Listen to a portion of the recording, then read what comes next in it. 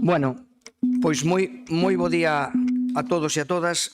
Vamos a dar comenzo a esta plenario convocado a esta sesión do Pleno da Corporación Provincial convocado para o día de hoxe como habíamos acordado no seu momento.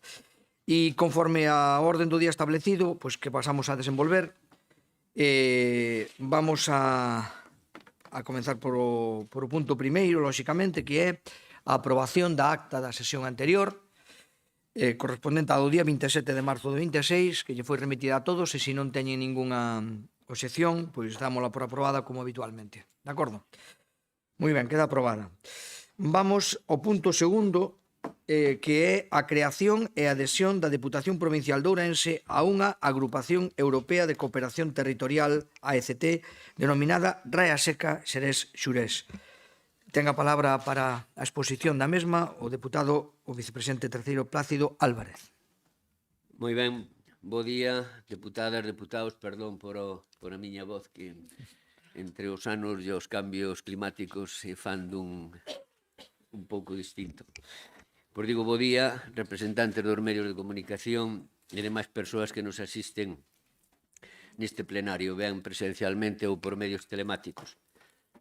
E, pois ben, referíndome ao punto da orde do día que nos ocupa, intentarei ser breve, dado que a totalidade da documentación suficientemente detallada obra no expediente instruído ao efecto e, polo tanto, estou seguro que todas e todos vostedes o examinaron por o miúdo.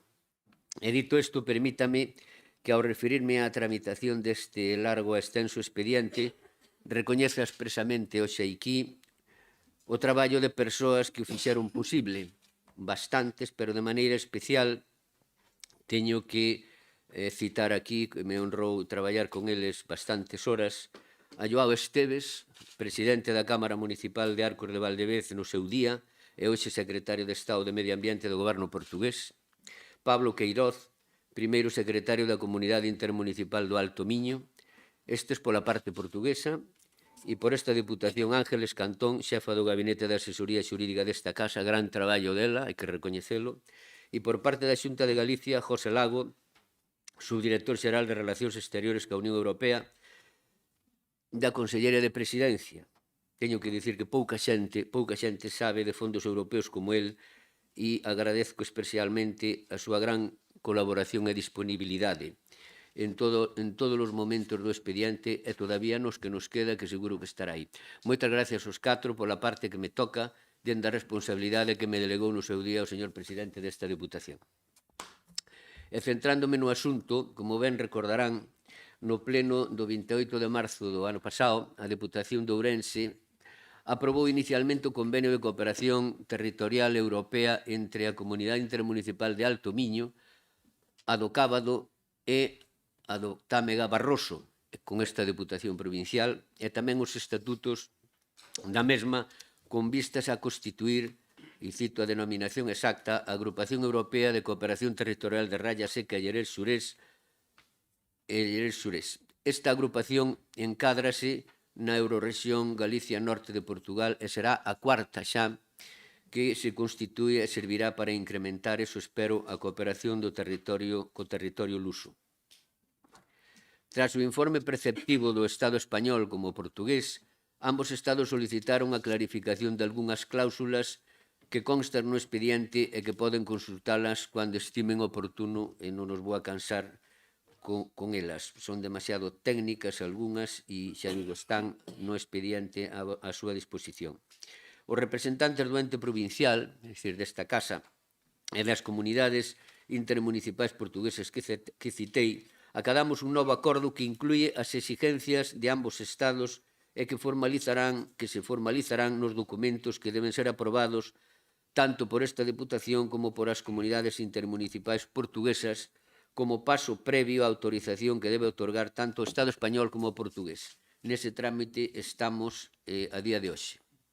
A futura AECT, que terá personalidade xurídica propia amparada na normativa europea, como non pode ser de outro xeito, persigue facilitar a cooperación transfronteiriza entre 13 concellos e 5 cámaras portuguesas que recordo cales son. Os 13 concellos galegos son Bande, Calvo de Randín, Entrimo, Lobios, Lobeira, Baltar, Padrenda, Berea, Quintela de Leirado, Muiños, Cualedro, Oimbra e Monterrei. E as 5 cámaras portuguesas son Arcos de Valdevez, Melgaso, Ponte da Barca, Terras do Bouro e Montalegre. A través desta entidade presentaránse proxectos europeos que redunden na mellora da calidade de vida do territorio coa despoboación como reto común, non podía ser de outro xeito, a fin de deseñar e executar proxectos ou accións que faciliten e promovan a cooperación territorial, a promoción e a elaboración de estudios, plans, programas e formas de relación entre os membros, a construción e xestión de infraestructuras e equipamentos e a prestación de servicios de interese público, así como todas aquelas relacionadas ca cooperación transfronteiriza, transnacional e interregional. En consecuencia, o que propomos hoxe aquí ao Pleno para a súa aprobación é o seguinte. Primeiro, aprobar o novo convenio de cooperación territorial europea entre a Comunidade Intermunicipal do Alto Miño, a de Cábado e a do Alto Támega e Barroso, xuntamente con esta Diputación Provincial, con vistas a constituir o que xa citei, Agrupación Europea de Cooperación Territorial Raya Seca e Llerés Xurés, AECT Raya Seca e Llerés Xurés. O cito textualmente. Aprobar a nova proposta de estatutos da referida agrupación. Adoptar o compromiso de incluir no orzamento provincial o crédito necesario para facer fronte ás obrigas derivadas do réxime de financiamento previsto no artigo 7 da proposta de estatutos da antedita agrupación. E, por último, remitir certificación do presente acordo xunto coa xustificación da personalidade xurídica desta entidade local ao Ministerio de Política Territorial e Memoria Democrática aos efectos da tramitación prevista no Real Decreto 23/2015 de 23 de xaneiro e demais normativa de aplicación complementaria. E nada máis, moitas gracias pola súa atención. Moitas gracias. Comenzamos co turno de non escrito neste caso. Moi bo día a todos e a todas. Moitas grazas, señor presidente. Don Plácido, é moi bo recoñecer o traballo ben feito polas persoas que colaboran con un e a voz, máis ben é cuestión da climatoloxía. Trátase dunha idea de fondo francamente positiva, sumar esforzos máis alá das fronteiras para mellorar a vida da xente. Ese é o cerne desta iniciativa. A creación e adhesión a unha agrupación europea de cooperación territorial, neste caso Raya Seca e Llerés Xurés, vai precisamente nesa dirección. A AECT é unha ferramenta que permite que territorios de distintos países, neste caso a provincia de Ourense e o norte de Portugal, traballen xuntos de forma estable, coordinada e con obxectivos comuns. E isto, nun territorio de fronteira como é o noso, ten todo sentido no que é o ámbito da Unión Europea da integración e de fornecemento do ideal europeísta. A fronteira, máis que unha barreira, ten que ser unha oportunidade. Que vantaxas ten isto? Pois varias, e moi concretas. En primeiro lugar, facilita o acceso aos fondos europeos. Moitos programas da Unión Europea están pensados precisamente para proxectos de cooperación transfronteiriza.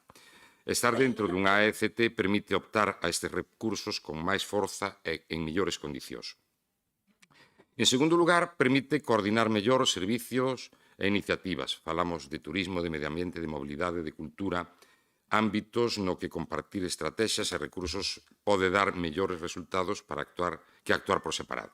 Un exemplo claro é o potencial da zona Llerés-Xurés, un espazo natural de enorme valor que xa funciona na práctica como un territorio compartido, e a cooperación pode e ten que axudar a protexelo mellor, pero tamén aproveitalo de maneira sostible, xerando actividade económica e emprego.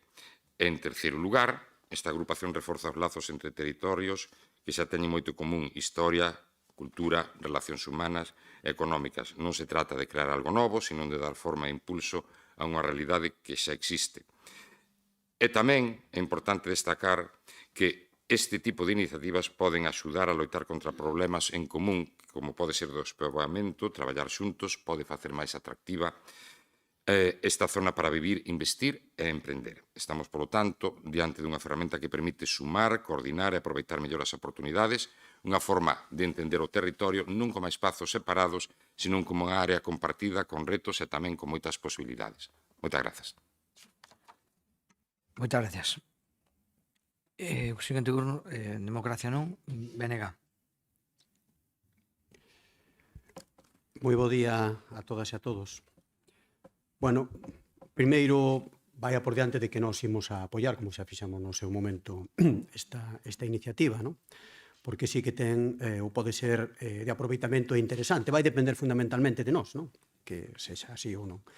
O que pasa é que a verdade é que teño que manifestar a miña, non sei se preocupación ou extrañeza, en que o trámite non, eu pensei que o trámite era que primeiro se facía unha revisión dos estatutos e que logo se sometía á aprobación unha vez que estaban consensuados, pero por o que vexo, isto que fixemos aquí foi aprobalo, remitirllos ao Ministerio e ao Goberno portugués, que son os que fan as alegacións, por iso ten que vir agora. Entón, quer dizer, que non sei se o xeito máis práctico era telo consensuado previamente e sometelo a unha única aprobación e non perder un ano, porque en realidad isto xa veu aquí fai máis dun ano. Pero, bueno, ao marxe deso, a ver, eu quero facer unha reflexión que sinto chafarlle un pouco o discurso. Non nos fagamos trampas ao solitario. Estamos falando, porque aquí mesmo na exposición, estamos falando dunha entidade que ten cobertura a nivel europeo. Estamos falando de algo que foi potenciado dende a Unión Europea. Estamos falando de regulamentos europeos que potencian as comarcas transfronteirizas e a cooperación transfronteiriza. Vale, hasta aí todo moi ben. Pero non nos fagamos trampas. Nestos momentos está en xogo a arquitectura dos fondos europeos. A próxima política agraria común, a próxima estructura de fondos europeos do 28 ano 2034, pon en cuestión todo isto. Voulles anunciar, vai desaparecer o programa LIFE, a Fundación Biodiversidade, posiblemente non haxa nin o 30% de fondos para os Interreg e desaparecerán os fondos de cohesión. Por lo tanto, podemos estar facendo un esforzo, pero se realmente onde vai a haber esa arquitectura a nivel europeo que é a que vai dotar de fondos e recursos para poder realizar estes programas, non vai valer de nada. Por tanto, nós estamos de acordo en que isto se faga, pero onde temos que pelexar realmente é porque a Comisión Europea non leve adiante o proxecto que ten de marco financiero plurianual entre o ano 28 e o ano 34. Porque aí destínase a maior parte dos fondos e dos recursos que estaban en estos fondos, empezando polos fondos FEADER, que son os de desenvolvemento rural, como digo, de todas estas entidades, e máis os fondos de cohesión, á guerra. Os cartos van ser destinados a financiar a empresa armamentística europea e vanse quitar recursos de aquí. Por lo tanto, podemos estar facendo todo isto, estarnos, efectivamente, supoño que o traballo técnico que se fixo foi moi acaído, pero que nos encontremos no ano 2028 con que desaparecen os recursos para poder facer todos estes traballos. E, por tanto, que quedará nada. Por nós non vai ser, evidentemente, aprobaremos de para diante a esta nova entidade, pero xa digo, non nos fagamos trampas ao solitario, porque o mellor o que facemos non vale absolutamente para nada. Moi ben. PSOE. Moi bo día a todos e a todas.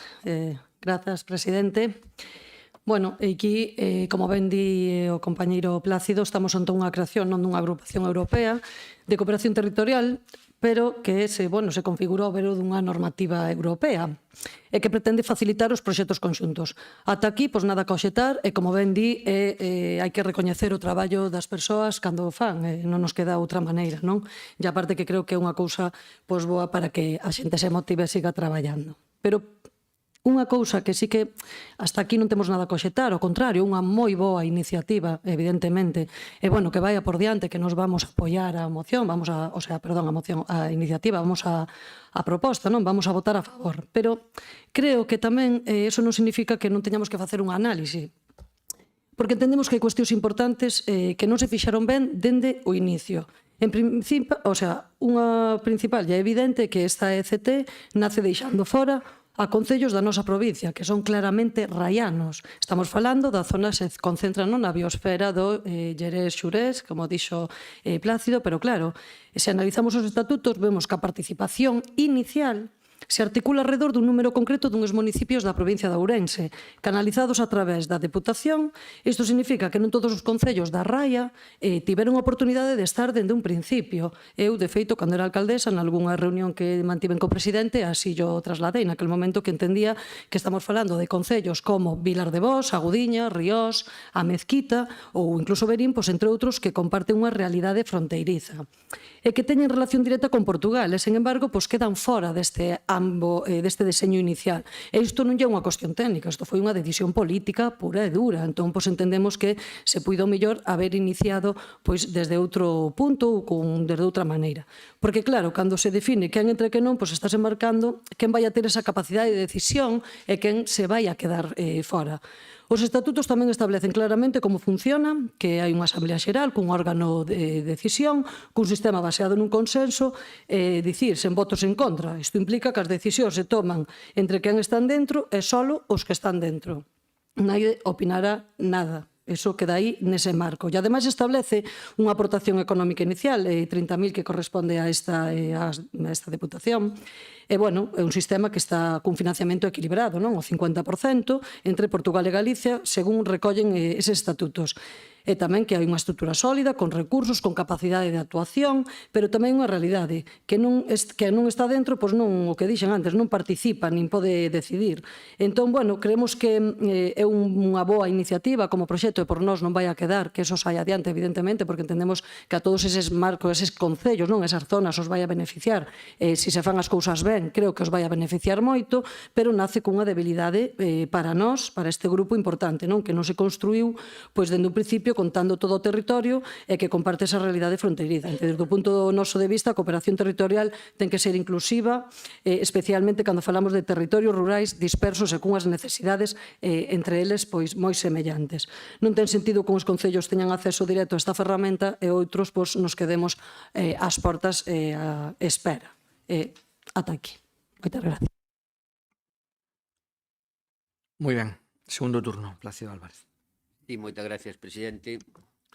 Brevemente, moitas gracias, señor Valcárcel, por as súas palabras e, sobre todo, por o seu apoio tan claro na exposición a esta iniciativa.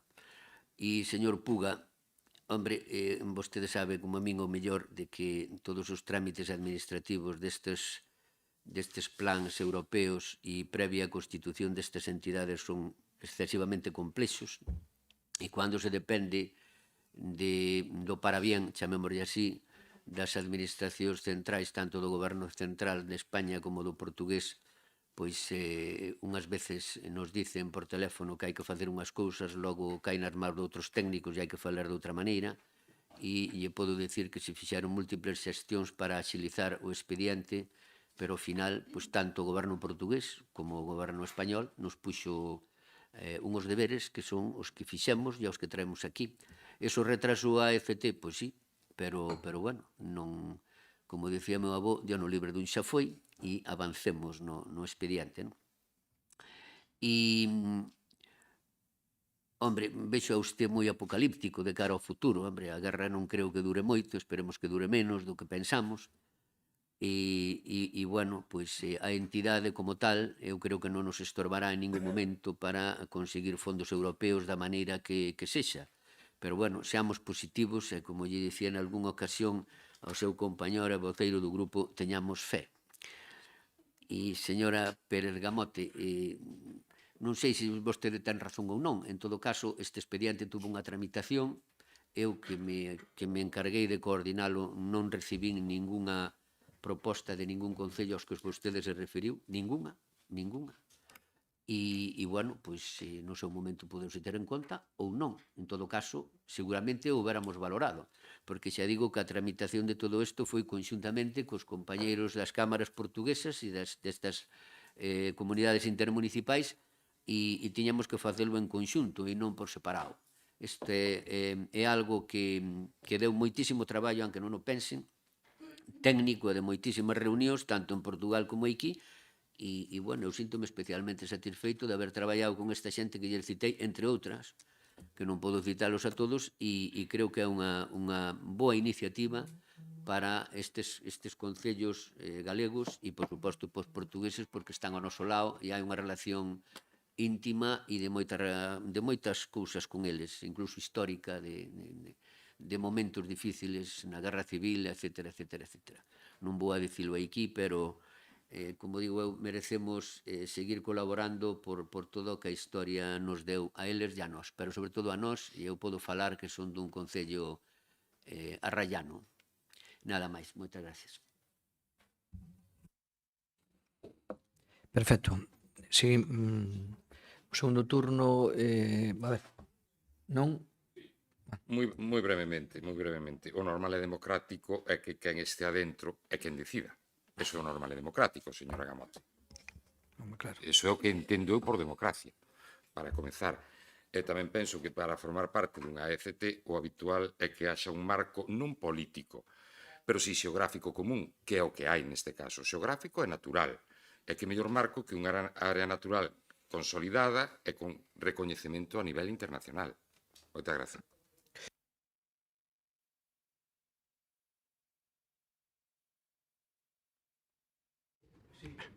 Solo para dar un toque de humor y recordar una famosa frase de Winston Churchill. Clasificación de los enemigos. Enemigos, enemigos mortales, compañeros de partidos y excompañeros de partido. Gracias.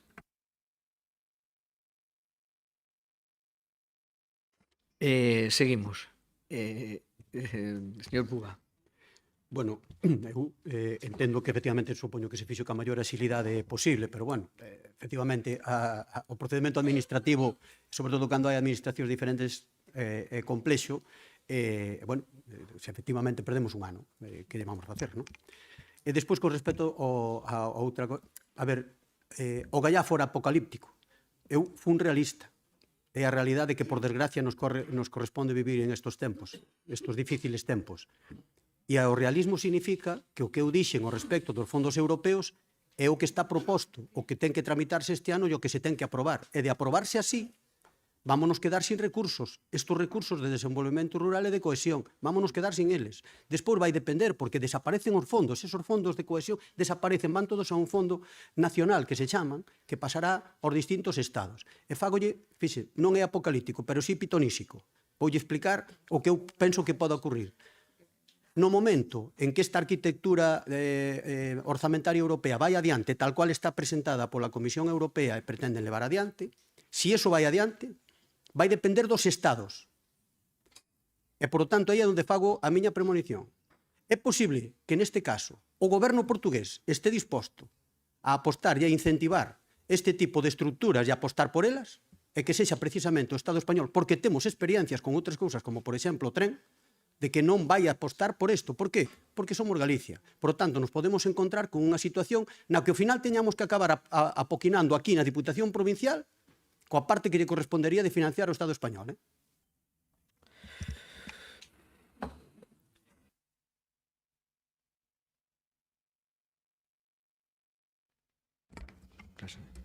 Grazas, presidente. Pois, bueno, como ben di o compañeiro Plácido, bueno, eu como exalcaldesa do Concello de Vilar de Vós tamén somos un concello raiano, entonces coñecemos moi ben a historia que temos cos portugueses e de feito, pues, bueno, sempre dicimos que somos irmáns, así moitas veces nos sentimos. Eu o que estou dicindo é que non se lle deu a oportunidade aos concellos da Raia.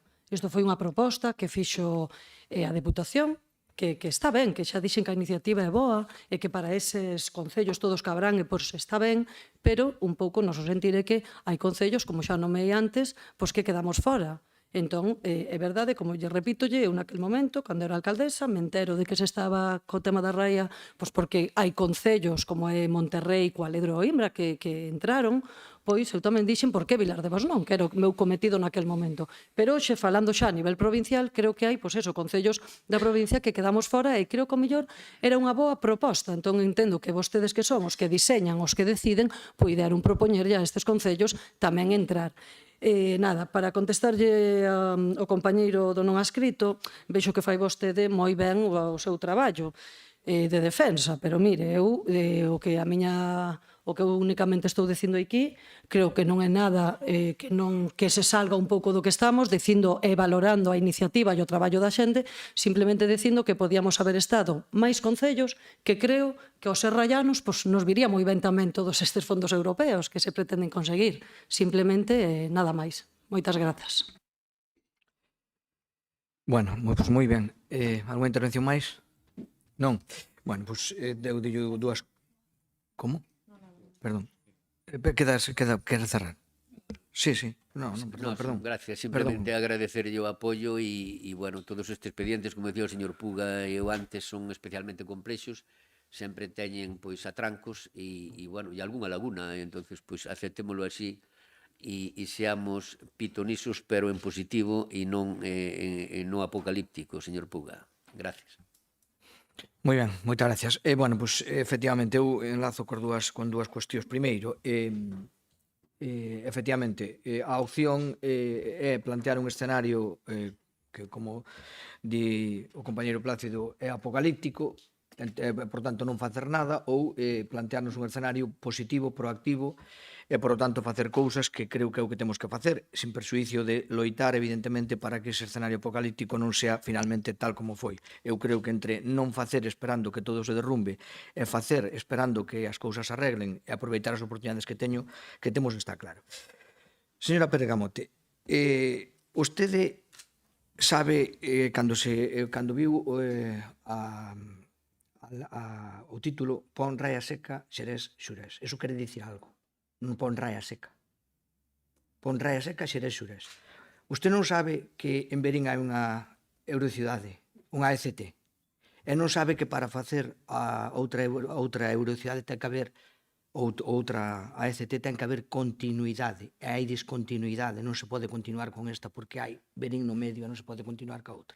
Pidamos, se considera necesario, facer unha nova eurocidade. Non pida unirse a unha que non pode facer, porque hai outra no medio que rompe a continuidade.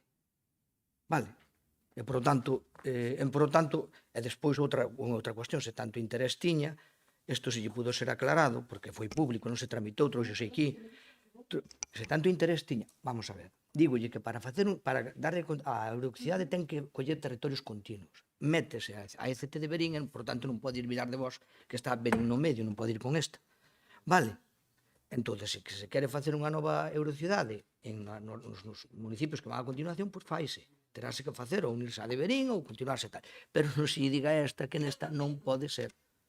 Non pode ser por eso. Entón non diga que non se falou con vostedes, porque non podía ser. Vostedes tamén non lo puderon pedir a nosa aclaración. E así yo hubiera dado como lle está dando aquí. Hai unha eurocidade que pon límite territorial a esta, que é a de Verín.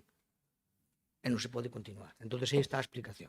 De acordo? E depois o que di, o que me parece, non sei, xa de que médicos que estamos fora non podemos decidir, claro que os que estamos fora non podemos decidir. Eu tamén teño un concello, non podo decidir na eurocidade se non son membro do concello. Ou se non son membro da eurocidade. Eso é de perogrullo, creo eu, non? O sea, se non son membro dun órgano, podo decidir. Bueno, eu creo que se comenta por si solo. Vale, vamos a votar.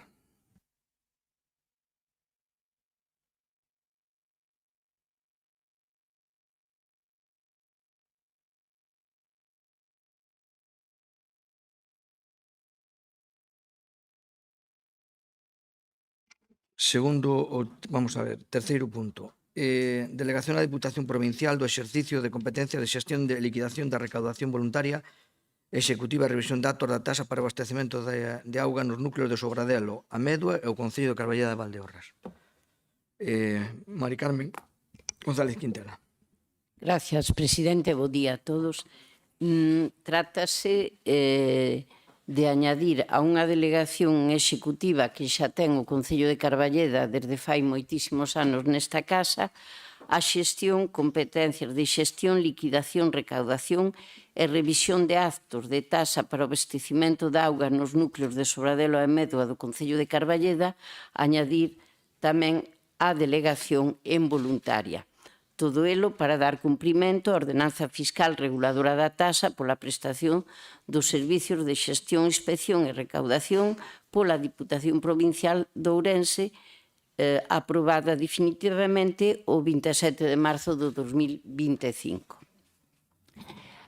Quero aclarar que isto non vai supor ningún cambio pos veciños de Carballeda porque xa habíamos encomendado dita xestión a través de convenio de colaboración do mesmo servicio. Polo tanto, é cumprir as obrigas que nos manda a ordenanza fiscal. Moitas gracias. Moi ben. Turno de palabra para os grupos. Turno de palabra para os. Empezamos, perdón, non escrito. Moi brevemente, simplemente decir que entra isto dentro do ámbito da autonomía municipal e, polo tanto, conta co meu apoio explícito. Moitas grazas. Perfecto, moitas gracias.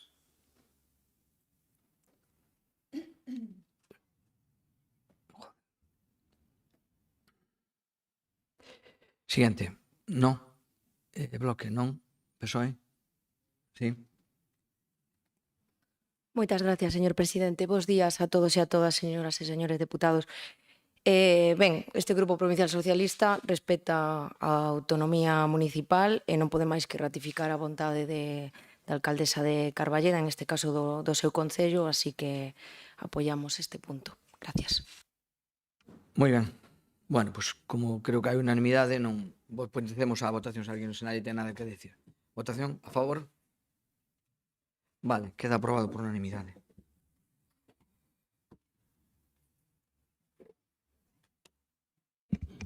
Bueno, vamos co punto 4 do orden do día, que é a modificación orzamentaria, autorización do suplemento de crédito e modificación da base quinta do orzamento do INORDE. Ten a palabra a vicepresidenta primeira Marta Novoa.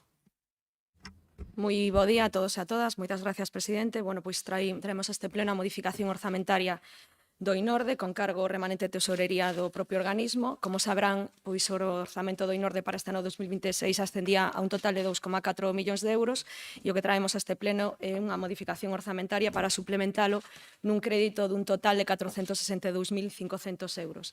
Estes 462.500 euros están divididos en 8 partidas.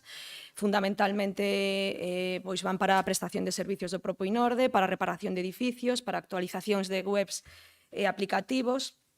Hai 62.500 euros que van para diversas accións de promoción turística da nosa provincia, van 8.000 para o centro de Cantoña e van para as feiras que habitualmente fai ou colabora o INORDE 30.000 euros. Na partida número 7 van un total de 38.000 euros que son pois unha partida reducida de subvencións nominativas a concellos que son o de Parado de Sil, o de Castro Caldelas, a Veiga, Viana do Bolo, Viraniño de Conso, con, bueno, pois un pouco para facer temas de promoción turística e de reforzo, non, do sector agorandeira que tan importante que se fai dende o INORDE e que se colabora con eles. Despois, na última partida, vai un investimento potente de 260.000 euros, fundamentalmente para a posta en marcha da segunda fase do muelle de baños de Molgas. E un pouco esa é a disposición do suplemento de crédito que traemos para complementar pois a importante función que fai o noso organismo provincial, o INORDE, no sector colaborando no sector turístico e agorandeiro da nosa provincia. Nada máis e cualquier dúbida, pois respostamos. Moitas gracias.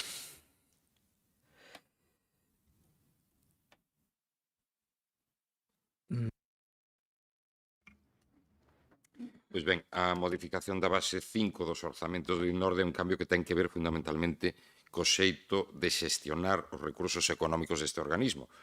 Para entendelo dunha maneira ben sinxela, as bases de execución dos orzamentos marcan as regras de xogo. É dicir, establecen quen pode tomar decisión sobre o gasto, con que límites e con que procedementos. Polo tanto, cando se modifica unha destas bases, o que se está facendo é cambiar en maior ou menor medida a forma de xestionar os recursos.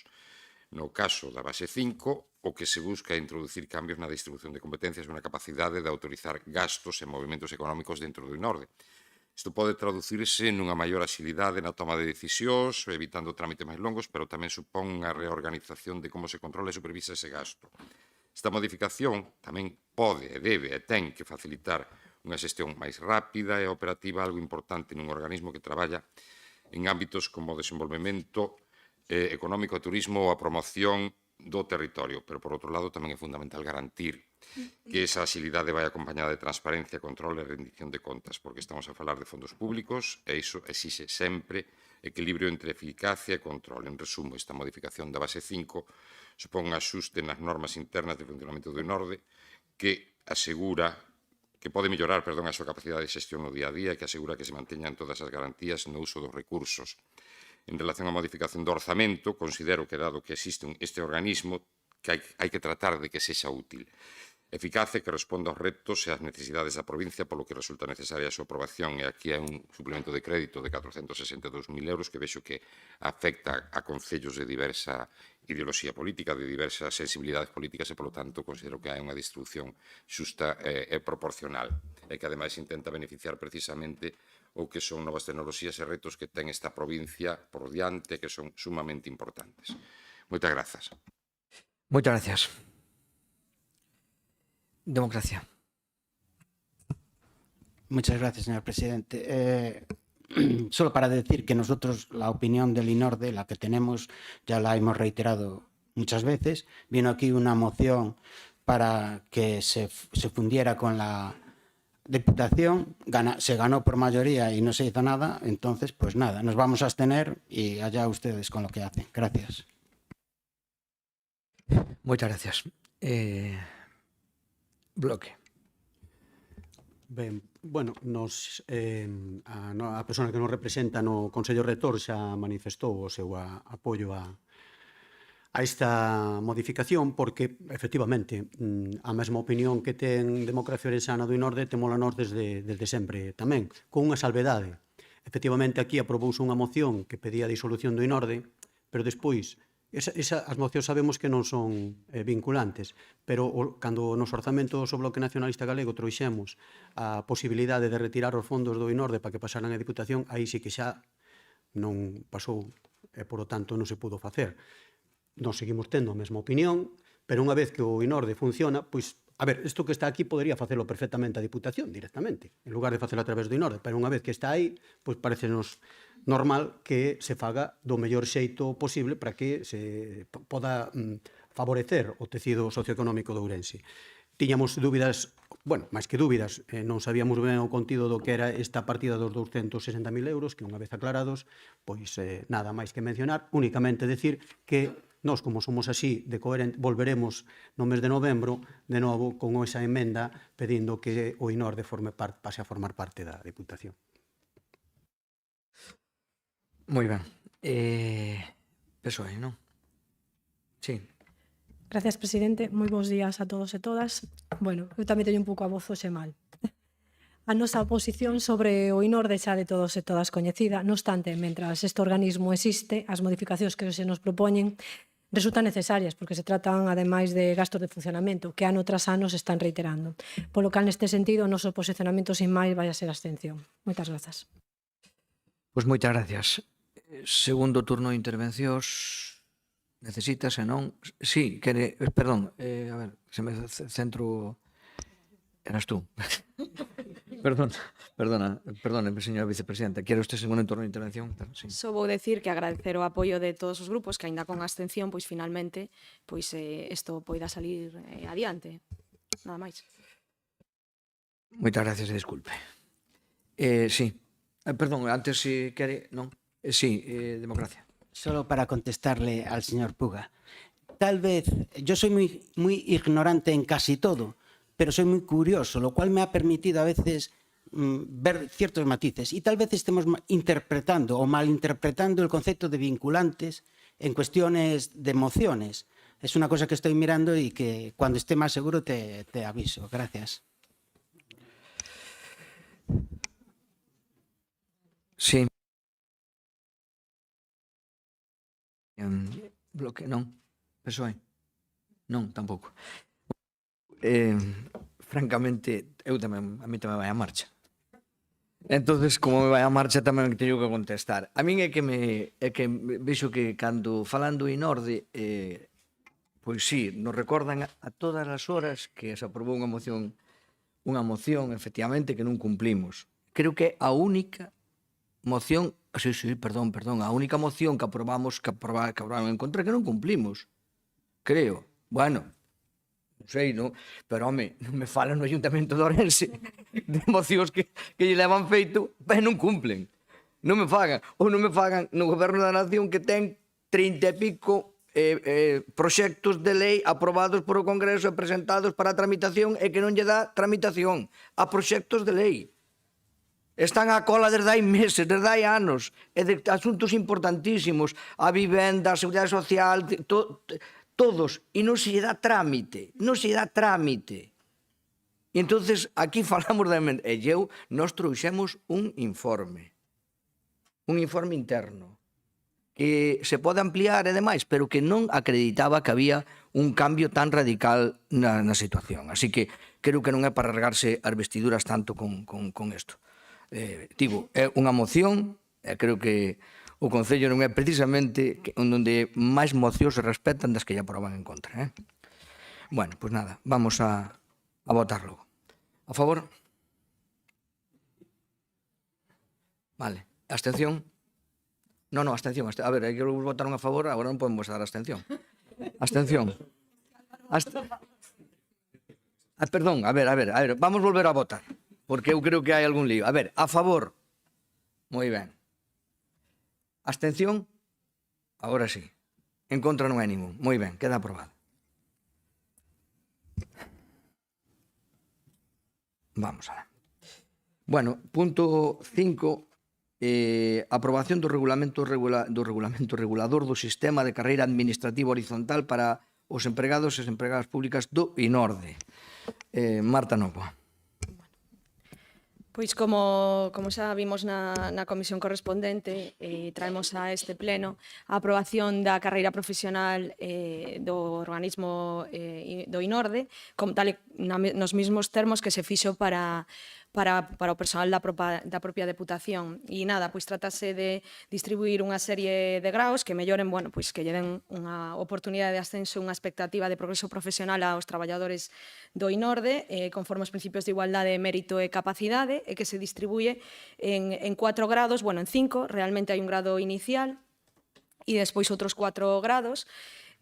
O grado inicial, máis ou menos voulle a dar unhas pinceladas, apróbase con 5 anos accédese a él con 5 anos, non se require ningún tipo de formación. O grado 1 serían 5 anos e unha formación acreditada de 40 horas, o grado 2 serían 10 anos e unha formación acreditada de 100 horas acumuladas, as outras 40 contarían. O grado 3 serían 15 anos máis unha formación de 150 horas acumuladas, e o grado 4 serían 20 anos e unha formación de 200 horas acumuladas. Os distintos grados retribuiríanse en relación ao corpo no que se este, agrupanse por corpos. O corpo A1 e o A2 serían 1.080 euros ao ano, o corpo BC1 serían 840 euros, o C2 e o AP serían 720 euros. Os grados profesionais, o sea, a apertura de grados, daríase un prazo para abrilo e a partir dun mes poderíase presentar a solicitude ao grado. A idea é que neste ano 2026 pois se aprobe, o sea, o grado inicial quede xa por suposto feito, e o grado 1 se pague no 100% neste ano 2026, e o acceso o grado 2 sería o 50% no 2027 e o 100% no 2028. Polo tanto, ao longo deste ano vais a abrir o grado 1 para que o solicite a xente e se proceda ao pago íntegro. E nada máis, creo que hai que destacar, só falei así na tramitación da carreira profesional da Deputación, creo que somos unha administración das primeiras, non, que desenvolve un regulamento de carreira profesional e que valore pois o traballo dos profesionais desta casa e que lles dé a oportunidade pois de motivarse, de seguir aportando, por suposto, e que todo isto vai a redundar seguramente pois na mellora dos servizos que esta Deputación ofrece a todos os concellos e toda a xente desta provincia. Moitas gracias. Vamos co turno de intervencións. Primeiro, non adscritos. O día de novo, pois ben, valorar e por en valor o traballo e a carreira profesional dos funcionarios e funcionarias evidentemente é relevante, importante e sustancial para recoñecer o seu bo facer. En este debate e votación deste proxecto de regulamento do Sistema de Carreira Administrativa Profesional do INORDE, é importante tamén pôr en valor que non estamos diante dunha proposta nova nin allea ao que xa se ven facendo na Diputación. En esencia, trátase dun texto prácticamente idéntico ao regulamento que no seu día se aprobou para a propia Deputación Provincial de Ourense para o seu persoal funcionario. Por lo tanto, estamos diante dun modelo coñecido, contrastado e que xa foi aplicado con normalidade e con resultados positivos, no que eu entendo, no conxunto desta casa. Ademais, tamén compre salientar que a proposta de regulamento é froito do diálogo e da negociación cos distintos sindicatos, o que lle outorga, por lo tanto, unha maior legitimidade e un carácter integrador que hoxe tamén debemos recoñecer e seguir traballando nesa liña. O que se propón agora é simplemente estender ese mesmo marco ao INORDE, garantindo así un tratamento coherente e homoxéneo entre o persoal da Diputación e os seus organismos autónomos. E o meu suizo é un paso lóxico, razoable e necesario. Falamos, por lo tanto, dun instrumento que contribúe á motivación, ao recoñecemento profesional e á mellora do funcionamento interno da Administración, aspecto todos eles que considero que son fundamentais para ofrecer un millón de servizo á cidadanía, que para iso estamos aquí, non para outra cousa, non para debates estériles postas en escena. Por todo isto, entendendo que se trata dunha proposta sólida, coherente, co seu aprobado e baseada no consenso, vou votar a favor. Moitas grazas. Moitísimas gracias. Seguimos, democracia, non bloque. Non, simplemente manifestar que imos estar a favor precisamente porque é unha bella demanda das traballadores e traballadores e das organizacións sindicais e que o ser o mesmo que na Deputación parece lóxico e nada máis. Pois moitas gracias. Siguiente, PSOE. Nada, nos decir que despois de resultarse unhas dúbidas, nós tamén vamos a votar a favor porque xa votamos a favor cando se trouxe este regulamento regulador do sistema de carreira profesional desta casa. Nada máis, moitas grazas. Moitas gracias. Bueno, unha intervención, non? Bueno, pois entón aquí, como creo que estamos todos de acordo, vamos a votarlo. Por favor. Venga, queda aprobado. Moitas gracias. Perdón, abstención. Bueno, disculpe. Abstención. Poñémolo por defecto. Vale, moitas gracias. Perdón, disculpe, queda logo aprobado ca abstención de Democracia Ourensana. Vamos co punto 6 do orde do día, que é a aprobación inicial do orzamento do Consorcio de Augas de Valdeorras e a súa integración no orzamento xeral da Deputación Provincial para o 2026. Isto foi aprobado, como saben, no Consorcio de Valdeorras, toda na reunión que tivemos no barco, por unanimidade. E agora o que se trae aquí é ese coñecemento desa aprobación e a integración. Marta Novo.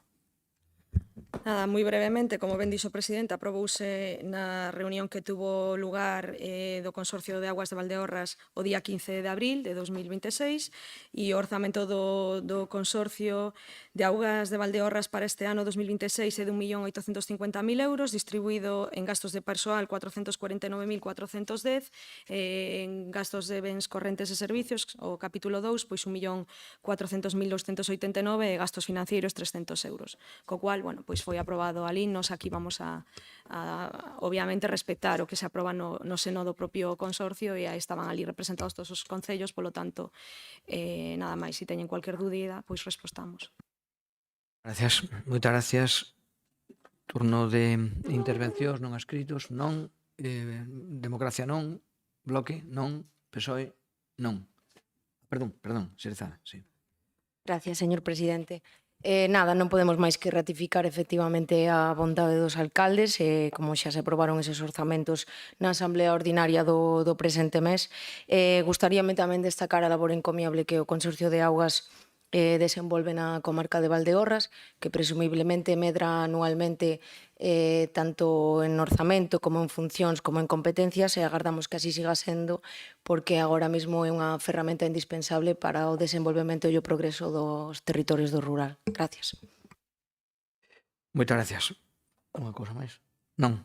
Vale, pois eu tamén estou de acordo con que é un gran organismo que presta un servicio que ojalá podamos estender a outras comarcas da provincia, porque sin dúbida ninguna é un instrumento moi eficaz para a función que tenga acometida. Bueno, vamos en unha outra intervención a votar. A favor? Aquí sí que unanimidade. Moitas gracias. Bueno, vamos co punto séptimo do orden do día, que é a aprobación do expediente. Perdón, vamos, sí, como habíamos falado na Xunta de Portavoces, se lles parece, vamos a debatir conxuntamente o punto 7 e 8, vale?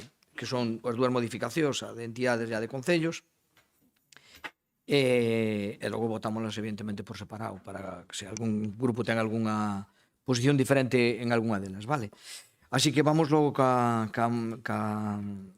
debate conxunto sobre a 7 e a 8, concretamente na 7 o expediente número 3/26 de modificación de créditos, que sería para entendernos para entidades, se non teño, e o punto 8, a aprobación do expediente 4/26 para a modificación de créditos destinada fundamentalmente a concellos. Ten a palabra a vicepresidenta Marta Novo. Bueno, pois moi bo día de novo.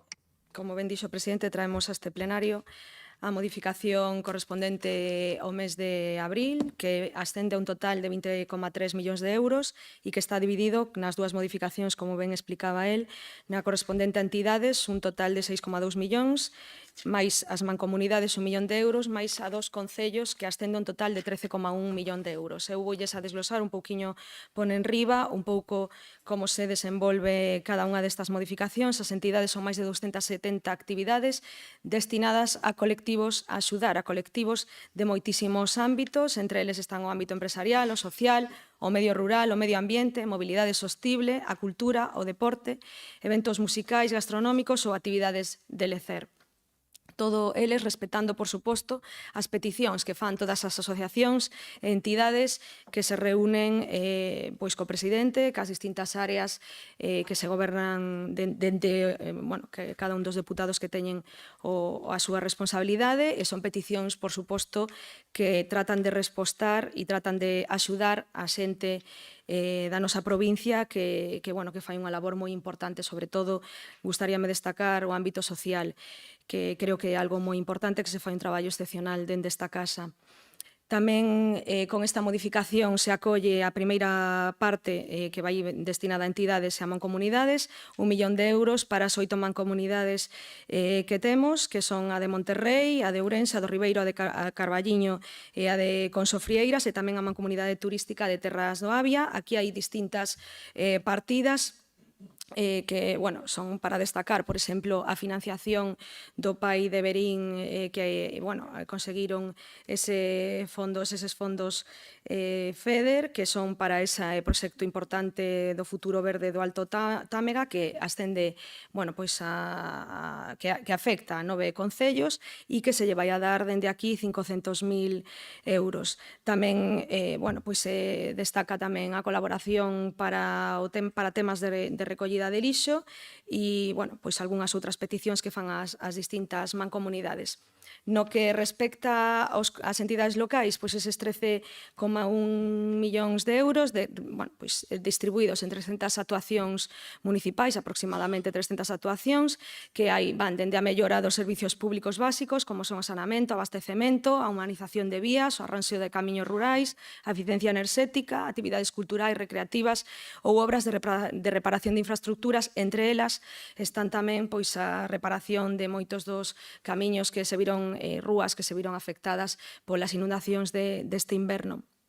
Van tamén 750.000 euros para cofinanciar o plan de residencias e centros de día que puxo en marcha a Xunta de Galicia, que dende esta Deputación, unha vez máis, con esa colaboración institucional entre administracións, entre Xunta de Galicia, Concellos e esta propia Deputación, se fai para que se poidan acceder a eses centros tan importantes, residencias de maiores que todos os alcaldes estamos encantados de ter nos nosos concellos.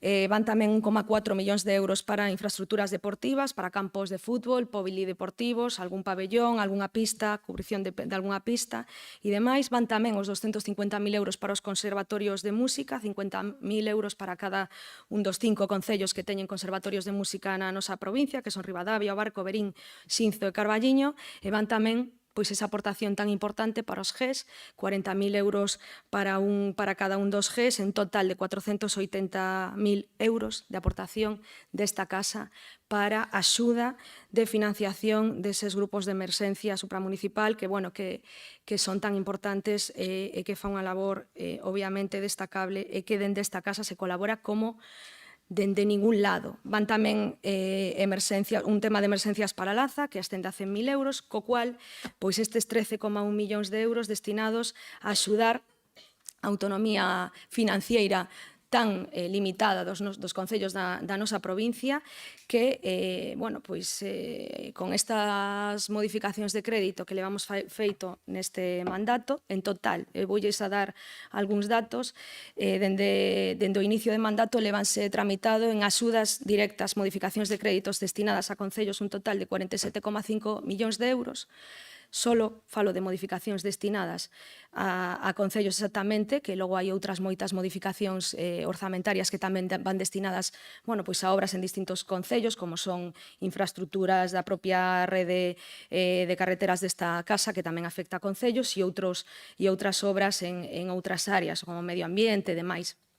Eso sumado aos 74 millóns de euros que a Verade cooperou neste mandato, pois ascenden a máis de 120 millóns de euros de financiamento directo no que vai de mandato para os concellos da nosa provincia. Creo que é unha cifra moi destacada, que casi triplica o que se facía anteriormente e que eu creo que para destacar, para sentirse, por o menos axudados, que reclamamos dende aquí unha financiación moito máis xusta, como sempre, como o fago eu, o fai a portavoz do grupo e o presidente, e seguramente que os distintos portavoces dos grupos tamén coinciden, e así o levan manifestado, pois a financiación das entidades locais é moi limitada, que levamos reclamado o Estado que a modifique, sobre todo, tamén que, volvo a insistir, nesa teima de modificación das reglas fiscais que nos teñen a todos, tanto concellos como esta propia Deputación, o límite o límite da asfixia, que non se entende cando non hai débeda, como é o caso desta casa, que non hai débeda en moitos concellos, non temos débeda, pero temos que cumplir unhas reglas fiscais, tanto de estabilidade como de gasto, que son totalmente injustas cando temos un Estado que se endeuda por encima das súas capacidades ano tras ano e que non facilita a xestión municipal, que é a xestión ao final máis pegada ao cidadano, que necesita un apoio maior. Así que pola miña parte nada máis, agardo as consideracións que teñan que facer e continuamos co debate. Pois moitas gracias. Vamos co turno dos grupos. Empezamos polo grupo non adscrito. Pois vou facer as miñas consideracións, evidentemente. Sí. Vou empezar pola modificación de crédito que afecta ás entidades. Considero que, evidentemente, esta modificación ten unha relevancia que ás veces non ten toda a visibilidade que merece. Apoiar as asociacións e colectivos que lle dan vida aos nosos povos é esencial. Resulta fundamental para a vida nunha provincia envellecida e que ten un despoboamento generalizado. Por lo tanto, resulta sustancial esta modificación de crédito. Pois esta mesma modificación de crédito de máis de 7,2 millóns de euros vai precisamente diso. A axudar a entidades culturais, deportivas, sociais, empresariais e, en definitiva, a xente que está aí no día a día, facendo cousas polos demais. Porque todos sabemos como funciona o tecido social. En cada concello hai colectivos que organizan festas, que manteñen tradicións, que levan equipos deportivos, que fan actividades cos maiores, cos nenos e cas nenas, que move iniciativas culturais ou pequenas propostas empresariais. E moitas veces fanno sin apenas medio, botándolle horas e gañas. E é importante ter presente que sen esta colaboración da Deputación moitas desas actividades non se poderían facer. Moitos destes colectivos non teñen, moitos non, prácticamente todos, non teñen recursos suficientes para tirar adiante por sí sós. Funcionan polo compromiso da veciñanza, polo voluntariado e con orzamentos moi xustos e tamén, por suposto, co apoio dos concellos.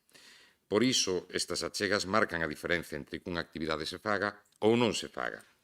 E ao final, do que estamos falando é de manter vivos os nosos povos, porque onde hai asociacións hai movimento e hai vida. Hai persoas participando, hai relacións sociais, hai socialización. Onde non as hai, todo se vai apagando e esmorecendo pouco a pouco. E iso sería o fin da nosa provincia e da nosa cultura.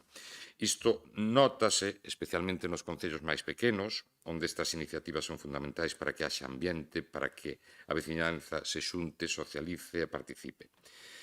Por iso, esta medida vai na boa dirección, porque aposta por soster boa parte da vida social e cultural dos nosos concellos. E sí, seguro que sempre se pode mellorar, facer os trámites máis sinxelos, que as axudas cheguen máis rápido, todo iso é importante e hai que seguir traballando niso. E iso é o que lle pido á presidencia desta Deputación. Para rematar neste ámbito da modificación de crédito para entidades, é importante recoñecer que este apoio é necesario e que chega a quen realmente o precisa, porque sin asociacións deste tipo, os nosos povos serían moito máis tristes e menos dinámicos. Pero tamén habería que facer unha reflexión sobre a necesidade de mellorar a eficacia na fiscalización do gasto. É moi importante que o que se contempla nos orzamentos e nas subvencións se cumplan e que a finalidade a que van destinados estes diñeiros, estes euros, se cumpla e se lle dé resposta realmente ao que se preconiza e ao que se anuncia na actividade. Creo que é dupla de tempo, entón paso ao que fai, porque empezamos... No, eran 4 minutos, son 2 debates, señor presidente. Grazas. Pois ben, paso á modificación de crédito dos concellos. Esta modificación de crédito tamén ten unha importancia clara e directa, máis recursos para os concellos da nosa provincia. E isto é algo que compre tamén por en valor.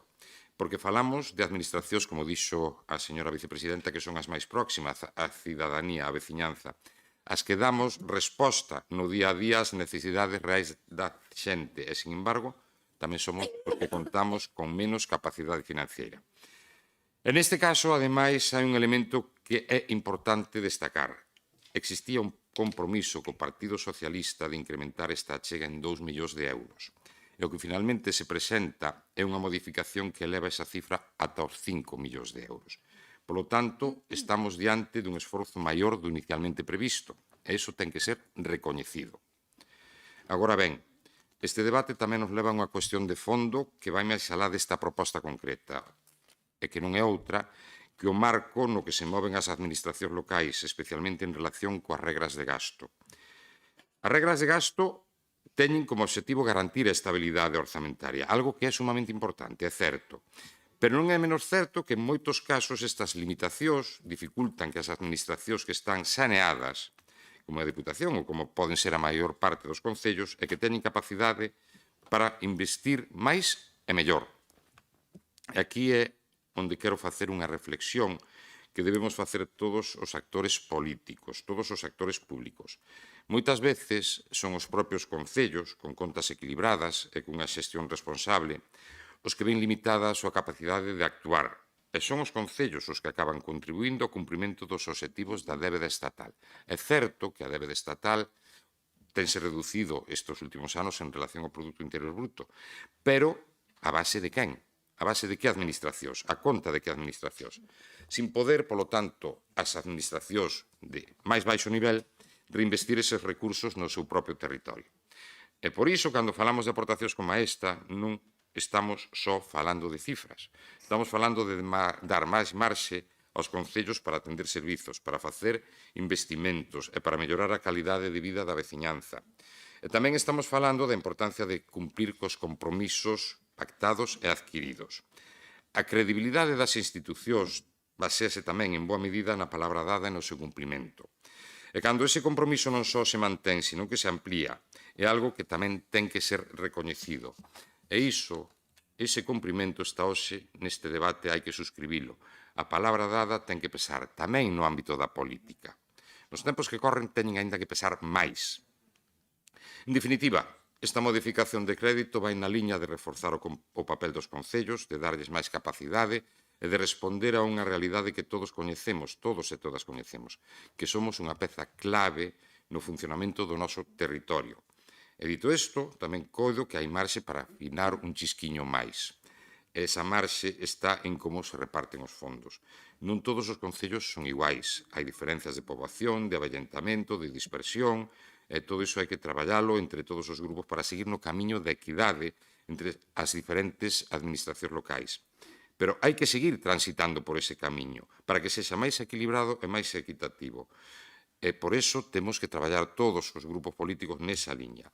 Ao mesmo tempo, abre un debate máis amplo sobre a necesidade de revisar e flexibilizar debates de determinados límites para que as administracións locais podan facer mellor o seu traballo. Evidentemente, estou a falar da flexibilización das regras de gasto, das regras fiscais, e non é de recibo que sexamos os concellos os que temos que cumprir sí ou sí facendo malabarismos nas contas, tendo que priorizar sobre necesidades cando todas son esenciais para a nosa veciñanza. Moitas grazas, señor presidente. Moitas gracias. Seguimos cos turnos. Democracia Ona, señor. Muchas gracias, señor presidente. Hay muchas cosas en las que estoy de acuerdo con el señor Valcárcel. Es decir, la Diputación se va a gastar casi 8 millones en asociaciones, federaciones, fundaciones, universidades, academias, agrupaciones, círculos culturales, conservatorios, escuelas, establecimientos, museos, sociedades, clubs y escuderías, etcétera, etcétera, etcétera. Se va a gastar todo ese dinero y probablemente la mayor parte de esos gastos sean muy necesarios, se van a utilizar bien, probablemente, pero también es verdad que es una forma de política clientelar que lleva la Diputación durante muchos, muchos años. Y a mí, ustedes están gobernando, pues se van a gastar el dinero en lo que quieran, pero también es verdad que la Diputación, como llevamos aquí defendiendo, tiene unas competencias. Y hay otros organismos que a lo mejor son los que le tendrían que dar ese dinero, esas subvenciones, esas ayudas a todos estos organismos. Porque les recuerdo el problema que tienen casi todos los ayuntamientos con el servicio de ayuda a domicilio, que es una competencia de la Xunta de Galicia que debería al menos de poner el dinero y luego gestionar los ayuntamientos, y ya ven cómo están. Entonces, deberíamos exigir que cada organismo pague lo que tiene que pagar y así. Pero bueno, ustedes gobiernan, ustedes deciden. Voy a ser muy breve porque esto ya hemos hablado antes en otras modificaciones, más o menos los gastos van por el mismo cuestión. Y también les quiero recordar una cosa muy interesante, es que es verdad que se están gastando casi 700 y pico mil euros en la creación de residencias para mayores, algo que es tremendamente útil, necesario, porque estoy convencido de que muchos de ustedes van a acabar allí y yo desde luego no pienso ir a visitarlos. Pero el problema de estas residencias de mayores, que es una competencia de la Xunta de Galicia, al final van a ser todos ustedes los que van a tener que pagarlo en sus ayuntamientos y van a tener tantos o más problemas que el servicio de ayuda a domicilio. Entonces deberíamos de empezar a exigir y no darle todo gratis a la Xunta de Galicia, que es un organismo que tiene 14.000 y pico mil millones, y a la provincia de Ourense. Es que yo cuando hablo de Ourense siempre pienso en la provincia de Ourense, perdonad. Y a veces casi siempre digo Ourense, pero a veces se me va a Ourense porque cuando yo nací era lo que se decía. Y ya saben que los pilares de la personalidad se forjan en la adolescencia y en la niñez. Perdón si me equivoco, que me equivoco mucho. Pero bueno, esto tampoco me importa. Ustedes saben lo que hacen, saben en qué se están gastando el dinero, entre pitos y flautas, 10 millones entre pitos y 10 millones entre flautas. Pero ya saben que yo, aunque no soy rencoroso, sí que lo soy, pero queda bien así, no soy rencoroso. Les recuerdo que en la anterior modificación de crédito, doña Marta me dijo: gracias, señor Cachafeiro, nosotros no vamos a incumplir ninguna ley. Estamos incumpliendo unas reglas fiscales que se establecen mediante leyes. Me gustó porque me recordó mucho a los hermanos Marx, a los cuales yo quiero mucho, y es: señor Cachafeiro, nosotros no vamos a incumplir ninguna ley, estamos incumpliendo unas reglas fiscales y vamos a traer en el próximo pleno, un nuevo plan económico financiero para cumplir pues con una serie de medidas que nos obligan por esos incumplimientos, pero no vamos a incumplir absolutamente nada. Esto es genial. Doña Marta, genial. Son sus palabras. Luego no me insulte con sus palabras, insúltese a usted con sus propias palabras. Bien, sigo. Nosotros no estamos incumpliendo una regla fiscal y hay consecuencias que... Nosotros estamos incumpliendo una regla fiscal y hay una consecuencia, que es hacer un plan económico financiero. Tenemos uno con unas medidas y vamos a traer otro con otras medidas diferentes, obviamente. Pues claro, Pero la cuestión es que sí, se están ustedes saltando la ley. Vale. Y, como dijo mi amigo Sócrates, dura lex, sed lex. La ley puede ser dura, pero es la ley. Y les recuerdo que él, en vez de escaparse, como lo condenaron a muerte, pues se tomó la cicuta. Entonces, ustedes, y cuando digo ustedes no me refiero a ustedes, me refiero al PP, que fueron los que hicieron la famosa ley Montoro en el 2012, hagan lo que puedan para cambiarla, porque tienen los suficientemente medios para intentar al menos cambiarla. ¿Por qué? Porque el PSOE tampoco la cambia. Yo lo que no entiendo es que todos ustedes, ya lo hemos dicho aquí 40.000 veces, 60 y pico mil concejales, diputados, alcaldes, todas estas cosas, y 350 diputados parlamentarios en el Congreso de los Diputados, y no se ha cambiado una ley desde 2012. Pues luego no vengan diciendo, es que la ley está mal hecha, Claro que estamos todos de acuerdo, pues cámbienla. Pero bueno, sigo. Ahora, señor Luis Menor, usted también me dijo una cosa que me gustó mucho. Me dice, sobre las leyes fiscales, las vamos a incumplir. Vamos a tener un informe negativo. Nosotros no lo escondemos, pero vamos a ver si la interpretación me sale bien. Pero vamos a ver. Nada que ver un informe negativo sobre las reglas fiscales nuestras que sobre vuestros informes negativos que os hacen ustedes los interventores. Lo dijo en plural, pero solo tenemos uno. Pero bueno, y aquí es donde yo en cierta forma me sentí un poco atacado y molesto. Ya saben que yo a ustedes los trato siempre con mucho cariño, que es el que les tengo. Y le voy a decir una cosa. Nosotros en ningún momento hemos incumplido las leyes fiscales. El año pasado hemos cumplido. Este año, a lo mejor, nos las saltamos. Pero ese no es el problema y se lo voy a explicar. Le voy a explicar cuál es la diferencia. Y esto lo dice su equipo de intervención. En este contexto, la nueva utilización de la RLTGG, ya saben que yo odio los acrónimos, debe ser el remanente líquido de tesorería de los gastos generales, espero que haya acertado, para financiar la modificación de crédito, resulta incompatible con las medidas correctoras en vigor y podría agravar la situación de desequilibrio comprometiendo los objetivos fiscales y las obligaciones derivadas del plan económico financiero en la liquidación del ejercicio vigente. Ustedes ya se las han saltado y ahora viene realmente lo que yo considero más problemático. Y lo dice así.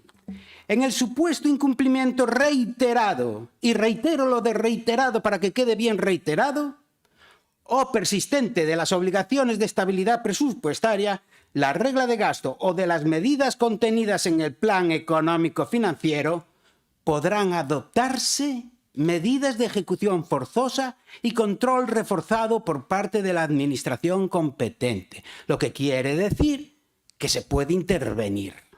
Esta Diputación. Ustedes, económicamente, no están como venden los medios de comunicación a los cuales ustedes le pagan muchísimo dinero. Que solamente saben criticarnos a nosotros, al Concello de Ourense, y a ustedes parece que están en el paraíso. Y no es así. Es más, ahora le voy a poner ciertas circunstancias. Como ustedes están reiteradamente saltándose la ley, eso, y además saben que es una ley. Es decir, ustedes pueden decir, ay, yo no sabía nada. Pero aquí se ha dicho por activa y por pasiva, no solo por mí, sino por ustedes mismos. Ustedes reiteradamente se están saltando la ley, con lo cual ya están cayendo en una cosa que se llama prevaricación. Prevaricación. Me encanta esa palabra. Porque a nosotros nos acusan fácilmente de prevaricación y a lo mejor los que prevarican son otros. Pero, mi obligación como diputado en este sitio me obligaría a tener que denunciar ese caso. Nosotros no vamos a denunciar ni nada. ¿Por qué? Porque en el fondo, como dijo el señor Valcárcel, sí que es una ley que consideramos muy injusta y sí que es verdad que es necesario que los ayuntamientos y las diputaciones que tienen remanente de dinero, que tienen dinero de sobra, igual que el Concello de Ourense, que tiene dinero de sobra, para pagar todas las obras que están haciendo, pues es cierto que ese dinero se tiene que gastar. Y que además tanto el gobierno central como la Xunta de Galicia, que son luego los que nos hacen las leyes, que son luego los que se saltan todas las leyes que ellos mismos hacen, y que aún encima son los que peor gestionan, por ejemplo, el gobierno de Pedro Sánchez, del PSOE, que creo que ha aumentado la deuda en su legislatura 140.000 millones, aún encima luego no permite que los que ahorran, los que gestionan más o menos bien, que por norma general son casi todos los concellos, no puedan gastarse el dinero que tienen ahorrado. Es que es de locos. Y ustedes, desde 2012, no han querido cambiar una ley. Bueno, pues allá ustedes. Muchas gracias. Muchas gracias. Bloque. Bueno, eu, despois da intervención de Bafa, pediría un receso para centrarme. Porque é que é moi complicado intervir despois tú, porque claro, fomos dunha esquina para outra e acabamos... En fin. Bueno, entre que, ademais, el dixo que, bueno, que isto era cousa súa, o sea, nós non estamos aquí. E o señor Valcarce o teño medio abducido, pois estamos aí nun punto complicado, non?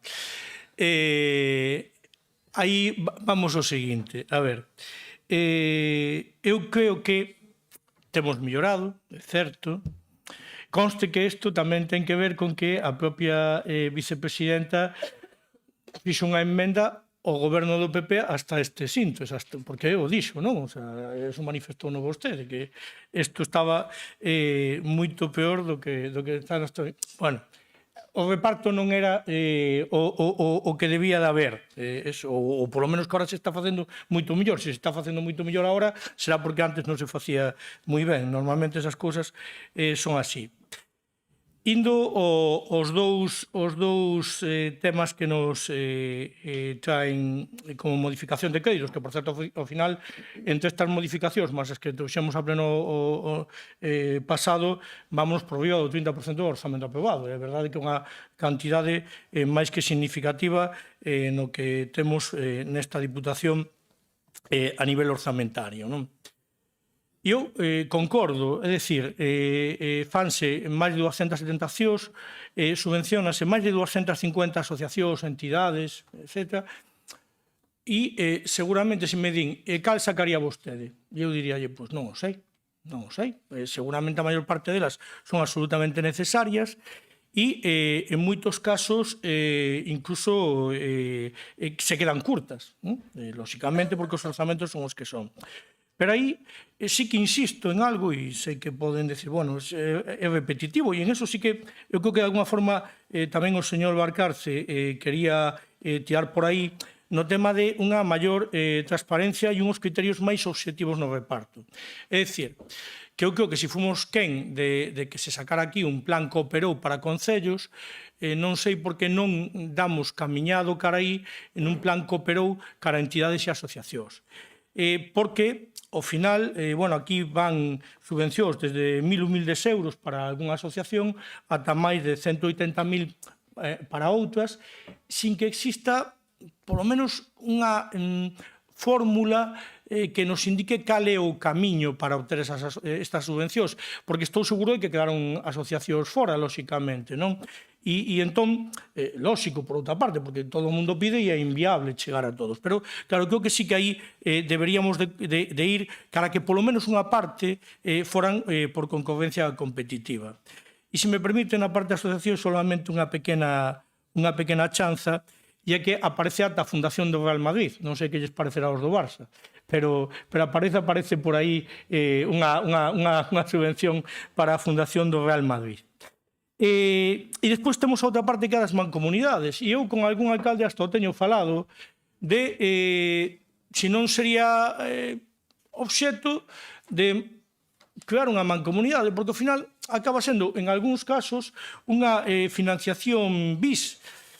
E, home, iso ten a súa componente negativa para os concellos que non estamos en mancomunidades, que ao mellor poderíamos creala. Por que non?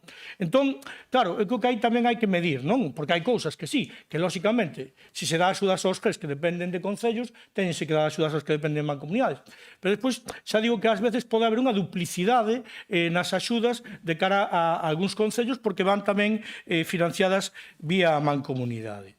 isto no que tería que ser, e xa digo, para min a parte central é o tema de crear un sistema de concorrencia competitiva, porque estamos a ver, por exemplo, que, fíxense, as copas de Diputación, que eu creo que todos estamos de acordo, que son moi importantes a nivel de dinamizar as entidades deportivas desta provincia, teñen unha dotación orzamentaria de 90.000 euros. É o que ten. Sin embargo, despois vemos que hai outras moitas, sobre todo entidades deportivas, que teñen unha subvención que é por esta vía e que en realidade, bueno, poño no meu caso, e por que non o Club Deportivo Allariz ou o Club Baloncesto Allariz, que teñen infinidade de escolas deportivas de base, e eses non, e outros sí. Bueno, pois eu creo que aí temos que buscar un marco no cual teñan cabida todos independentemente, insisto, de que despois poda haber algunha actuación singular que merezca. Non digo, por exemplo, a volta ciclista, fíxense. Bueno, pois é un tema singular que efectivamente eu entendo que aí desde a propia presidencia se poda optar por temas así con unha singularidade importante, non? E despois, no caso dos concellos, nós xa anunciamos que vamos a facer un voto unha abstención, tanto nun caso como noutro, porque entendemos que é importante que sí que se vehiculicen estes fondos a pesares da regla de gasto a favor dos concellos e entidades e asociacións, porque o que non ten sentido é telos guardados nun caixón, eso é o que estamos todos de acordo. O que non acabo de entender é porque en Madrid non se poñen de acordo e o sacan adiante, pero bueno, aí non será porque desde o bloque non o intentemos tampouco. E entendo que de outros partidos tamén. Pero eu creo que aí tamén facer fincapé na necesidade de reforzar o plan Cooperou.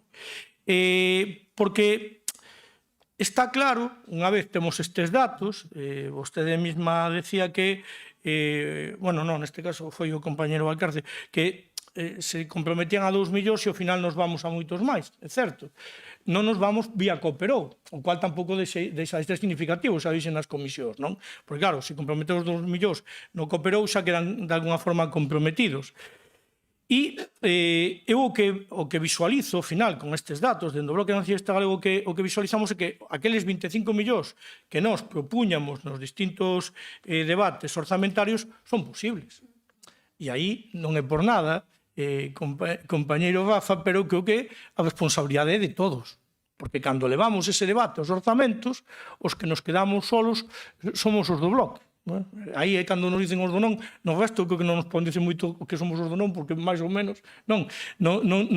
Pero bueno, e eu decía este ano, e de verdad que yo decía ao grupo de goberno sinceramente, que a alternativa que propuñamos nós non era nada descabellada. E se non houbera, digamos, un respaldo por parte de outros partidos, seguramente sería unha base de negociación certa, na cual creo que o propio partido de goberno pois non tampouco faría unha cousa así, sabe? O sea, podería estar disposto a chegar a puntos de encontro sobre esa base, porque tampouco era, movíamos, quero recordar, 5 millóns de euros en total nuns orzamentos de máis de 100 millóns de euros. O sea, non é que estuveramos aquí facendo, ainda que era unha emenda a totalidade, era unha emenda a totalidade pequena, vamos a decirlo así.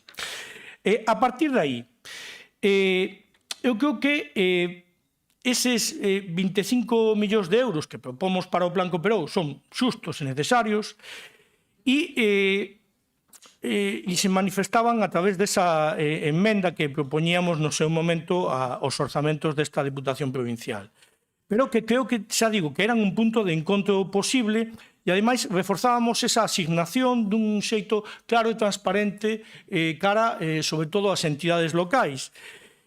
Independentemente de que tamén recoñecemos que o grupo de goberno, neste caso a presidencia, ten que ter uns proxectos que considere tractores aos cuales derivar unha parte dos fondos dos que dispón esta institución, porque é lóxico, non? Pero eu creo que ese é o camiño. Pois, facía fincapé a vicepresidenta no tema de campos de fútbol e residencias. Eu insisto, os campos de fútbol sei que non está moi ben visto, porque o fútbol en este país é todo, pero eu creo que sí que hai que miralo ben, porque en algúns campos de fútbol sinceramente hai que ver se en ese Concello hai xente suficiente para xuntar para facer un equipo. E cando digo isto, digo con certa grado de coñecemento.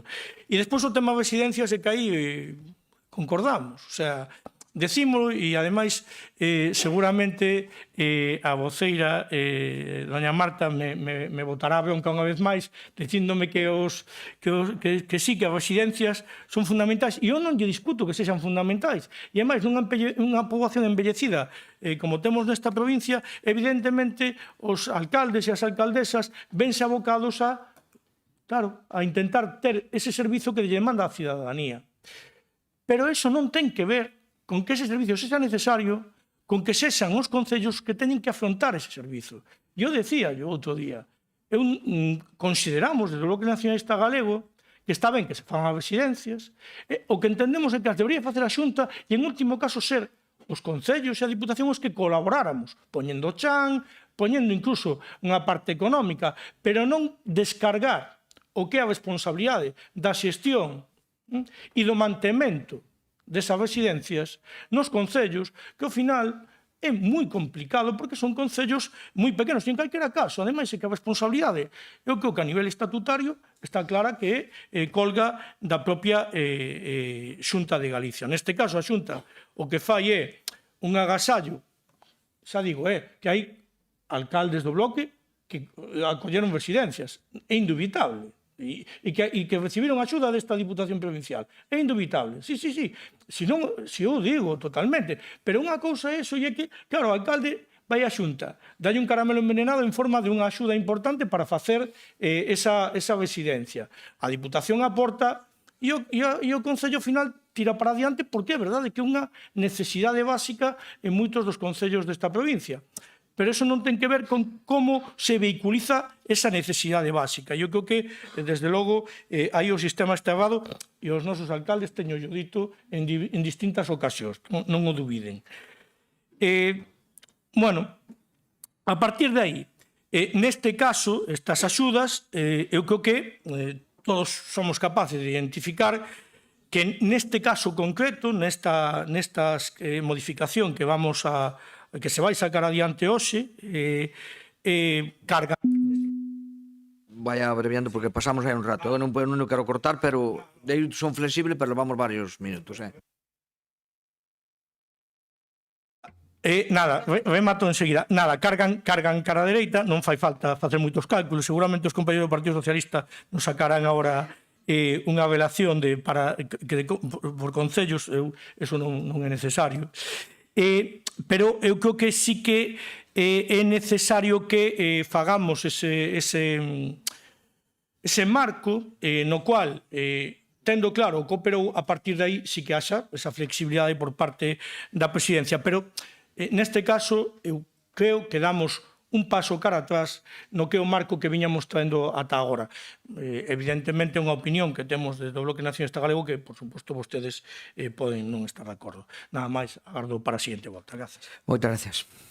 Vamos logo, PSOE. Sí, bo día a todos e a todas, compañeiros e medio de prensa. Gracias, presidente. Bueno, vou a ver se me consigo ceñirme aos 8 minutos, porque hai que, hai barra libre, e ceñirme tamén barra libre, vale. E ceñirme tamén o punto do xeto, porque non quería entrar a debatir o tema de reglas fiscales, tampouco quería entrar a debatir a financiación local que os concellos merecemos, tanto a nivel de Xunta como a nivel do Estado, que creo que xa temos o debate en outro momento, e a fagaremos. Pero quería enlazar un pouquiño co que dicía Bernardo. É dicir, do plan que operou é dos 25 millóns, 22 millóns, 17 millóns ou tal. Vamos a ver. Nós empezamos, cando se empezou este mandato, indudablemente a intención do Grupo Socialista naquele momento, e despois xa compartida por demais grupos, o Grupo de Gobernamental, era rachar cunha tendencia que había hasta ese momento de gobernos, donde se facía unha discrecionalidade absoluta no reparto de fondos.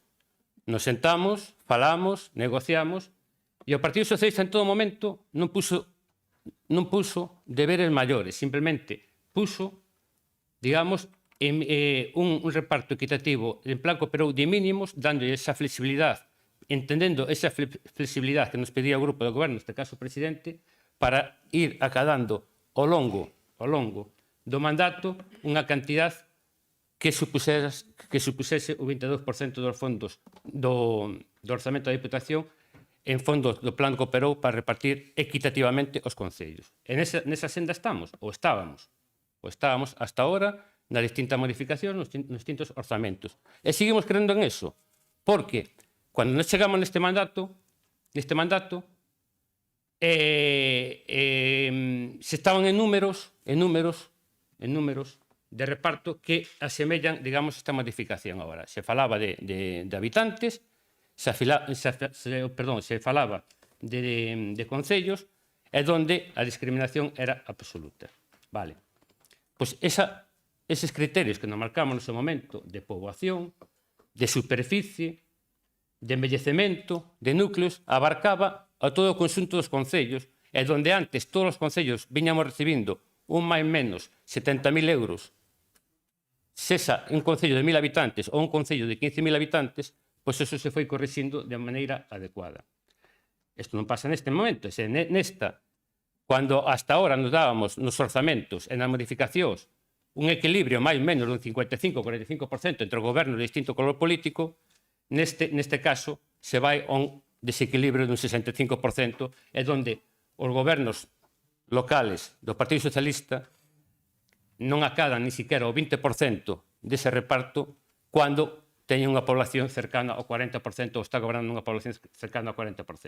Eu podía sacar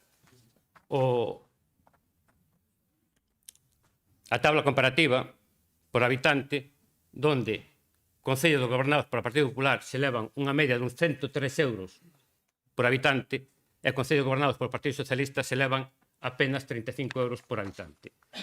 Por eso, o que nesta modificación o que se racha é ese espírito que nos conseguimos ou se había xerado ao principio deste mandato. E por eso o dixemos en comisión, o dixemos públicamente, o dixemos ahora outra vez. Creemos que esa non é a senda que temos que recorrer. Se de 13 millóns de euros que se vai 8 se reparten de forma discrecional e 5 se reparten con medidas proporcionales, eso non é o obxecto que tiñamos ao principio deste mandato. E nos leva a ese desequilibrio que vimos denunciando. Con respecto ás entidades, comparto totalmente o argumentario que decía Bernardo, tamén tiña que apuntado, entidades e mancomunidades, é dicir, temos que ir avanzando hacia concurrencia competitiva desas entidades tamén. Creemos que xa levamos 3 anos, xa somos, digamos, un goberno que alcanzou a maioría de edad nese sentido, e creo que podemos avanzar conjuntamente todos os grupos políticos nunha concurrencia competitiva onde as entidades sepan a que acollerse, onde teñamos un criterio de reparto e onde entidades que probablemente queden fora ahora, non vou cuestionar absolutamente ninguna das que están dentro, por suposto, ninguna, que estou seguro que todas están máis que justificadas a subvención que levan, pero sí é verdade que non hai un procedimento de concurrencia competitiva que nos dé ese marco legal, ese marco, digamos, por menos ético, para ese reparto entre distintas entidades. E pouco máis. Sígueme quedando a dúda porque a entidade menor de verán non quedou recollida no plan que operou do ano 2026, tampouco nesta modificación, non sei se me pode aclarar. No. En todo caso, non leva esta modificación, eu creo que debería, nese 5 millóns, debía entrar a entidade menor de verán. Eu só quixera desexar que nas próximas modificacións, aunque estamos totalmente en período preelectoral, eu entendo así, pero non se sigan facendo, digamos, este reparto desta forma tan desequilibrada como se fixo neste último. Ciñome ao tempo que me tiña, moitas gracias, de momento nesta primeira intervención. Pois moitas gracias. Pois vamos co segundo turno de palabra. Empezamos ca vicepresidenta. Moitas gracias. A ver, vamos a ir por portavoces. Señor Valcárcel, agradecerlle o seu voto favorable dende o primeiro momento e tamén as súas consideracións que fixo aquí e que teremos en conta. Señor Cachafeiro, vamos a ver. A verdade é que esta deputación, claro, no ámbito das entidades, é verdade que ten que facer colaborar con moitas entidades que están aquí no seu territorio, no territorio da cidade de Ourense, coas que, por certo, o propio Concello, onde están inscritas moitas desas entidades, non colabora o Concello. Entón, claro, se cada un se cinguira as súas competencias e por o menos o Concello colaborara, como fai cualquier Concello desta provincia coas entidades que están no seu territorio, como facemos todos. O que pasa que vostedes, pois como o sectarismo é algo que os caracteriza, pois claro, pois non tenden a colaborar con quen non lle, fai a pelota excesiva. Mire, por outro lado, incumplimento de lei. Eu dixen aquí e ratifico, volvo a explicarlle, nos incumplimos unhas regras fiscais. E a lei o que di é que cando se incumple unha regra fiscal, hai que aprobar que sexa estabilidade ou sexa regla de gasto, hai que aprobar un plan económico financiero, que o facemos. E cumplimos a lei porque nós aprobamos o plan económico financiero. Sabe o que fan vostedes? Vostedes incumplen a lei sistemáticamente e por eso, hai leis que incumplen e están condenados e por eso lle detraen os fondos. Teñen máis de 10 millóns de euros de fondos do Estado detraídos. Eso é incumplir a lei. Hai lei de cumplimento de pago, por exemplo, de pago a proveedores. Xa é a primeira que incumplen vostedes. E lle teñen detraídos os fondos. É unha mentira. Eu, no seu turno, agradezco que me explique se é verdade ou é mentira que o Estado lle detrae os fondos por non aportar os informes periódicos que hai que aportar, que aportamos todos e que vostedes non aportan. Ou as distintas condenas que ten o Concello e o seu alcalde por incumplimentos de outras leis. Eu non vou a dedicarme a eso porque sería darlle o protagonismo que vostede quere e aquí vamos a falar de toda a provincia, non da cidade de Ourense. Entón, sería darlle o protagonismo que sempre está co mismo e non vamos a caer nesa trampa. E, señor Cachafeiro, o tema das residencias de maiores, que a Xunta investiu en 16 residencias de maiores na nosa provincia. E vostede lle parece pouco, porque, en fin, pois claro, como teñen ese mantra que din que non é verdade e se creen os adalides de Ourense, non son, vostedes teñen un deputado no Parlamento de Galicia, un. Entón, agradezco que se quere falar de residencias ou da inversión que a Xunta fai no ámbito social na provincia de Ourense, pois que falen dende ali, non hai ningún problema. Ahora que teñen voz ali, pois sin problema. E por outro lado, señor Varela, eu agradezco o ton que o meu debate é, de debate, non é lle voto a bronca que non. É un debate, e se pode ser constructivo, pois moito mellor. E, o que sí que non comparto con vostede é ese paso cara atrás. É verdade que nós temos pendiente mellorar o tema da concorrencia nas entidades. Creo que se mellorou moito, tanto no ámbito deportivo como no ámbito social. Se ampliaron fondos en cualquera das liñas, tanto do ámbito deportivo como do ámbito social, sobre todo no ámbito social, e que se mellorou moito, que hai que mellorar, pero hai certas inversións que se fan que non se acollen a ningún tipo de liña. Hai distintos clubs que teñen unhas características que non entran ou persudicarían a outros sacando unha liña concreta ou máis concreta. Polo tanto, hai certas actuacións que se fan que non poden ser financiadas de outro xeito. E non é que non pasa aquí, pasa en todos os lugares e lle pasará tamén a vostede o mellor no propio Concello. Por eso, é posible mellorar, sí, e nós estamos na idea de melloralo. Se fixo co plan cooperou e se fará cas entidades en todo o que se poida, pero non se pode pois o mellor na cantidade que vostede espera. O tema da financiación, de que tipo de actuacións que se fan, o tipo de actuacións que eu decía na comisión, creo que a autonomía municipal é importante e hai concellos que queren un campo de fútbol ou queren unha residencia de maiores e que, nos, obviamente, está justificado o campo de fútbol cando se dá que hai un club que o justifica. Vamos a ver, non se dan campos de fútbol onde non hai un club ou varios clubs que xogan no mesmo concello, que van a facer uso dese campo de fútbol e que todos, pois hoxe creo que teñen dereito, sexan do tamaño que teñan, a ter un campo de fútbol en condicións, senón porque siga habendo campos de fútbol na nosa provincia de Terra. Siga habendos. Ao mellor noutras provincias non os hai, pero que en Ourense sí. Entón, a financiación que fai esta Deputación en colaboración coa Xunta de Galicia, moitos deles, eu creo que é moi importante, moi de destacar que se poida chegar e que teñan o dereito de todos os nosos rapaces e rapazas de xogar nun campo de fútbol como se merece nos tempos que estamos. As residencias de maiores o mesmo. Todos, seguramente a maior parte de concellos quixeran ter unha residencia municipal e a Xunta de Galicia apostou pola provincia de Ourense en dando 16 residencias. No primeiro plan de residencias que se fixo e co que colaborou indiscutiblemente esta Deputación. E todos os concellos, pois uns as externalizarán, outros as tratarán de xestionar desde o concello e cada un o irá facendo como poide. O que me parece que non nos debemos cuestionar as actuacións que piden, actividades que piden os concellos da nosa provincia. En canto á financiación do Plan Cooperou e desta modificación, vamos a ver, o orzamento desta Deputación para este ano son 110 millóns de euros. Os ingresos son os que son, Maxia non podemos facer. Insisto, estamos moi infrafinanciados nesta Deputación e a maior parte son participación do Estado, é o que hai. O gordo do financiamento é o que provén do Estado. E non se pode facer maxia e meter un Cooperou por enriba dos 20 millóns non é posible. Cumplindo, é que é moi difícil para cumplir, porque deixaríamos os distintos departamentos desta casa cunha financiación moi asustada. Entón, que se fai? Vostedes en unha técnica orzamentaria que a facemos todos. Facemos a liquidación do orzamento, non se executa o orzamento totalmente e se propón unha modificación de crédito porque temos un remanente de tesourería, non temos débeda e decidimos facelo. E nese momento decidimos meter pois unha dotación de 5 millóns de euros con criterios obxectivos, moito máis do que pedían vostedes, é que xa non se recordan do que pedían. Aquí acordáronse que o último plan Cooperou no ano 2027 sería de 20 millóns de euros. E hoxe estamos financiando os concellos con un reparto equitativo con 25 millóns de euros por ano. 5 millóns por enriba. Polo tanto, creo que se lle cai o discurso.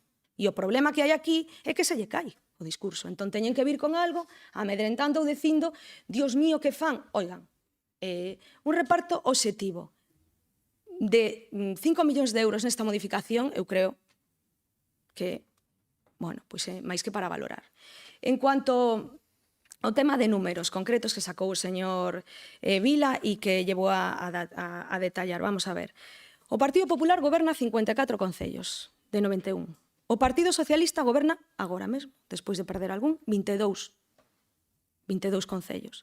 O orzamento que se consigna distribuído, dividido, dá para o Partido Popular un 61%, un 60 con e pico por cento, e para o Partido Socialista un 20%. Falamos de concellos. E que vostede adoita moito a facer o xogo dos trileros, non? Porque cando negociamos o Cooperou, se negociaba non por habitante, porque se negociábamos por habitante, non tería o reparto que ten vostede. E vou a dar 2 datos. E vou a poñer de exemplo 2 concellos, para que nadie se sinta, pois, criticado. O seu concello de Taboadela e o meu concello de San Cibrao. Taboadela, 1.488 habitantes. Cooperou, cartos do Cooperou que levan 2026, 177.331. Divididos entre os habitantes, 119 euros por habitante. San Cibrao, 5.777 habitantes, Cooperou 289.334 euros. Si dividimos entre os 5.777, sabe cuánto sale? 50 euros por habitante. Que facemos entón cos habitantes de San Cibrao? É que os habitantes de San Cibrao están infradotados económicamente e os de Taboadela están supradotados. Que pasa?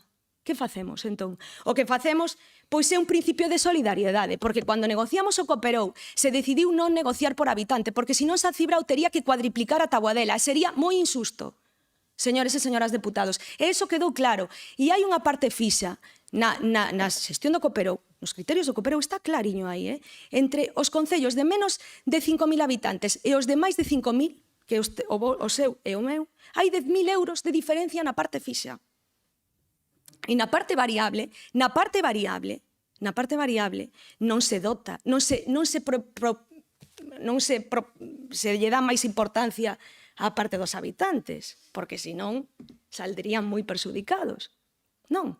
Entón, que se fai? Se lle dá, se lle dá un valor ao territorio, se lle dá un valor a que teñan pouco a poboación, entón vostede o que non pode facer é trampas. E non pode vir aquí a decir que o Partido Socialista goberna unha cantidade de habitantes e que levan pois 50 ou 30 e pico euros por habitante e que o Partido Popular goberna, por certo, máis do doble de habitantes que gobernan vostedes, e que leva moito máis. Non, é que estamos facendo un reparto por concello e nós gobernamos 54 concellos e vostedes 22 concellos. E faga os números que queira, señor Vila. Eses son os números. Así que eu pola miña parte agradezo neste segundo turno, porque igual despois se me olvida, e falamos de verán, vai dotado no plan Cooperou, non vai dotado nas modificacións, non levou nas modificacións anteriormente. Fixemos unha emenda hasta este último momento para ter en conta todos os concellos con dúas modificacións de 20.000 euros para a Festa do Pulpo e para a Festa da Romaría da Saínza. Agradezco desde aquí ao Gabinete do Presidente a intervención e a Secretaría porque estuveron modificando e facendo un traballo exhaustivo para ter en conta todas as peticións dos concellos desta provincia. E quero aproveitar nestes segundos para destacar o seu traballo. Así que eu creo que criticar o que falta, poucas críticas hai que facer. Nada máis e moitas gracias. Moitas gracias. Seguimos, segundo turno de intervención, grupo non escrito. Pois quero comenzar esta segunda intervención dicindolle ao señor Rafael que se equivoca, que de vez en cando tamén se equivoca. Sócrates era grego, sed lex dura lex é un adaxio romano, latino. Entón, aplaudo que vostede recoñeza, como fixo antes, que tamén de vez en cando se equivoca. E por outro lado, di o señor Bernardo que eu estou medio abducido. Ben, pois, dun lado dame algo de cal e por outro lado dame de area, cando, polo tanto, suscribo ou penso ou opino que non estou facendo tan mal o meu traballo. Pero, bueno, creo que eu quero facer un traballo constructivo nesta Diputación. Polo tanto, non son unha persona que veña aquí a facer guerras, nin lidias, nin contiendas. Veño a aportar. Veño a aportar e non a facer shows, nin debates estériles que non levan a nada.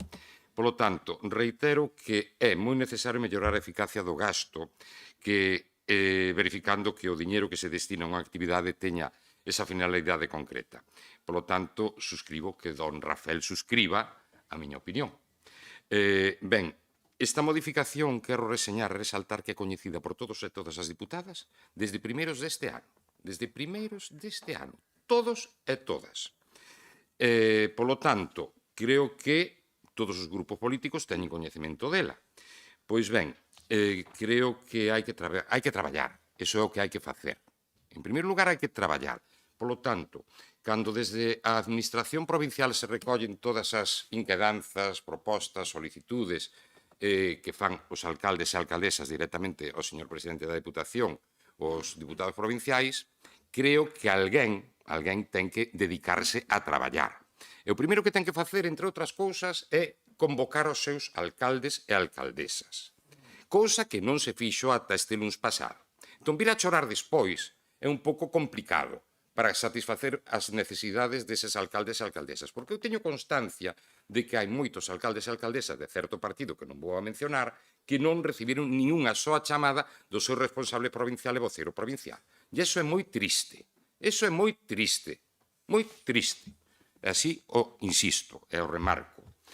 E compre recordar, por outra banda, que o financiamento local é esencial para o funcionamento dos concellos e, polo tanto, creo que todos os partidos políticos, todos os actores políticos, o que teñen que facer é sentarse a negociar precisamente o financiamento local. O financiamento autonómico é esencial, é importante, sí, pero o financiamento local non é menos importante. Creo que todos somos conscientes desa necesidade. O traballo, diríxome a esa persoa que mencionei antes, é o traballo, a previsión, a interacción cos alcaldes e alcaldesas é esencial. Cando non se informa e cando non se reúne con eles e con elas, pouco tempo hai para resolver a situación. Dicir tamén que se eu fora, ou tuvera, mellor dito, a posibilidade de presentar algunha moción, volvería a traer a este pleno a necesidade de flexibilizar as reglas fiscais. Cousa que non se conseguiu no seu momento aquí, nun momento determinado, ou non se conseguiu aprobar, ou se aprobou, xa non recordo ahora mismo, pero que alguén tamén se negou por facer unha posta en escena en relación aos lumes, que se aprobase por parte dese partido a flexibilización das reglas fiscais. E quero deixar claro tamén outra cuestión importante, porque alguén o mellor é capaz de facer demagoxia con este asunto. Barbadás leva 460.000 euros nesta modificación de crédito. E vou aclarar o porqué, para que ninguén pense que estou medio abducido ou medio convencido ou similares, ou que ninguén faga demagoxia dentro do seu partido con este tema. Miren, 460.000 euros derivanse de que houve unha subvención do ano pasado que decaiu porque non chegou a tempo o ascensor necesario para o polideportivo por problemas de fábrica. Por lo tanto, retómase este ano. Cousa que se haya ocurrido a outro concello reiteradas veces, non só unha, nos pasados mandatos, e que o concello se chama Taboadela. Así, dúas veces lle ocurriu eso. Segundo, van 262.000 euros para a ampliación do polideportivo, cousa que o señor Álvaro Vila xa sabía porque lle pedín no seu momento que intermediara para conseguir ese financiamento. 20.000 euros máis van para a productora dunha película en relación con Carmen Martín Gaite, que van destinados ao Concello, pero que despois pagará o Concello. E 6.000 euros adicionais van destinados á carreira cavernícola, a 7ª edición da carreira cavernícola, que é unha carreira OCR perfectamente recoñecida nesta provincia de Ourense, na Comunidade Autónoma de Galicia, incluso no territorio nacional, con 500 participantes. Por lo tanto, pido que non se faga demagoxia nesto e, por lo tanto, xa o aclaro de antemán. Moitas grazas. Moitísimas gracias. Seguimos. Don Rafa. Muchas gracias. Sin acritud. No. Vamos. Muchas gracias. Con respecto, doña Marta, con respecto a las residencias de mayores, creo que lo que dije yo y lo que dijo el señor Bernardo van por esa onda. Es decir, son muy necesarias, sobre todo para ustedes, que las van a usar dentro de poco. Yo, aún me queda, y me queda. Pero usted me dice, no, es que la Xunta de Galicia va a invertir 16 millones de euros, que invierte todo lo que quiera, porque por ley tiene que pagar la Xunta de Galicia. A mí me da lo mismo que invierta 10, 5, 15, 20, es como el servicio de ayuda a domicilio. Tienen que pagarlo ellos hacen las leyes, ellos luego se las saltan y luego los más pringados, que son los concellos, se comen las patatas como pueden. Entonces, me da lo mismo lo que invierte la Xunta de Galicia, tiene que pagarlo todo. Así de claro, es como yo lo veo. Pero bueno, si ustedes interpretan las leyes de otra manera es su problema, no el mío. Y esto me viene a cuento de que me dice, nosotros estamos gastando mucho dinero, casi 8 millones, 7 y pico, en asociaciones, clubs, tal. Y ya le dije yo, gasten en lo que quieran, ustedes gobiernan y aquí solamente le podemos dar ideas o sugerencias. Y recuerdo, y aunque parezca que voy a hacer populismo, y a lo mejor lo hago, me da lo mismo, voy a recordar una frase que se dijo en este pleno y que pasó totalmente desapercibida, que cuando se hicieron los presupuestos de este año, el señor Bernardo dijo, nos gustaría una partida de 250.000 euros para los GES, el Grupo de Emergencias Supramunicipal, perdón. Se dijo eso. Se dijo eso y lo dijo el señor Bernardo. ¿Te acuerdas? ¿Verdad? Vale. Y yo...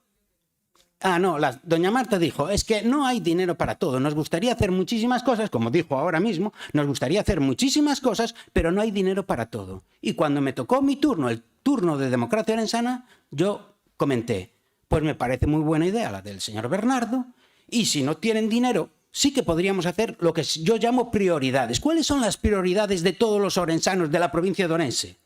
Pues muy sencillo. Tenemos un festival de cine que se llama el OU, Festival de Cine, que no vale absolutamente para nada y que cuesta exactamente 250.000 euros. 250.000 euros. Oigan, pues muy fácil, cambien la partida. Porque yo creo que todos los que estamos aquí, el 95% estaría de acuerdo con esa idea. ¿Por qué? Porque nosotros necesitamos a los GES y iba a decir la mierda del Festival de Cine, se la podían ustedes meter donde les quepa, porque no sirve para nada. Y nosotros en el Concello de Ourense es lo que intentamos hacer, que las verdaderas prioridades de los orensanos de la provincia de Ourense vayan adelante y no nuestros propios gustos, porque les recuerdo que el Festival de Cine fue un invento ¿cómo se llamaba este? De Cabezas, del alcalde Cabezas, que lo hacía solamente y únicamente para que traes aquí actores y cositas de estas y pigenear por ahí, pigenear, no sé cómo se dice, es una palabra que me acabo de inventar.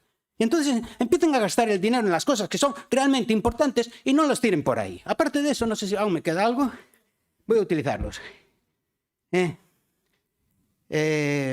Con respecto a los campos de fútbol, pues tienes mucha razón también, Bernardo. Me da una rabia que tengas tanta razón con lo que me gustaría discutir contigo.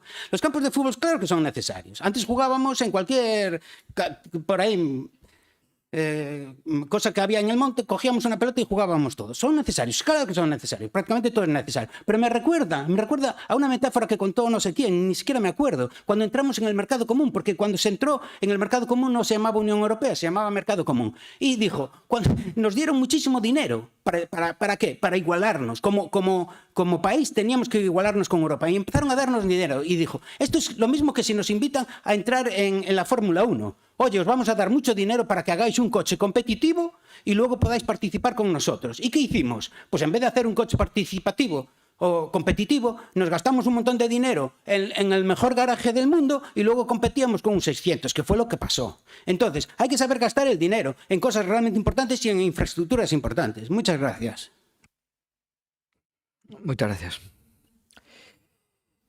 Bloque Nacionalista Galego. Bueno, pois eu... É que despois de Rafa, insisto que é complicado, pero ademais, tiña aquí anotado. No, decías que nunca vas a ingresar nunha residencia e eu puxen aquí. Se temos sorte chegamos alá e compartimos residencia, eu pido traslado, vale? Porque seguramente vai ser difícil de gestionar.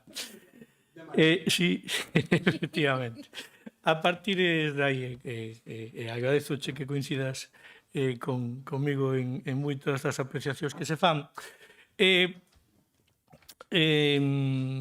A ver, eu creo que hai cousas que sí que son bastante doadas de establecer criterios. Fíxese vostede que incluso hoxe dentro das modificacións houve que facer unha modificación por o tema tanto da festa da Saínza como da festa do Polvo de Carballiño, non? Pois seguramente eso era tan sinxelo, ou non sei, como facer unha liña específica de axuda a festas de interese e con unha serie de criterios obxectivos que xa fora sempre así, vamos, o sea, que estuvera aí estratificada. Co tema de clubes deportivos, 2/4 do mesmo, porque eu entendo efectivamente que hai clubes de unhas categorías ou que teñen que viaxar fora incluso da península, que o que acontece eso, por exemplo, con Rivadavia, non? Co clube... Entonces eso, evidentemente, ten que ter un criterio aparte, pero, bueno, podes establecer todo eso, hai que traballalo, pero eu creo que sí que é viable, non? Porque o que falaba antes, o que non ten moita lógica é que, ao final, donde van todos que incluso poden participar aqueles que teñen esa nominativa importante, vayan a de concurrencia competitiva que a Copa Diputación e haxa outros clubes con moitísimos rapaces e rapazas, porque eu creo que sí, que hai que focalizar nese aspecto das escolas deportivas que non teñen outras opcións máis alá das propias Copas Diputación, non? Eu creo que eso é algo que sí que debemos de traballar, de verdade. No que ten que ver co Cooperou, falaba vostede que era inviable encaixalo, pero ao final, o ano pasado, creo recordar que o 1 millón de euros que se fixo de aportación na modificación foi en Cooperou, o sea, é así. Sí, foi. Sí, non, foi, de verdade, o sea, foi en Cooperou, estou seguro. Despois, a partir de aí, entón, pois tamén se pode chegar a ese acordo no cual, efectivamente, esa modificación posterior sexa a través de Cooperou, non? Porque ao final, e iso queda reflexado nas contas, non é algo que diga o Bloque Nacionalista Galego, con eses criterios obxectivos repartíronse 5 millóns de euros e 8 millóns con outro tipo de criterios. Eso é así, o sea, está reflexado nas contas. Entón, bueno, creo que a vostedes parecelles ben que sexa así, eu evidentemente toca o meu papel de indicar que entendemos que sería mellor ao revés, non? Que os 8 millóns foran con eses criterios obxectivos e os 5 con criterios pois de outro tipo. No fondo xa digo, eu non discuto que temos avanzado. digo, o sea, e teño manifestado aquí en distintas ocasións, que é verdade que a Diputación dá hasta onde dá porque temos os fondos que temos, é certo, e que temos que seguir pulando porque tanto no Estado como na comunidade autónoma é vergoñento o sistema que teñen de distribución de fondos cara ás entidades locais. Eu creo que é. O que é, porque o que sigo indicidindo que non ten ningún sentido é que cando se reparten os fondos do Estado, por exemplo, vayan 2 euros e pico por habitante a capitalidade, a Madrid, mentras que para un concello de 1000 habitantes da provincia de Ourense vai 1 euro no mesmo reparto.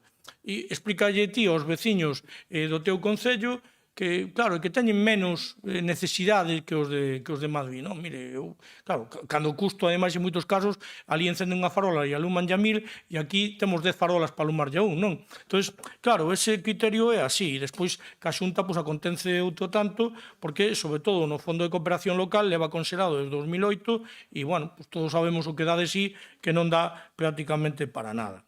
Pero, efectivamente, ese é outro debate. Nós aquí temos o que temos que intentar tamén que haxa un criterio, entendo, máis xusto de reparto, pero, bueno, é o único que traslado. Tampouco, de feito, xa digo que vamos a absternos porque entendemos que é mellor mobilizar estes fondos que non, pero, bueno, por exemplo, falábamos eso, de 250 asociacións e entidades que están nesta convocatoria, pero seguro que hai outras moitas que quedan fora. Bueno, pois eso é algo que de alguna forma, non sei se ben ou mal, poderíamos tratar de limitalo establecendo ese cópero para entidades e asociacións. Non teño moito máis que engadir. Nada máis, moitas grazas. Moitas gracias. PSOE. Gracias, presidente. Ao final, iba a ter razón o señor Baltar cando lle vía un potencial termal a esta casa, porque hai algún que se está dando un baño e masaje ao Partido Popular que non se quero ni contar. Ademais, se nos acuñan términos novos para a RAE, como demagogia preventiva. Sí, se acuña. E mira, cuánta razón tiña aquel que dicía que o ser humano tarda 2 anos en aprender a falar e tarda 60 en aprender a calar. Pero esa é unha realidade. Ceñindo o tema, señora vicepresidenta, vamos a ver, o argumentario, eu entendo máis perfectamente o argumentario que usted me dice, pero ese argumentario, cando me fala de concellos gobernados polo Partido Popular, é que o señor Plácido está aquí diante, utilizou unha e outra vez no argumentario cando viñan os orzamentos e modificacións oportunas por concellos. Iso é o que intentamos evitar cando negociamos o plan Cooperou. É para corregir, digamos, esa desigualdade, onde se dan aos concellos unha cantidade mínima, e despois con variables onde están a población, a superficie, o envellecemento e a cantidad de núcleos. Para corregir todo eso. Pero que problema había que de 13 millóns de euros que leva esta modificación, unha parte, como ben dicía Bernardo, podían ser 8, podían ser 9, podían ser 7, fose cos criterios de incorporar o plan Cooperou, cando nós sempre falamos de mínimos, porque no orzamento do ano pasado, cando nós dixemos que había, ou entendíamos que había que incorporar como mínimo 2, se nos remitiu esta modificación orzamentaria, nós dixemos que perfecto. Pero se se poden incorporar máis, por suposto que se poden incorporar máis, pero incorporémoslo con criterios obxectivos, que é o que queríamos. Cando falamos das entidades e a que a complexidade que pode ter indudablemente unha concurrencia competitiva, pero que estamos falando de que a inmensa maioría dos gastos que meten as entidades son gastos de funcionamento. E intensa tanto mancomunidades como entidades. Eu creo que iso é factible que podamos facer unha concurrencia competitiva para recoller eses gastos de funcionamento, porque son a inmensa maioría deles. Pouco máis que dicir tamén do tema, é dicir, nós anunciamos públicamente que nos vamos a ter en aras de manter o diálogo, en aras de manter, digamos, este plan Cooperou en marcha, pero sí reclamamos e sí demandamos que en futuras convocatorias, como será en outubro, me imagino, con unha modificación, bueno, se as reglas fiscales todo nos permiten, etcétera, etcétera, pero, bueno, se acaso veña, que volvamos á senda do reparto equitativo a maior parte, entendendo a discrecionalidade que ten que ter o presidente, entendendo a discrecionalidade que ten que ter o presidente ou o grupo do goberno para distribuir fondos, digamos, que máis alá do plan cooperou e de axudas puntuales a concellos ou a entidades. Máis nada, moitas gracias. Último turno de 2 minutos. Sí. Bueno. Señor Cachafeiro, a ver, o tema das residencias. Vostede di que debería cumprir a Xunta Galicia, tamén debería cumprir o Estado. Non vexo a súa vehemencia que se poña así tan enfadado con que o Estado non... Sabe que o Estado ten que financiar o 50% da lei de dependencia, verdad? E que fai? 0 euros. Claro, mas porque non lle reclamamos, porque se o Estado pagara o que lle debe a Galicia, a Xunta de Galicia, por exemplo, da lei de dependencia, podería seguramente a Xunta de Galicia facer as residencias íntegramente e xestionalas. Pero bueno, é que claro, ese é o problema, que hai que non cumple o seu cometido que ten que cumprir por outra parte. E vostede fala un pouco demagóxicamente do que fai ou non fai a Deputación. Oye, se pode ter cultura, se pode facer actividades culturais, e se poden facer obras, se poden facer moitísimas cousas. E esa demagoxia que fixo agora vostede cos GES pois é totalmente falso, porque os GES levan 480.000 euros, 40.000 euros por 12 GES, por 12, o que non dá ningunha outra Deputación de Galicia, ningunha. Entón, para non ser prioridade, pois facer obras, é prioridade ter cultura, é prioridade dar axudas para o deporte, é prioridade cofinanciar para que os concellos poidan mellorar os seus servizos, cofinanciar con proxectos da Xunta de Galicia, para non ser prioridade todo eso. Para vostedes tamén, como responsables da gobernabilidade dun concello, como é o de Ourense, pois poderían ter en conta estas cousas e non facer...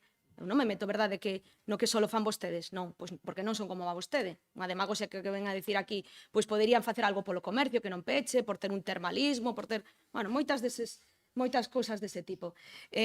Non vou a entrar nese debate. Señor Varela, o tema do cooperou.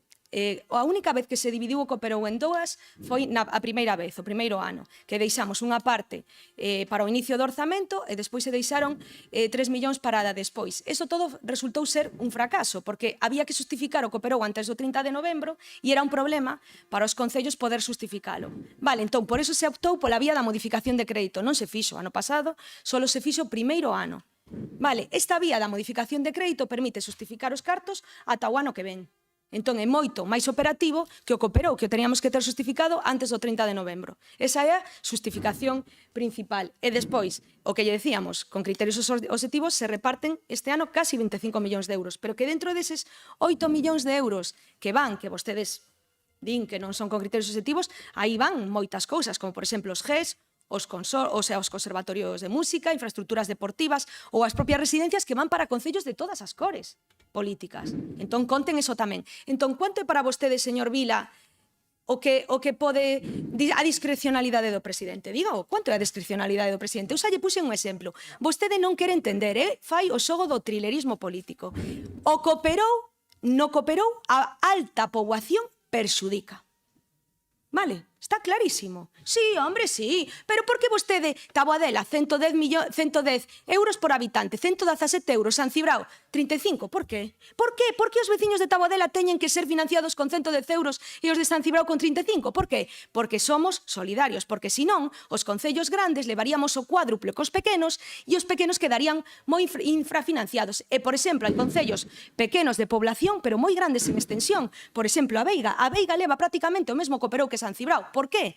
Porque ten unha extensión moi grande de territorio. Entón, ten moito onde gastar os cuartos. Entón, señor Vila, non faga xogo de trilerismo político. Non, é o que fai adoita ser vostede. E non, ven con un cuadrito perfecto que eu lle podría sacar. Nós gobernamos no doble máis do doble do concellos que vostede. Non máis do doble, pero que en tema de poboación tamén.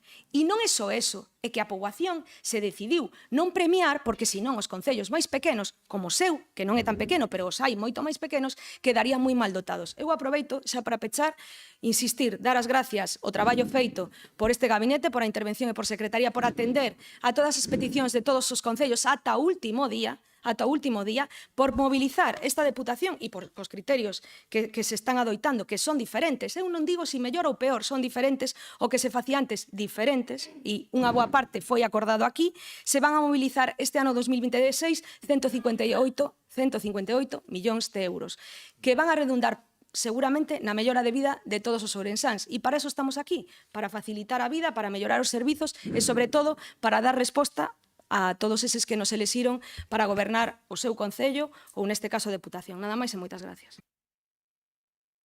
Bueno, vamos a pechar o debate logo. Bueno, aínda que o sentido do voto está claro e o primeiro que teño que decir é, unha vez máis, gracias por o tono do debate, fundamentalmente, no fondo dun asunto tan importante como este, que ao final non é outra cousa máis que financiar e buscarnos recursos para financiar concellos, financiar entidades, igual que outro día financiamos programas ou financiamos cousas da propia casa. Por tanto, gracias por ese sentido da responsabilidade, por ese sentido que hai nesta casa, pero tamén creo, e estamos todos de acordo, porque eu sempre que fago unha modificación como presidente chamo personalmente a todos os portavoces ou todos os jefes de partido. Vale, eu chamos e digo o que hai, e digo os criterios que hai, e falámolo, e normalmente escoitamos. Isto non é produto, non é ninguna sorpresa, isto é produto de que as cousas se van facendo así. Ahora, evidente, e levase feito moito tempo, e creo que non é casualidade que previsiblemente volva a salir unha modificación de crédito, evidentemente tan importante como esta, en este caso para concellos e para entidades, pois sin votos en contra, porque esencialmente entendemos que está ben. Logo, pois efectivamente, seguramente habrá moitas cousas que serán mellorables, pero creo que tamén isto deriva de outra cuestión importante, o cumplimento da palabra dada. E a palabra dada sempre se cumpliuse. Cando negociamos co PSOE os orzamentos, ou se falou de que se iban a esteñer nos orzamentos do PSOE, a cambio fundamentalmente de dúas cousas. Meter 2 millóns na modificación de crédito con criterios de Cooperou, metemos o 2 millóns de crédito con criterios de Cooperou, e dotar tamén, ampliamos, conveñimos, chegamos ao convencemento, e xa está convocada, do plan de vivenda con 1,2 millóns en lugar de 500.000 euros. Por tanto, cumplimos con todo o mundo. Cando damos a palabra a un concello, lle damos a palabra a un grupo político, cumplimos. Por eso non é casual, evidentemente, que estas circunstancias, o sea, estas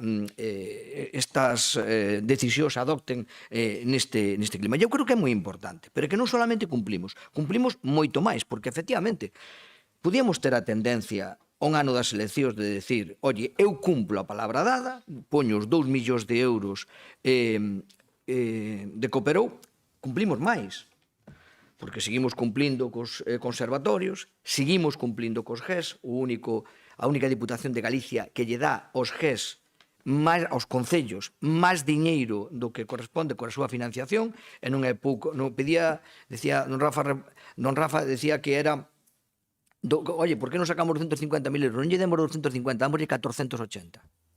O sea, que casi duplicamos o que tiñamos que facer, e é compatible unha cousa con outra, vale? Non vou entrar no Festival de Cine ou nas festas ou noutras historias, non.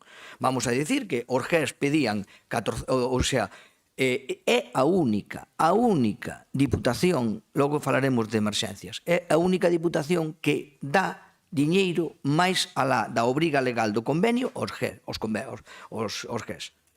Que creo que é importante, é unha cantidade importante, casi 500.000 euros, casi medio millón de euros por encima das súas obrigas. Digo que non hai ningunha Diputación en Galicia que lle di por encima das obrigas legais aos GES. E máis, algunha permite os peches de GES, que aquí non se fixo ningunha.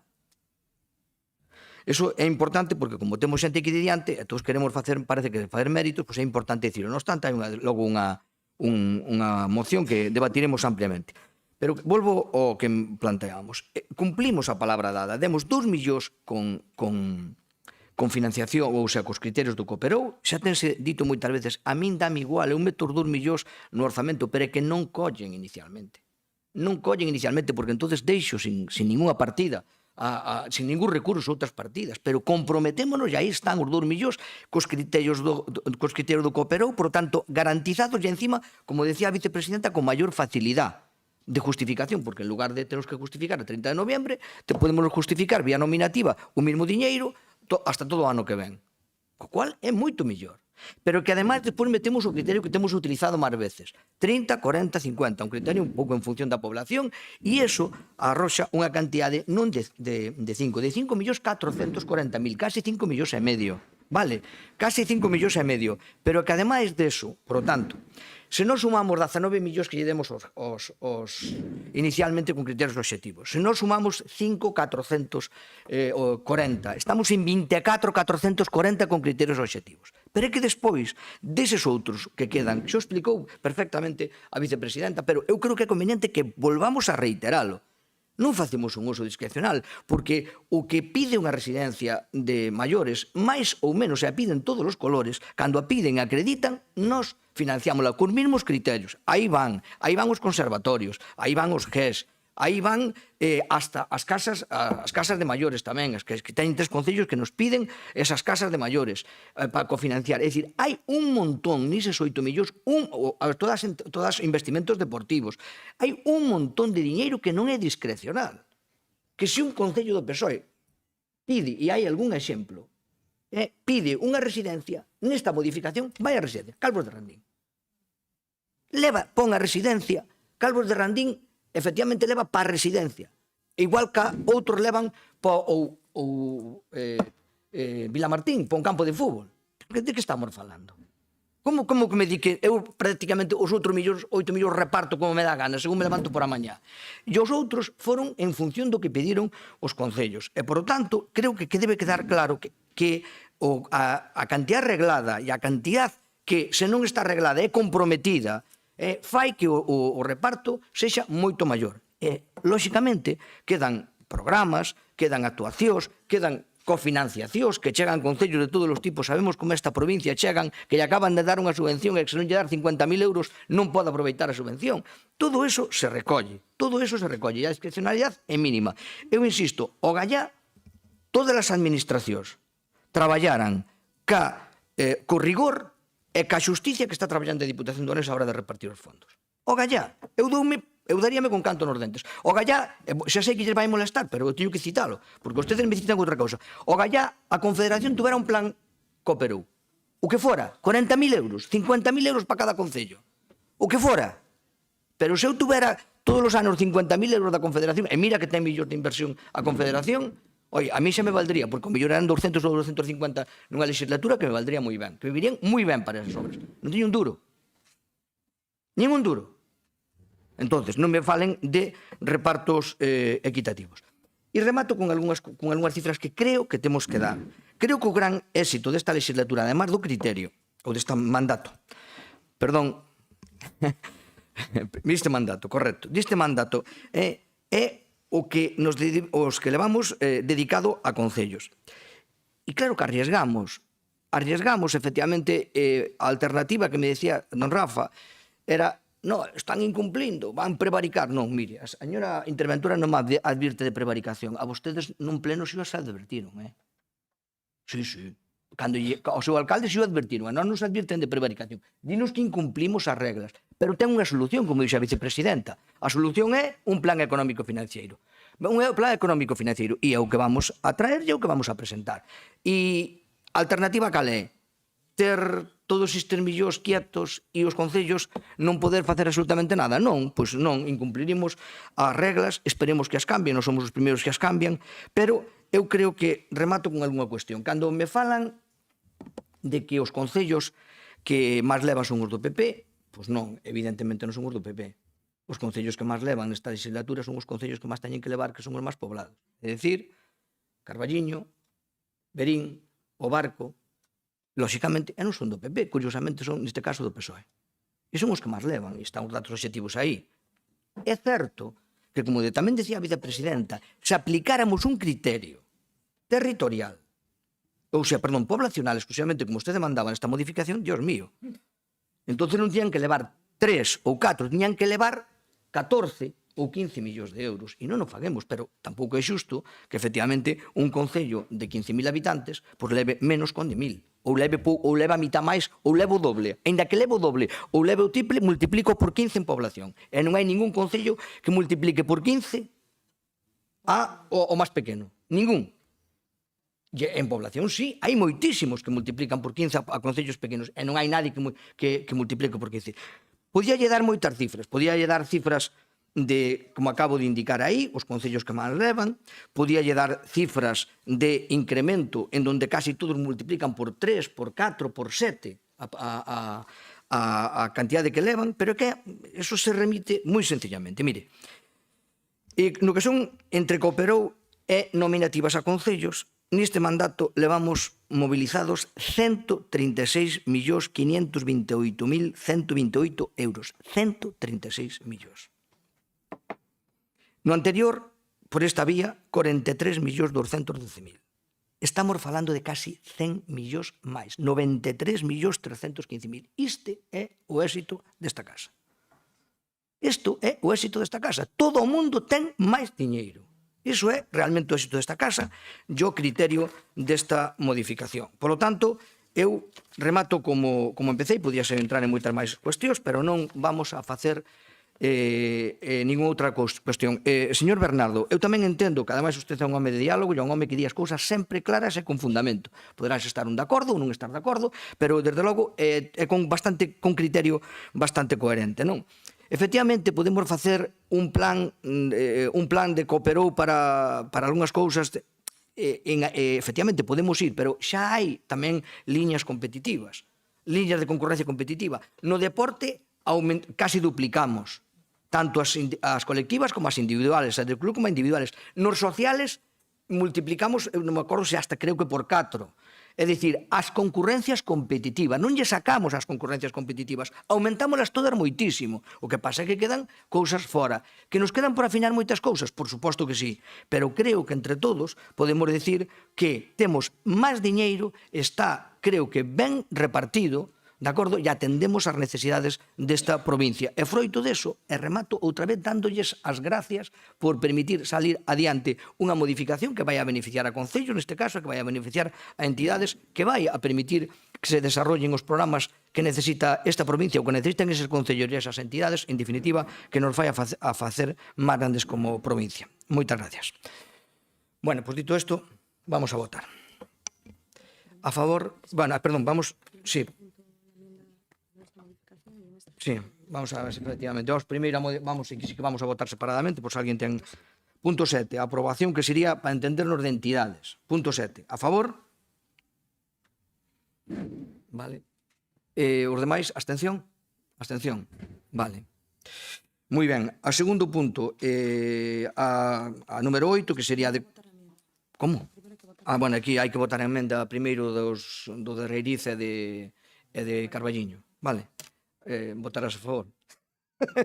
No, da emenda, no. Voto o que queiras. A favor da emenda? Emenda primeiro. Vale. E agora o que é o... Abstención? É emenda, é igual, cheganlle, non, chegan. Bueno, non vayades á festa Reiriz nin a Carballiño. Vale? Porque non pagastes. Vale, bromas aparte, queda aprobada e agora votamos ao final, a modificación, ao punto 8, neste caso, para concellos. Favor? E os demais abstención. Moitas gracias, queda aprobada. Moi ben. Vamos á parte dispositiva, que ademais temos, o sea, a parte de aquí de debate, que temos, empezamos cas enmendas, non? As mocións, perdón. Empezamos ca moción número 8, a caída aquí, que é a moción do Grupo Socialista para a creación dun sistema provincial unificado de emerxencias na provincia de Ourense. Ten a palabra quen... Eva. Pois vamos alá.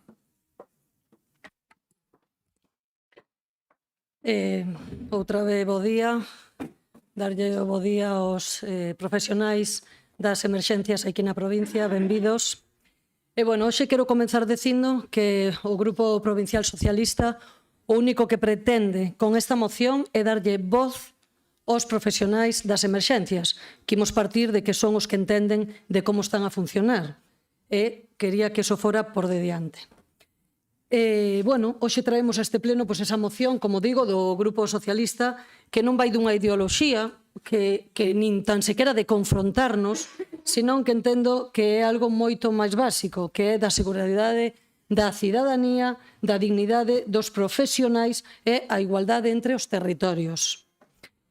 En primeiro lugar, vou empezar polas emendas. A emenda do BNG pode parecer razoable, pero non resolve o problema de fondo. Limitas a falar de coordinar o reforzo que xa existe, de dicir e manter o modelo actual, un modelo que xa demostrou as súas limitacións. E, ademais, hai que dicilo con claridade que moitas das que propoñen xa está recollido na moción.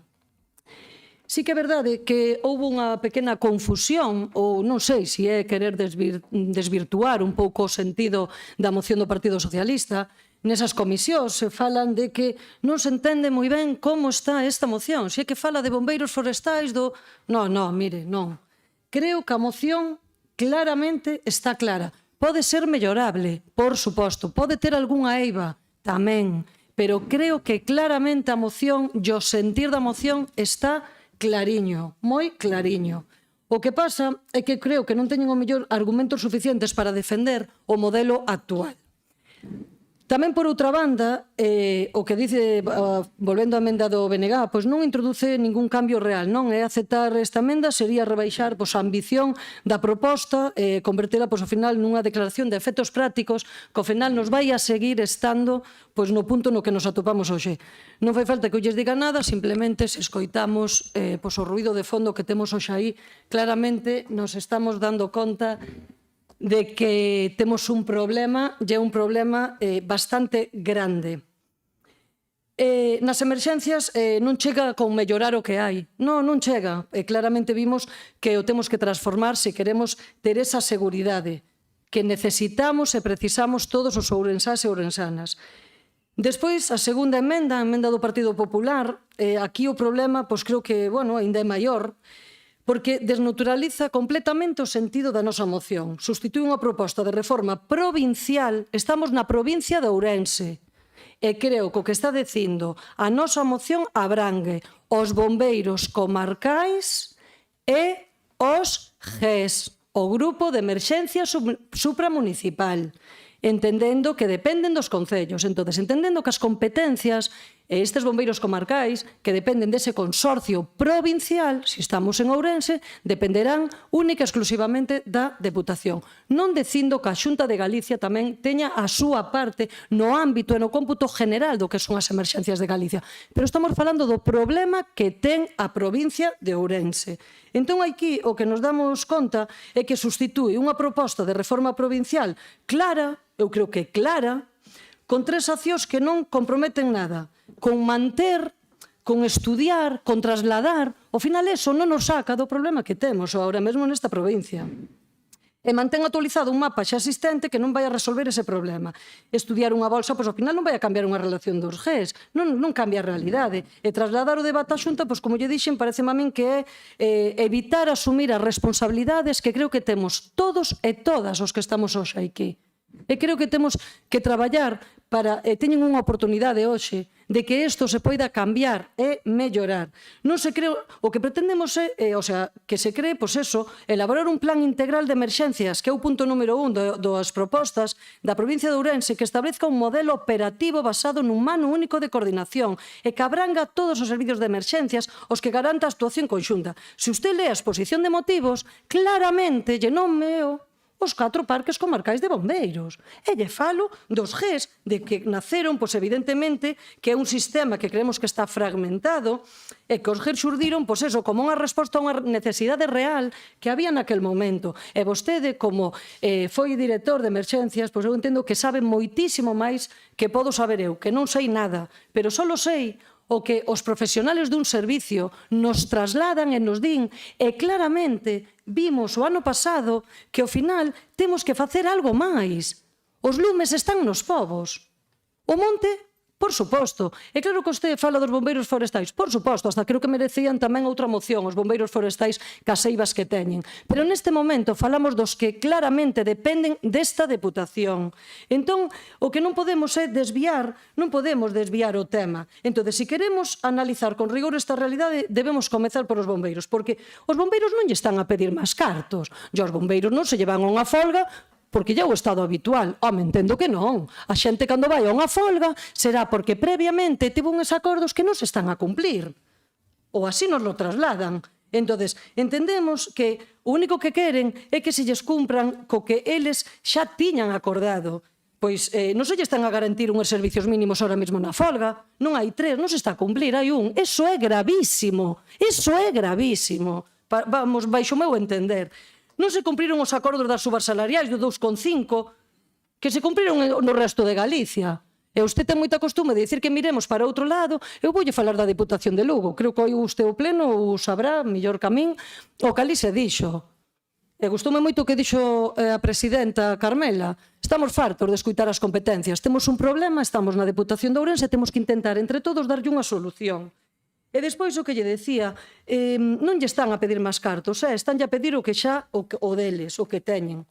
E despois outra cousa, os GES fixeronlle unha proposta que ten vostede encima da mesa, donde dice: propomos unha creación dun servicio provincial de emerxencias baixo a coordinación da Deputación Provincial de Ourense, integrando os actuais GES nunha estrutura operativa coordinada cos parques dos CIS de Ourense. E o obxectivo fundamental é construir unha rede provincial de subparques coordinada e estable que permita mellorar a capacidade de resposta ante os incendios. E eu, vendo isto, entendo que teñen a oportunidade de cumprir eses acordos, de que os GES, que agora mesmo, evidentemente, están loitando por os seus dereitos, entendo que así ten que ser, porque ao final, dependendo de onde este un GES, fan unha cousa ou fan outra. Porque eso xera unha situación de desigualdade evidente. Os GES están a facer funcións igual que fan funcións que son propias de bombeiros, están a facer tamén.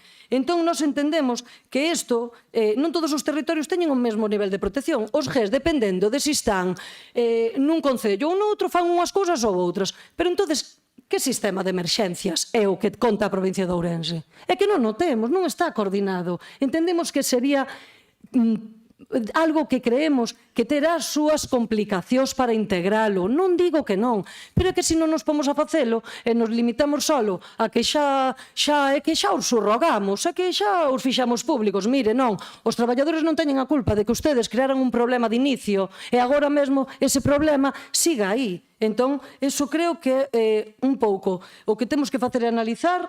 Creo que temos unha oportunidade de poder solucionar, porque non se trata de diñeiro. Por unha vez, creo que facemos unha moción que non estamos pedindo diñeiro. Estamos pedindo unha solución real ao problema das emergencias cas que conta a provincia de Ourense. E, bueno, sí que é verdad que a moción pode ter eivas, non digo que non, pero creo que o sentir e clariñamente nos puntos nos que estamos, nos que propuxemos, clariñamente, dice que é o que se pretende. Entón, pois, bueno, e por suposto colaborando cos concellos sempre, que para eso está unha deputación. Moitas gracias. Moitas gracias. Bo día de novo. Pois ben, esta moción, sin dúbida, aborda unha cuestión moi sensible nesta provincia. É certo que é así. E que, ademais, é de máxima importancia para a ciudadanía, para a veciñanza, que non é outra cuestión máis alá da resposta ás emerxencias na nosa provincia de Ourense. Pero hai que recoñecer tamén algo evidente. Calquera iniciativa que pretenda coordinar e mellorar esa coordinación, a eficacia e a capacidade de resposta dos servicios de emerxencia merece, cando menos, ser escoitada e analizada. Tengo o meu recoñecemento en relación a iso. Agora ben, precisamente por esa importancia, é fundamental que calquera proposta desta índole, deste tipo, parta de un diagnóstico completo. É fiel da realidade existente. E chegados a este punto, entendemos que a moción presentada, como ben dixo vostede, presenta certas lágoas que convén por enriba da mesa. En primeiro lugar, sorprende que na exposición non se faga referencia a recursos xa existentes e operativos, como pode ser o Parque de Bombeiros do Polígono de San Cibrao. Non figura nesta exposición de motivos, que depende directamente da Deputación, tanto no que atinxe ao persoal como aos medios materiais. Este parque non é unha realidade menor, sino unha peza clave do dispositivo provincial. Do mesmo xeito, tampouco se menciona o Parque de Bombeiros das Terras de Celanova, dependente da mancomunidade, que ademais se integra nun modelo de financiamento e funcionamento vinculado aos convenios do GES, para o cal se destinan, para os GES, para ese convenio xa se destinan perto de €500.000 de euros. Este tipo de estruturas forman parte xa dun ecosistema de resposta ás emerxencias que non pode ser ignorado se queremos falar con seriedade dun sistema unificado. En terceiro lugar, compre lembrar que xa houbo no seu momento propostas de comarcalización do Parque de Bombeiros do Concello de Ourense, propostas que finalmente non chegaron a implementarse por unha razón moi clara. O incremento das actuacións evidentemente leva aparellado necesariamente un incremento de persoal, de equipamento e de recursos. Este é un elemento clave que non se pode obviar en ningún deseño a futuro. Non se pode obviar a futuro. Pero ainda hai un aspecto máis de fondo que consideramos esencial. A existencia do Plan Territorial de Emerxencias de Galicia, o Platerga. Este plan non é un marco teórico, para nada, senón que é unha ferramenta operativa que xa establece un modelo de planificación, unha cadea de mando e unha distribución de recursos en función dos distintos tipos de emerxencias. Polo tanto, calquera proposta de carácter provincial ten como mínimo que dialogar con este marco, integrarse nelo e justificar de xeito moi claro como se artella nel. Porque do contrario corremos o risco de xerar duplicidades, solopamentos e incluso disfuncións. E eso sí que ten un custe, dona Eva. Eso sí que ten un custe, incluso material e incluso humano. Para rematar, hai unha cuestión de método que tamén me parece relevante. Antes de falar de crear un sistema provincial unificado, probablemente sexa necesario abordar unha correcta estructuración dos servizos existentes, coñecer con precisión que temos, como funciona, que carencias existen e que melloras son posibles. E só a partir dese traballo previo poderemos avanzar con garantías cara a un modelo moito máis integrado. Considero que é unha proposta, unha moción que apunta na boa dirección, sí, e que pode ser compartida tamén, a mellora da coordinación e da resposta ante emerxencias. Pero que require, ao meu xuízo, ao meu humilde xuízo, sin ningún tipo de asesoramento, un traballo en solitario, dunha maior profundidade na análise, unha maior precisión no diagnóstico e unha maior integración coa realidade xa existente. E por responsabilidade institucional e por respecto á importancia do que estamos a falar, entendemos que é un debate que debe ser enriquecido, matizado e, no seu caso, reformulado. Moitas grazas. Moitas gracias. Democracia. Buenos días, gracias, presidente. Llevamos años con un sistema que, como bien recoge la moción, es fragmentado y con carencias estructurales claras. No lo decimos nosotros, lo dicen los propios profesionales, lo dicen los datos y al final lo sufre el territorio. Somos la provincia de Galicia con los tiempos de respuesta más comprometidos, debido a nuestra orografía y a la dispersión. Hay zonas donde la llegada de los servicios puede superar los 20 o los 30 minutos. Ese es el margen crítico entre salvar una vida o perderlo todo. Tenemos parques con falta de personal, abuso de horas extras y una planificación claramente insuficiente. Y, al mismo tiempo, seguimos con un modelo donde conviven bomberos y GES en una especie de limbo organizativo que genera duplicidades y, en definitiva, un peor servicio. Por un lado, la propuesta del PSOE, que apunta a una reforma estructural necesaria para profesionalizar el servicio, y, por otro, la enmienda del PP, que aporta una dosis de realidad con medidas urgentes como esa bolsa de sustitutos para que los parques no se queden en cuadro por una baja o unas vacaciones. Desde Democracia Orensana entendemos que ambas posturas no solo son compatibles, sino necesarias, porque mientras se debate el modelo ideal, las emergencias siguen ocurriendo cada día. Por eso pues vamos a apoyar la moción y, en caso de que ya veo que no, apoyaríamos también las enmiendas. Muchas gracias.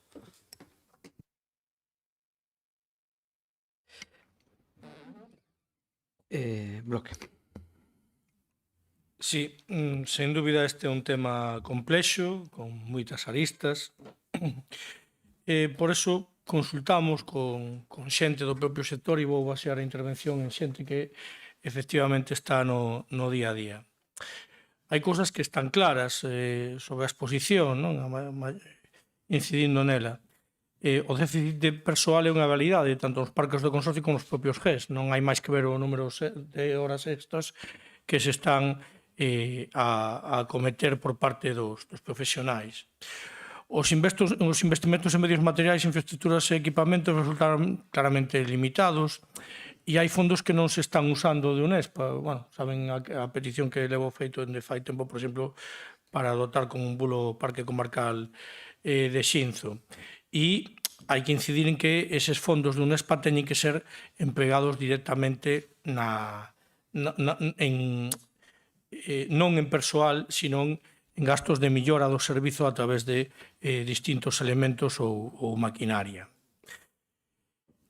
na actualidade non se está a garantir un funcionamento eficaz e seguro, toda vez que temos parques que con unha dotación moi reducida, moitas veces baixo mínimos. O propio GES ás veces pecha, os propios GES pechan ou, o mellor, acude un traballador cando hai unha emerxencia. Evidentemente, isto non é asumible ni sustentable no tempo. Existe un problema de fragmentación, o coexistir parques e GES. Isto é un feito. Ao final, en boa medida, ou prácticamente en todo, coinciden os seus ámbitos de actuación, que é a prestación de servicio de extinción e salvamento. Pero os GES non se lles pode chamar bombeiros, entonces chamamos de outra forma, pero no fondo están aí para cubrir ese déficit que existía a nivel de cobertura non só da provincia de Ourense, sino a nivel de toda a comunidade autónoma.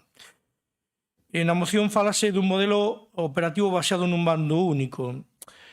A ver, o mando único por sí nunha emerxencia extraordinaria, cando se activa un plan, está definido e a Diputación de Ourense non pode facer un plan independente, porque os plans de protección civil integranse un noutros. A cuestión non é facer un plan de emerxencias, é cuestión de que o sistema de emerxencias non funcione como un reino de taifas e minifundios. Temos un consorcio con 4 parques, os GES, despois está Medio Rural, por outra banda, para incendios forestais, e despois temos incluso o parque de Ceranova e o parque do polígono.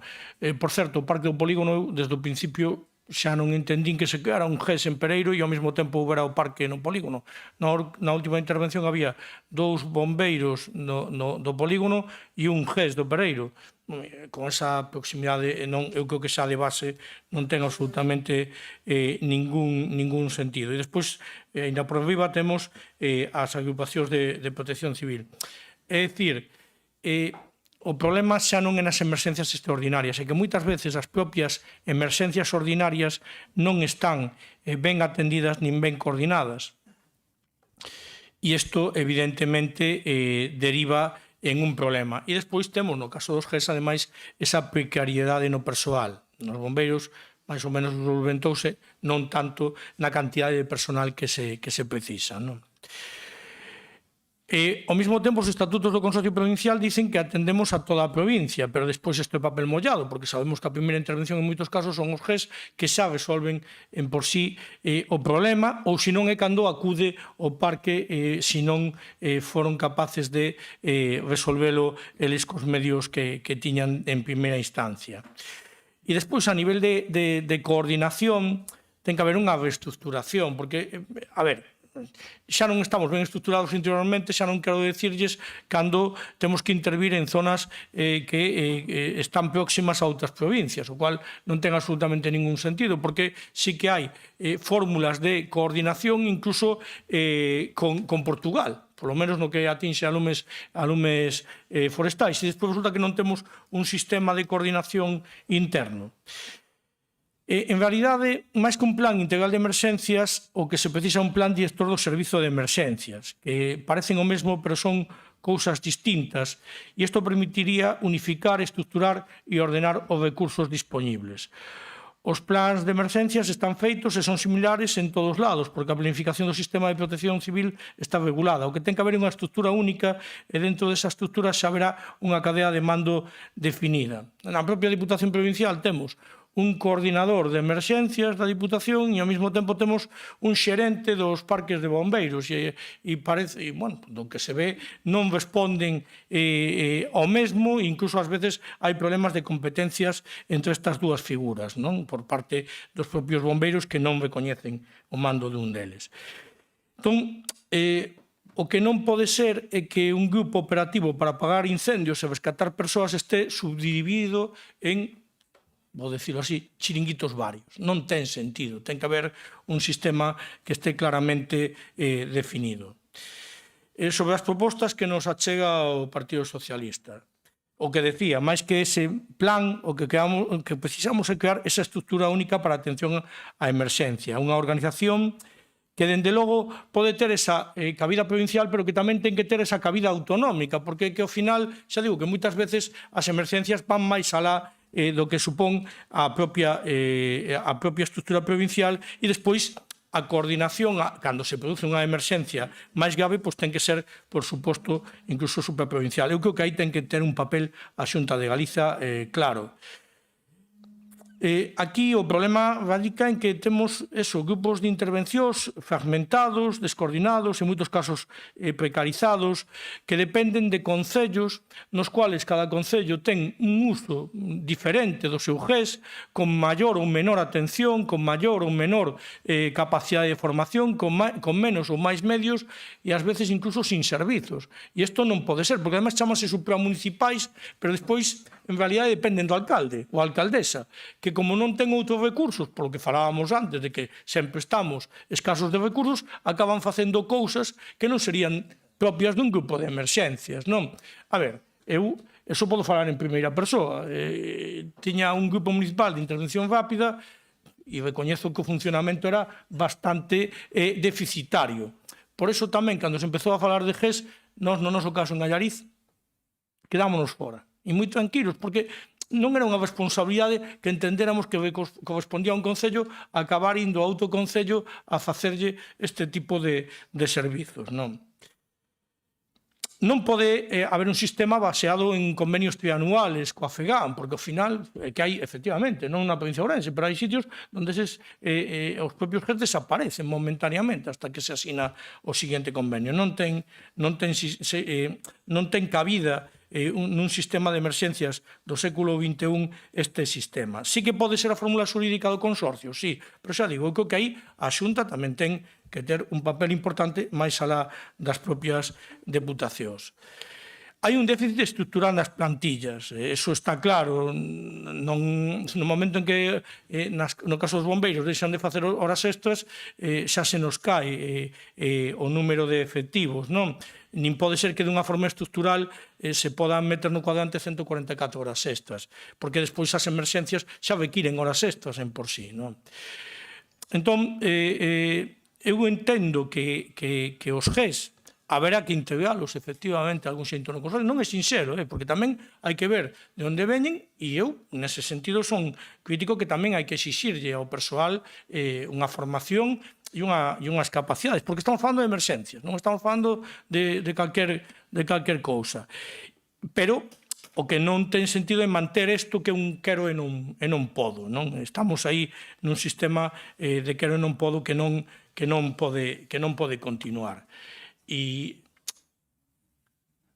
insisto nos problemas que visualizamos coa dependencia dos concellos por parte destes grupos de emerxencias supramunicipales, que dificulta enormemente o seu funcionamento, e na última vaga de lumes víamos, por exemplo, que os GES non se coordinaban cos parques provinciais, e ao mesmo tempo eso estaba totalmente descoordinado co propio sistema de actuación da Xunta, co cual acababa sendo, bueno, cada un facía a batalla por o seu lado. Aquí están persoal que creo que viviu en primeira persoa e foi así, non? Por iso digo tamén que a Xunta ten que tomar un papel fundamental, e aí iba un pouco a nosa moción, que a verdade, ou a nosa engádega, perdón, que tampouco entendo moi ben porque o Partido Socialista non acepta, porque era tal cual instar a Xunta de Galicia e a Diputación de Ourense a que de maneira coordinada reforden de forma integral o sistema de emerxencias, integrando todos os medios actualmente existentes, o que estábamos a falar, co obxectivo de garantir unha cobertura efectiva de todo o territorio e asegurar tempo de resposta máis áxiles e eficientes. Eu creo que en esta cuestión se resume todo o problema, non? Que non é un problema menor, insisto, pero ao que desde logo, pola importancia que ten a propia xestión de emerxencias, hai que darlle unha saída, e unha saída consensuada, que eu creo que incluso ten que ir máis alá da propia, bueno, isto é política, non da cuestión política, pero sí máis alá cunha visión de luces largas que permita chegar a ese obxectivo que, evidentemente, a seguridade total e absoluta é imposible, pero si ter unha fórmula de traballo que nos dé unha ampla seguridade cando se produce unha emerxencia. Nada máis, moitas grazas. Moitas gracias. Vamos, Partido Popular. Moi bons días a todos. Lei 5 do 2007. Lei 5 do 2007, Lei de Emerxencias de Galicia. Eu non sei se a lei esa firmou Touriñán ou Touriño, pero isto é unha lei que ven da época do bipartito, que é a que regula e marca todos os instrumentos de coordinación. Esa coordinación que ustedes me estaban dicindo, que como ben dixo o representante do grupo non escrito, o Platerga, está definida e dalle as competencias, mentras non son as competencias de coordinación, pon expresamente que son do CAE 112, non fai falta ir a mirar a lei, hasta poden hoxe en día buscalo, usan o ChatGPT, o Gemini ou cualquera destos, e xa lle dice directamente de quen son as competencias de coordinación. É un problema autonómico, é un problema autonómico. Por eso, nós facemos unha modificación ou pedimos unha modificación das mocións, porque moitas delas poderíamos compartilas, pero non todas, porque hai cousas, como por exemplo, a incrementación dos servicios, vanse incorporar 17 novos membros e fixos unha bolsa do Servicio para o Consorcio de Incendios. Estaríamos de acordo, ou estamos de acordo, en crear unha bolsa a nivel provincial de formación por GES e de baixas por GES, para que todos os servicios estuveran cubertos. Os convenio e as funcións que teñen os GES veñen definidas. Habría que cambiar o convenio, pero é o FEGAM quen ten que facelo e quen ten que negocialo. E polo que eu sei, a FEGAM goberna o Partido Socialista, porque por ahora todavía non é unha negociación nosa, e terían que pedir vostedes a negociación na FEGAM e que a FEGAM cambiara a modificación dos GES, do convenio e das funcións. Se as queren dunha forma ou as queren doutra. Pero despois, as incumplimentos das funcións dos GES, sobre todo con denuncias polo medio por non salir, son para certas alcaldesas, que son as que están incumplindo. Vale. O tema da negociación e da RPT. Aprobouse o convenio colectivo con Consorcio Provincial e unha nova RPT en marzo do ano pasado. En marzo do ano pasado, despois dunha negociación durante 2 anos a nivel autonómico, porque non é un tema só da Diputación de Ourense, que, recórdolles, que a que máis aporta, non só a que máis aporta, o custe que está soportando a Diputación de Ourense de todos os servicios de emergencias é de 5.061.000 euros, o 4,7% do presuposto da Diputación de Ourense. Cunha chega este ano os grupos de emerxencias a maiores do convenio de 480.000 e según o convenio que dice que non ten que cubrir todo, que hai ayuntamentos, se hai provincias nas que o 25% dos concellos pagan os concellos, non cubren o 100% e nos achegamos máis. A parte diso, temos o Parque de Bomberos da Mancomunidade de Celanova, que se lle achega diñeiro, o Parque de Bomberos da Diputación. En total, 5.061.000 euros. Co cual, decir que ahora mismo que non temos, que non se está invertindo cando é, ustedes están todo o rato dicindo que hai que pôr máis cartos, pero que a caixa está topada, a ver onde os chegamos a sacar, porque só nos quedaría, quitamos a modificación dos 2 millóns, os 5 millóns, hai 3 millóns e motémolos, quitamos o cooperou, se lles parece, pero claro, tampouco. Como dice o señor, como a don Rafael, comentaba antes, o tema dos 250.000, como xa lle dixo o presidente, 480.000 euros estamos metendo a maiores para ter este servicio. O mando único e o plan integral. Estamos de acordo en facer a nivel autonómico, levar a mesa e poder pedir unha modificación, que se pide que se organice de outra forma, pero non podemos facelo e asumir unha competencia que non é nosa. Non podemos saltarnos a lei a torera, non podemos coller e dicir vamos a facer un parque único, vamos a facer unha coordinación de todos os servicios, porque eso está definido. E mentre non xa un cambio legislativo non podemos facer nada. Vale, desde o 1 de xaneiro do 2026, nesta Diputación funciona un cuadrante anual que garantía que os mandos pos 4 parques e unha petición que pediron os propios membros na comisión que houbera un solo coordinador para todos os parques e toda a provincia e que gestionara. Non só aquí, senón en toda Galicia hai un coordinador dos parques provinciais para toda Galicia e foi aceptada para fazer unha coordinación. A coordinación con GES, con emergencias, con protección civil, cos incendios tamén. O tema que deixou nas vaguas dos incendios de que podía haber momentos en que en que había descoordinación. Lógicamente, tamén tuvemos un problema moi grande nas vaguas de incendios, que había moitos grupos que se quedaron sin comunicación, cortes de luz, electricidade.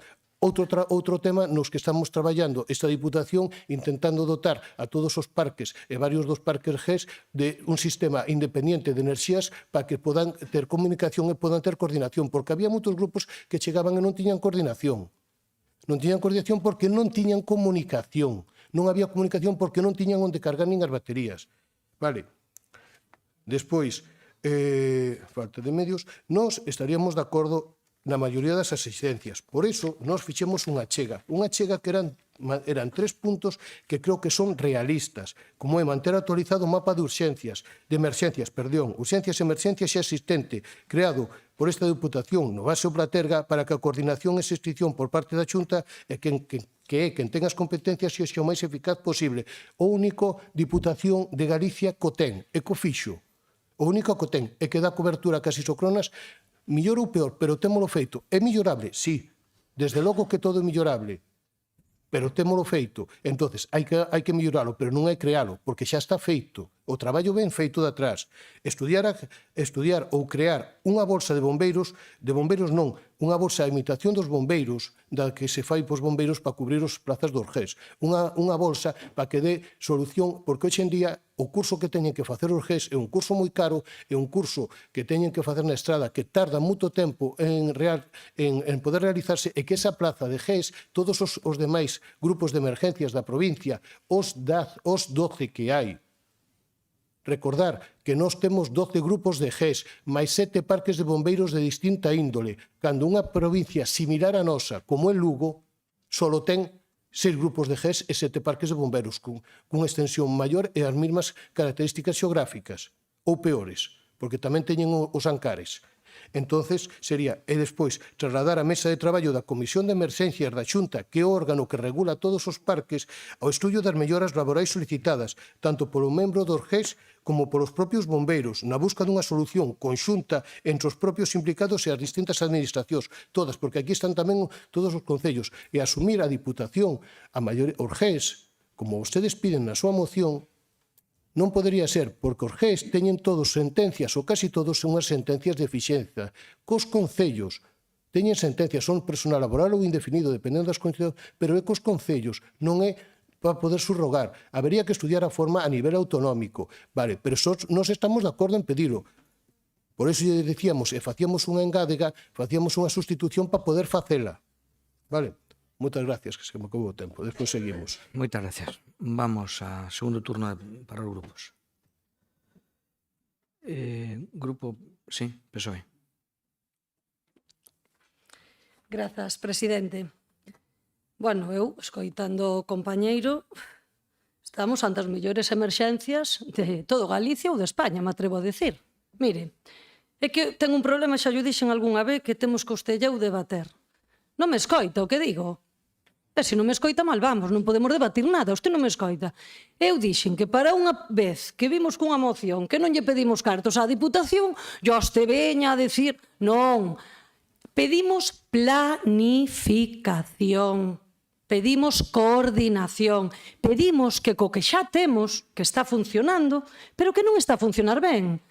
Mire, nós se non engademos esas enmendas é porque claramente queren lle botar a pelota ao tellado da Xunta. Ustedes non queren asumir a súa responsabilidade. Non digo que non sexa fácil e que o mellor temos que buscar o mecanismo administrativo e xurídico que permita esa integración deses subparques do GES no Consorcio Provincial. Non digo que non, nin creo que as cousas sexan tan fáciles, senón quero pensar que xa o farían, pero non o fan. Non o fan. E mire, nós non lle gobernamos na FEGAN, presidímola, non a gobernamos. E imos deixar a política a un lado. Deixen de ver o PSOE, o PP, o DO, o Bloque. Vamos a deixar eso, a ver se somos capaces neste momento. E vamos a ver que temos un problema dun servicio que está completamente fragmentado. Xa yo dixen, os bombeiros non lle están a pedir máis diñeiro, nin os GES tampouco. Están a pedir que os servicios funcionen e coordinen. E se non aceptamos esas emendas é porque falando cos profesionais claramente nos din que non son aceptables porque están desviando outra vez o tema cara a Xunta. Entón, vamos a ver, eu entendo que as cousas non son fáciles, e de verdade o digo, seino, porque tamén estuve na administración, e xa yo dixen algunha vez, non na política, pero sí sendo persoal laboral dunha administración máis de 20 anos. E teño claramente que as cousas non se fan de hoxe para mañá. Pero se non temos a intención, hoxe aquí teñen unha oportunidade, se non temos a intención de resolvelo, ou simplemente de pensar que o mellor hai unha fórmula e de ir collendo, pois, non sei, un sistema coordinado. E mire, na Diputación de Lugo, o que usted me está dando aquí estes datos, ayer os seus compañeiros, si quer ir á política, vamos, do Partido Popular, presentaron que os GES formaran parte dese consorcio e o Grupo Socialista votou en masa, por suposto, a favor. Pero cando o Grupo Socialista lle fai propostas, parece que só cando goberna o PP todo vai de maravilla, e cando o fan outros vai mal. Mire, equivocámonos todos, equivocas o Partido Socialista, equivocas o Partido Popular, equivocas o BNGDO e todos. Pero vamos ser reflexivos e vamos por o menos poñer sobre a mesa, vamos a poñer sobre a mesa de que podemos mellorar o que temos, ni máis ni menos, mellorar co que temos. E creo que non nos podemos quedar en fai máis de 21 anos, non me veña usted aquí que as competencias da Xunta nin ca lei de emerxencias. O que usted me acaba de nomear fai máis de 21 anos. Home, vamos a avanzar. E ese é o meu sentir, e como grupo provincial, ese é o sentir de todos os compañeiros, de que vamos intentar planificar algo moito mellor do que xa temos. É que eu a veces non sei, parece que estou... É que non sexamos nin de primeira nin de segunda, que non haya bombeiros de primeira nin de segunda, nin GES, e que a cidadanía teñamos o mellor servicio. E se non somos capaces de facelo, é que algo está fallando. Porque de diñeiro non estamos falando. Estamos falando de intentar, co que temos, planificar mellor do que pensamos que xa está. Sabendo que vai haber atrancos no camiño, por suposto, e que as cousas non son tan fáciles. Pero entendendo que hai unha oportunidade de cambio e creo que é o momento dese cambio para que os profesionais, por o menos, se respeten os seus dereitos laborais. Eu non teño nin idea de emerxencias, pero sí teño idea dos dereitos laborais dos traballadores. E, por suposto, que creo que están no seu dereito de ter un servicio mellor. Moitas gracias. Moitas gracias. Non se pode aplaudir aquí. Non se pode aplaudir nin facer ninguna cousa, nin abuchear, nin facer nada. Só lles pido o que hai aquí. Nin guste ou non guste, tampouco, se non nos gusta a nas outras cousas, tampouco o decimos. Son as normas da casa. Seguimos. Segundo turno de intervencións, neste caso, en grupo mixto. Señora Pérez Gamote, vostede moi vehemente, creo que debería trasladar esa vehemencia ao diálogo. Creo que sería moi positivo para o debate, para a mellora deste servicio do que todos estamos de acordo que ten que mellorar, e o que debemos aplaudir, como eles fixeron vostede ca súa intervención. Pero esa vehemencia sería convinte trasladada a unha mesa de diálogo. Reflexione mellor sobre eso. Creo que vostede acaba de recoñecer, ademais, que todos erramos, por suposto, pero vostede defendeu isto como se vostede estivera na posesión da verdade absoluta, como se fora Deus. De verdade que quedei abraiado e asombrado. Vostede posee a verdade absoluta a pesar de haber recoñecido que non ten nin idea sobre as emerxencias. Sorprendente reflexión, francamente, sorprendente. Pero mire, suscribo plenamente a opinión do BNG, no sentido de que temos que ir cara a un consenso. É que é o que estou falando agora mesmo. Pero vostede defende como se fora palabra de Dios, amén Jesús, a súa opinión. Entre todos os grupos políticos, é o que temos que tender. E como lle dixen no inicio, na primeira intervención, é unha moción que pode ir no bo sentido, no bo camiño. Pero non somos dioses, nin vostede, nin eu. E o futuro, ese futuro, ten que haber un traballo en común para que as emerxencias teñan un marco de traballo e de xestión estable e continuado. Como dixen na primeira intervención, é sumamente mellorable. E creo que propor un diálogo non é descabellado. Por lo tanto, resulta imprescindible, ademais dese diálogo, pôr en valor o traballo destes profesionais, que son unhos grandes profesionais e que nos sacan de moitísimos problemas. Eu teño un exemplo claro, en verdade, neste caso falo do que son a protección civil, pero que están colaborando sistemáticamente con calquera operativo no que se lles fai un chamamento ou un requerimento. Pero insisto, diálogo, por favor, recoñecemento dos dereitos laborais e menos vehemencia, máis diálogo. Moitas gracias. Seguimos, grupo Democracia. Sí, no, nada. Benega? Bueno, empezando por a intervención do compañeiro do Partido Popular, ao mellor temos un problema. Pero digo porque vostede decía que a lei está provendo 2007, que foi o bipartito, efectivamente, bueno, a miña organización política estaba ali, eu estaba onde estou agora de concelleiro, pero, claro, eso viña un pouco a raíz da vaga de lumes do 2006. Fíxese vostede que xa pasaron as vagas de lumes de 2017, 2022, 2025 e o Partido Popular na Xunta de Galicia aínda non cambiou esa lei, debelle parecer boa. E nós aquí estamos dicindo que, home, seguramente tería que ter evolucionado ao longo de todos estes anos porque as cousas, sin dúbida, cambiaron.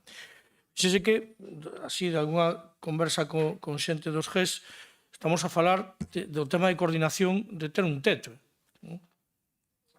Tampouco eso é o maior coste. Nós temos para a protección civil, pagamos todos os meses e temos un teto. Entonces, claro, aí ás veces tema cousas bastante básicas, non?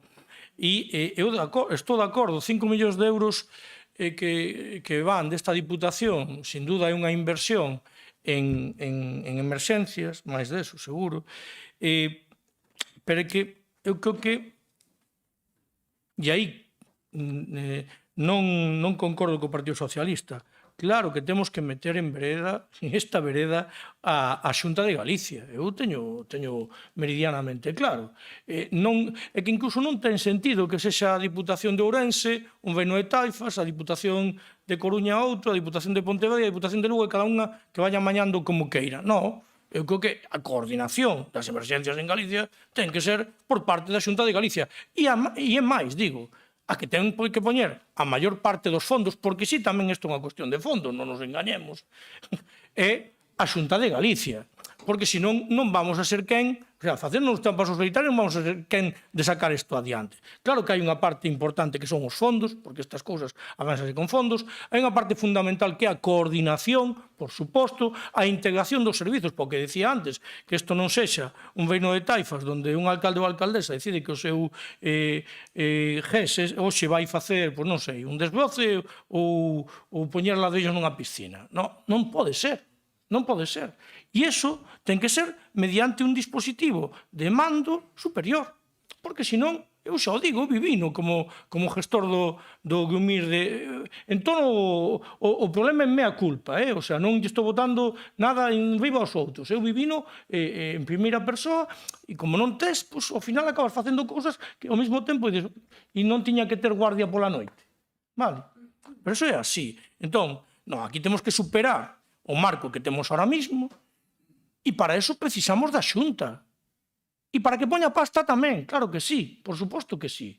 E despois ver, efectivamente, se a figura indicada é o consorcio e que os GES vayan ao consorcio, chamémoslle como queiramos, pero con esa coordinación, non? Entón, eu aí, xa digo, non sei por que vostede rechaza que... Eu ao contrario, eu digo... Benvido o Partido Popular a que a Xunta de Galicia sexa parte protagonista da solución a este problema. Porque creo que ten que ser parte da solución a este problema fundamental. Se non, mal vamos. Por lo que decía tamén antes. Logo, acontece algo en Quiroga e non van a acudir os nosos servicios de emergencias alá. Non ten sentido. É que temos que facer un ámbito maior, non? E, por suposto, a formación, eu creo que ten que ir a unha formación unificada a nivel de todos os profesionais dos servizos de todo o país. Non vamos a montarnos aquí, xa montamos bastantes cousas, non quero falar de Toén. Xa cada un aquí parece que formamos unha cosita, unos outra cosita, outros, eu creo que non é ese o modelo o que temos que ir, non? Entón, eu disinto, o sea, ao final, nós votaremos a favor, pero xa lle digo, non polo que está escrito na moción. Votaremos a favor porque entendemos que este é un debate que hai que abrir e que temos que camiñar xuntos, senón mal. Pero tamén lle digo, se non conseguimos que a Xunta de Galiza interveña nesto, interveña, digo, poñendo fondos e poñendo coordinación, non vamos a cadar o obxectivo. Porque tampouco vai ter sentido que cheguen os parques de bombeiros, chamémoslle tamén os bombeiros, vale? E despois estén ali os da motobomba da Xunta dicindo, non, nós con eses non falamos. Non ten ningún xeito, non, porque as intervencións van a ter que ser. E máis, cara, os tempos onde imos, desgraciadamente, pois en moitos casos vamos a necesitar de todos os medios e poucos se nos van facer. Entón, eu creo que está moi ben traer este debate. Eu creo que, efectivamente, os dereitos dos traballadores teñen que ser unha peza fundamental, porque se un traballador non está cómodo no seu traballo, pois dificilmente o vai desenvolver, máis alá do compromiso personal, e, dende logo, temos que poñer os medios para que os podan desenvolver con eficacia e con seguridade, sabendo que é un traballo de risco, porque é así, o sea, non hai forma de escaparlle. Pero a partir de aí, eu aí disinto totalmente, creo que sí que temos que ser quen de sentar á mesa a Xunta e sacar esa estructura que, xa digo, pode ser a través do consorcio, que unifique os servicios de emerxencia, que os coordine e que lle dé un sentido de eficacia para poder afrontar os retos que se nos presentan neste eido, que non son menores. Nada máis, moitas grazas. Moitas gracias. Partido Popular. Moitas gracias. A verdade é que suscribo casi o 100%, precisamente por eso o terceiro punto, Bernardo, é trasladar a Comisión de Emerxencias da Xunta, que é onde están representada a Xunta, e trasladarlle isto todo á Xunta, para facelo a nivel autonómico, porque isto ten que ser unha cuestión autonómica. Por iso é o noso terceiro punto. Nosa moción do PSOE, aparte de que sí que di incrementar o investimento en medios materiais e infraestructuras, pero bueno, decíamos que votábamos por puntos, porque nós votando por puntos, menos o primeiro, que sería este, de trasladar, todos os demais estaríamos casi de acordo. Estaríamos de acordo en apoyalos, en votarlle, ou en externos, pero que salir adiante. O único que lle pedíamos era a votación de puntos, porque o primeiro é trasladarlle. Non podemos facer algo pola nosa conta. Temos que facer a nivel autonómico. É o que lle estamos dicindo. E se hai que cambiar a lei, é certo, a lei é do bipartito, haberá que cambiarla. Tamén o PSOE chegou a Madrid e moito protestan agora da lei desta de estabilidade presupuestaria de Montoro, pero non a cambian. Cando lles interesa, non a cambian. A todos. Aí non é para todos igual. E se chegaran vostedes, tamén habería unhas cuantas que non cambiarían. Outras cambiaríanas, pero outras non. Entonces, o marco legal actual que temos é este. E se hai un consenso, e se cambia, pero non o que podemos facer é trasladarlle desde a Diputación de Ourense á Xunta un cambio do marco. Un cambio do marco. Que as reivindicacións é igual que dice vostede, cun aumento, cun coste do servicio, un coste que ten que ser asumido maioritariamente por quen ten que ser asumido. Porque non podemos votar todo, nin nos concellos. E durante 8 anos fun responsable dun GES. E sei o que é pasalas. Mal, para poder chegar a pagar as nóminas por todos os temas. Que estaba don Luis Menor, presidente, aunque ahora parece ser que os presidentes non son os que gobernan, pero bueno, presidente estaba de director de emerxencias e tuvemos unhas cuantas reunións pedindo xa eso, desde cambios organizativos, desde cambios, é un tema no que non é novo, estamos de acordo, pero non facer unilateralmente, isto ten que ser a nivel autonómico. E se hai que cambiar a lei, pois sí, haberá que estudiar, facer un estudio de lei, propor unha lei nova e facer un cambio de legislativo. Pero pódese facer. Non estamos en contra. Nós o que decimos é que esta moción, o primeiro punto, é o que non podemos votar. Se eles aceptan votar, se ustedes aceptan votar por puntos, nós estaremos de acordo. En moitos deles, en a maioría. E poderíamos votalos. Entonces, queda na súa man, porque o único que estamos dicindo é non cambiar o marco, que non podemos cambiar, tomar decisións unilaterais. O resto estamos de acordo, ou estaríamos de acordo, ou parecenos ben. Entonces, moitas gracias. Moitas gracias. Tono de peche. Bueno, que me anuncia agora que queren votar por puntos, pois claramente se lleveu plumeiro. Pero miren, non vamos a aceptar. Isto no meu turno, por favor. Gracias. Non llevamos a aceptar a votación por puntos, porque claramente creo que está clariña e clarificada. Pero, bueno, fora deso, podémonos confrontar, podemos debatir, podemos estar máis de acordo ou menos. Eu no punto 4 instar a Diputación de Ourense e a Xunta de Galicia. Entonces, claramente, non vamos deixar a Xunta de Galicia fora. É verdad que aí para a integración dos GES no consorcio, vale? Pono no punto número 4.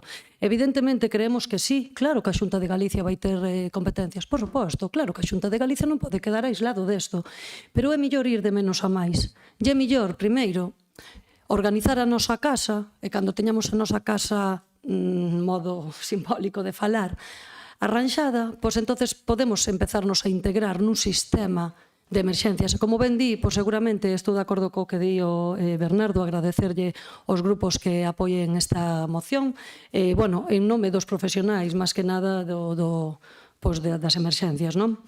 E, bueno, eu creo que non podemos desvirtuar a esencia deste tema. Creo que temos un problema de fondo, como xa dixemos, un problema estrutural. E, bueno, creo que hoxe non se trata de manter o que hai, senón de melloralo, e creo que hoxe teñen unha oportunidade, temos unha oportunidade todos e todas de poder sacar adiante pois as mellores emerxencias que poidan ter os nosos cidadáns, non? Entón, pois, bueno, simplemente agradecer e esperar que este cambio se poida producir e poida ser hoxe unha realidade aquí na Deputación de Ourense, nos equiparemos a outras deputacións. Moitas gracias. Bueno, pois moi ben. Turno de peche, para que eu creo que hai que teñer unhas cousas que decir. O primeiro, para chegar a acordos hai que dialogar. E vostede non dialogou co noso grupo, que lle fixemos unha emenda, non quixo nin dialogar ca nosa portavoz. Non quixo dialogar. Absolutamente se cerrou o diálogo. Acabamos de facer unha segunda proposta, además da emenda, votar por puntos, que prácticamente é admitilos todos, menos o primeiro, que é unha cuestión autonómica. Usted ven aquí a facer política. Non vou deixar falar. Agora, non, porque usted xa falou. Usted falou e eu deixei de escoitar entre turnos. Agora deixeme escoitar, deixame a min. De acordo? Non, usted gustalle moito falar, e vos falou, exprixo tal, eu non interrumpí ni nada. Agora deixeme falar a min, e despois usted fala o que... Ou sea, aquí non.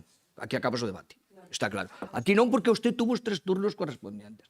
E ademais pudo falar ca portavoz, que a chamou reiteradamente. Dixo que non tiña nada que falar. Escoite, dixo que non tiña nada que falar. Dixo que non tiña nada que falar. Acabamos de dicir que os puntos aquí, o único que non estamos de acordo por o que dixo, basicamente, o compañeiro do BNG, é porque creemos que o diseñar un sistema de emerxencia non pode ter un sistema provincial. Ten que ser autonómico. Outra cousa é que nós propoñamos modificacións, e llevou a facer un relato das avances, que usted di que levamos 21 anos parados. Ahora voulle... Non, sí, dixo que levamos 21 anos parados. Ahora voulle dicir eu cantas avances houbo nestes por lo menos os últimos anos, empezando por diñeiro. Entonces, mire, que queren que sepan perfectamente, nós permitíamos que salían adiante todos os puntos, menos o primeiro, porque vamos a votar en contra. Vamos a votar en contra porque non nos deixan votar por puntos. E os importantes son todos. Non o primeiro, que é algo que non vai a influir para nada aquí, que tense que adoptar en Santiago. Pero non veñan cos contos, se nos deixan votar por puntos e teñen a pelota no seu tellado, salen para adiante todos menos o primeiro, que sabe usted que non o podemos facer. Que lle quede claro perfectamente aos compañeiros de emerxencias, aos traballadores de emerxencias. E usted nin dialogou, nin admite votar por puntos, porque se quere marcar un tanto, quere dicir que votamos en contra. Nós votamos en contra razonando, porque non nos deixan votar por puntos. Presentamos unha emenda perfectamente razonable, non a queren. Pedimoslle votar por puntos, non o queren. Por un único punto. Non é usted, non. Usted é a que está trasladando aos profesionais. Non, usted aquí non lle traslada a responsabilidade aos profesionais. É usted un grupo político. É un grupo político. Ao grupo político ten usted a responsabilidade. Como teño eu para decir que voto en contra. Porque non me deixa votar a favor. Porque lle pido que o único punto que o retire, un único punto que non afecta as súas condicións, que é o diseño das emergencias que teñen que fazer en Santiago, e usted, por ese punto, impido o consenso. Por lo tanto, non me veña con cousas. Vale? Eso, primeiro, diálogo, como decía perfectamente, para chegar a consenso. Usted diálogo entende pouco. Moi pouquiño. Eu, para chegar a anterior modificación, dialoguei con todo o mundo. E levo aprobado aquí moitísimas modificacións en minoría porque me farto de dialogar e de aceptar. Eu se propuño esta moción, non teria ningún problema en aceptar a votación por puntos e deixalo por o primeiro. Non tiña ningún problema. Iso é diálogo, outra imposición. É imposición, é unha imposición total. Bueno, vamos por puntos. Segundo, eu espero que este mesmo debate lo teñan na Diputación de Lugo e de Coruña. Por certo, espero que ali tamén fagan un mapa presente, ou que ademais eles están gobernando, presente unha moción para facer un grupo, un diseño das emergencias propio de Coruña e de Lugo. Por certo, onde se cerran un GES? Nas diputacións gobernadas por o Partido Socialista. En Ourense non se cerrou ningún GES. Non se pechou ningún GES. É máis, en Ourense empezamos con poucos GES, aumentamos os GES, aumentamos toda cubrimos a que mellor coberto está. Onde está a montaña de Lugo coberta despois da desaparición do GES de Becerrea? Onde está? Entonces, como me pode dicir a min que non temos vontade política? Eu fui un director de emerxencias e o único mapa de emerxencias aprobado é o da provincia de Ourense, porque Ourense sempre tuvo esa vontade de chegar a acordos. Sempre tuvo esa vontade. E manifestamos a vontade de chegar a acordos e de seguir chegando a acordos. Claro que manifestamos. Nos decimos, traslademos, claro que sí, poñemos o diñeiro. Ahora vou fazer unha pequena evolución sobre o que di usted de inmobilismo. Usted di que nos 21 anos non fixamos nada, non tal. Bueno, mire, se nos tocamos os bombeiros, non hai moitos anos, os bombeiros eran bombeiros de empresa. Escoíteme, por favor. Eran bombeiros de empresa. Vale?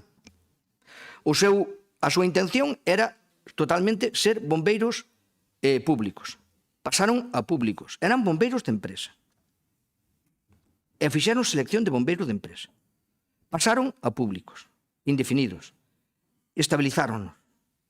Teñen un convenio colectivo, sí, fixos. Teñen un convenio, aprobamos o ano pasado un convenio colectivo e unha RPT. Eso supuxo, usted non fala de cartos, pero vou dar números. Doulle dar números porque isto parece que non conta nada. Supuxo non unha subida do 2,5% que tamén se lle ofreceu aquí. Subiu unha subida do 27% por bombeiros. 27% por bombeiros. Vale, entón non me fale de cartos. Como que non falamos de cartos? Mire, digo outra cousa. O problema que ten cando un traballa neste tema, pois sabe do que fala. Entón sabe. E acórdase que recordan que cando fixemos o traslado de modelo de empresa a modelo público, unha das condicións era que nos decían sempre que non podía costar máis o modelo público co privado, porque o privado pagaba 21%. E que se costaba máis, podíase revertir o modelo. Datos da Diputación de Ourense. Ano 24, 4,6 millóns de euros. Ano 26, 6,4 millóns de euros o consorcio. Onde aforramos os cartos? Onde está o 21%? Onde aforramos os cartos? E seguímoslo manteñendo. E seguimos facendo RPT, e seguimos facendo convenio colectivo, e seguimos facendo unha bolsa de interinos, e seguimos seleccionando e incorporando 17 novos bombeiros que están a punto de salir ás listas de admitidos e excluídos. Como que non avanzamos? Non avanzamos. Eso non é avanzar nada. Pasar de bombeiro de empresa a bombeiros públicos, ter un 27% de subida, estar fixos, non é avanzar nada nas condicións laborales. É quedarse exactamente igual que estábamos. Esos son datos. De que o consorcio valera 4,6 millóns hai 2 anos, a que valga 6,4 agora, non é avanzar nada. Entonces, GES. Efectivamente, todos sabemos como surdiron os GES. Os que estamos aquí sabémoslo, ou parte deles sabémoslo que surdiron, pero se alguno non sabe, conto yo eu. O señor Bernardo explicou, había uns grupos de intervención municipal que realmente eran brigadas de obras. Que algún alcalde sigue utilizando como tal, pero que outros nunca utilizamos para esa finalidade. Nunca mandamos poñer un ladrillo. E ese grupo, para salvar eses empleos, creáronse os GES, inicialmente. Para salvar eses empleos, darlle unha... Eso foi a transformación e a orixen dos GES. Evidentemente, continuouse avanzando, e fixéronse esa selección, pero originariamente foron seleccionados con carácter temporal para formar parte deses grupos. Hoxe os GES, que non digo que estén nas mellores condicións, que todo se pode mellorar, e por suposto este equipo ten a vontade de mellorar, por eso aceptaba todos os puntos da moción, e repito aos compañeros dos GES, menos o primeiro que non nos corresponde a nós. Volvo a repetirlo para que quede claro. Vale? Entonces, todo se pode mellorar. Podemos mellorar, efectivamente, os GES pasaron a ser, efectivamente, moitos por sentencia, fixos ou indefinidos, logo fixáronse todos fixos, e todos, máis ou menos, dependen dos concellos, que é outra cuestión, que aquí estamos tomando decisións, como decía antes o compañeiro, complexas, porque, primeiro, os GES son empleados municipales. Son empleados municipales. Eu onte aprobei a RPT do Pereiro e teños como empleados municipales, estou viño fixen a subida correspondiente como empleados municipales.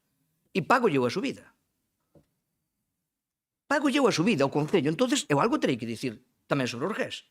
E non teño ningún inconveniente, vaya por adiante. Non teño ningún inconveniente en que, chegados a un acordo, os GES pasen a outra administración. Ningún.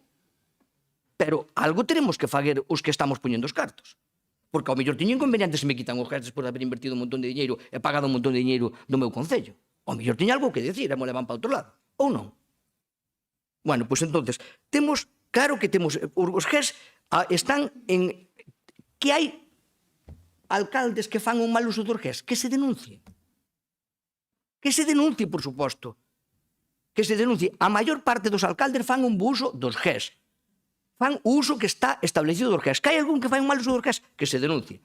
E vamos de cara ao futuro. Hai moitos avances, efectivamente, tamén nos GES. Os GES, hoxe, maioritariamente, son profesionales das emergencias, fan funcións de emergencias, máis alá de cualquier outra abuso que se podía cometer por algún alcalde. Eu, desde logo, insisto, e creo que a maior parte de alcaldes, e que hai uns cuantos que temos GES, e non lle manda a poñer un ladrillo, nin lle manda a fazer ninguna cousa que non sea de emergencias. Desbrozar é unha labor preventiva que tamén fan os bombeiros forestais, Inda que agora pouco desbrozan, por lo menos no meu concello, pero é unha labor que entra dentro das súas funcións. Non é poñer ladrillos. Poñer ladrillos non é esa función, pero desbrozar sí. Entonces, nos, os GES, apostamos por os GES. Aumentamos, temos o mapa coberto, temos 12 GES. Poñémoslle, sabendo que non tiñan diñeiro os concellos, démoslle o ano pasado, ya están outra vez 40.000 euros máis a maior do convenio para que teñan capacidade para pagar unhas horas ou para pagar gasto corrente, o que sea, porque destinalo, porque queiran. Podello facer. Entonces, que outra Diputación ten un sistema mellor que este? Eu non vexo que nada de que en Coruña. Vamos ás súas, Coruña e Lugo, que fixo? Lugo cerrar GES. Permitir que se cerraran GES. Eu non vexo que a Diputación de Lugo collera os GES cando os cerraron os alcaldes. Por certo, algún do Partido Socialista, ou os dous do Partido Socialista, os que cerraron o GES. Os dous do Partido Socialista os que cerraron o GES. Entonces, non me fale de eso, fáleme de avanzar. Eu estou de acordo de que hai moitas cousas en que mellorar. Hai moitas cousas en que mellorar. Hai moitas cousas nós estamos dispostos a ir a esa mesa, esas diputacións aceptan ou chegamos a un acordo e temos mellor financiación e se acepta efectivamente unha integración maior que pode ser a través de subparques, a través do sistema que se diga, Ourense non vai a quedar, nunca quedou. En materia de emerxencias nunca quedou por atrás. E podo garantir que non vai a quedar. Ahora, non me diga que diseñe un sistema de emerxencias ao marxen dos demais. Entre outras cuestións, porque eu teño que falar cos alcaldes e teño que falar que a Xunta que me aporta máis do 50% de financiación, Eu fui un director xeral e na mesa de GES os que puñan problemas, sabe cal eran os que puxeron problemas de financiación e hai aquí algún alcalde que estaba ali presente? As diputacións do Partido Socialista. Nunca puxo por dificultade de financiación dos GES a Diputación do Partido Popular. Ourense sempre estuvo á cabeza da financiación dos GES. E siga á cabeza da financiación dos GES. E se que leccións en materia de emergencias esta Diputación das outras diputacións que no ámbito que estamos, poucas ou ninguna. Porque temos materia. E isto non quere dicir que nós non estemos negados a avanzar. Creo que fixemos en materia de bombeiros dunha maneira moi claro. Os dereitos laborales que usted apela creo que acaban de quedar perfectamente descritos, fixos, RPT, convenio colectivo, subida, creo que está bastante axeitado. Podemos mellorar? Seguro que sí. Estamos dispostos a eso. Pero todo ten un cauce, e todo ten uns tempos. En materia de GES, claro que podemos mellorar. É claro que queremos levar ese debate. É claro que quero mellor coordinación. Pero por suposto que eu quero. Eu fui un director de emerxencias e viví moitas. Claro que eu quero. Pero o que non me pode vir aquí usted a dicir é que me invente un sistema de emerxencias distinto do resto de Galicia cando está. Sí, usted fálame dun plan provincial de emerxencias distinto do resto de Galicia. Se eu aquí meto a GES dentro do consorcio, é distinto do resto de Galicia. Terame que dicir algo os concellos, terame que dicir algo. Non vai a falar. Non, é que digo que non vai así. Eu escoiteina, falou libremente o que quixo e tuvo os argumentos que quixo. E vostede non escoitou a proposta do Partido Popular que consiste, remato, en que aprobamos todos os puntos menos o primeiro. Ou permitimos que salgan ben con voto a favor, ben con abstencións. Bueno, pois xa está, acabouse o debate. Pois o dígamo antes e acabouse o debate. Por que aceptamos? Por que aceptamos? Gustaríame que fora vostede o que levar esa moción en defensa para eu agora poder rebatir. Como entendo que estou nunha institución onde non podo xa, o meu turno se acabou, non o podo facer, así o teño que cumprir, pero encantaríame que fora vostede o que levara a moción a rebatir para eu poder agora decirle. Pero fora deso, mire, sabe por que vamos a aceptar agora cando estevo quito primeiro? Pois aceptamos nesas áreas que dice usted de mellorar o que temos, de seguir adiante. Entonces sí vamos a aceptar para que polo menos os dereitos dos traballadores se poida avanzar nesa continuidade e poidamos mellorar todos e todas. Entón, podémolo aceptar para votar por Perfecto. Pois para chegar este viaxe non farían falta esas alforxas. Porque a chamou perfectamente ela para chegar para dicir o que lle estuven dicindo aquí. Eso, con WhatsApp non, dixémoslo e dixo que non quería falar nada. Bueno, está claro, vale. Mire, como nós queremos facer... Escoita, como nós queremos facer as cousas, a ver, e acabou o tema. Como nós queremos facer as cousas, bueno, a ver, é igual. Que lle importa a xente? Que melloremos as emerxencias ou non? Un momento. Bueno, pois se me importa que melloremos as emerxencias, claro, acabamos de demostrar que nós fixemos cousas para mellorar as emergencias. E como queremos seguir mellorando as emergencias, non temos ningún problema en aceptalo, salvo a primeira punto que tal. Nosotros ou votamos a favor ou nos absteñemos, pero para sale para diante a moción. Vale, votamos por puntos logo? Pois veña, vamos a por puntos. Bueno, primeira emenda, a ver que vontade teñen vostedes. Claro, as emendas ustedes. Primeiras emendas, porque nos vamos a aceptar. Non as aceptan. Non se vota, moi ben, vale. O sea, non as aceptan ustedes o diálogo, siguen practicando, non aceptan as emendas. Vale, perfecto. Nos agora vamos ao seu. Hombre, bueno, pois creo que non lles desvirtuaban nada o que din. Pero non acepten as emendas. Vamos, así, nun espírito democrático que os caracteriza, vamos a votar logo ao seu punto. Vale, emenda rechazada, sinto, Bernardo. Eu tamén o sinto por a nosa. Vamos logo por puntos, veña. Primeiro punto. Votos a favor? Abstencións? Votos en contra? Segundo punto, adoptar as medidas necesarias para garantizar a cobertura inmediata das vacantes e tal. Votos a favor? Aprobado. Terceiro, garantizar o cumprimento efectivo do convenio colectivo acometendo a súa aceptación e condicións reais de traballo impulsando. Non hai ningún problema. Votos a favor? O convenio colectivo está para cumplirse.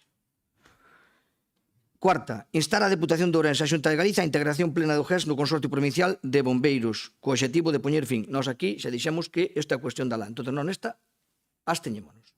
Para que salga, Para que salga. Na cuarta. Votos a favor? Vale. Nos, abstención. Perdón, non, é que eu son rápido. Levamos o retraso. Vale, gracias. Sale igual, porque nos absteñemos. ¿Cómo? Perdón, a ver, perdón. A ver, punto cuarto, abstención. Vale, perfecto. Punto quinto. Velar porque este proceso en colaboración cos concellos de xeito se manteña, a presencia territorial e tal, efectivamente, aquí podemos votar. A favor.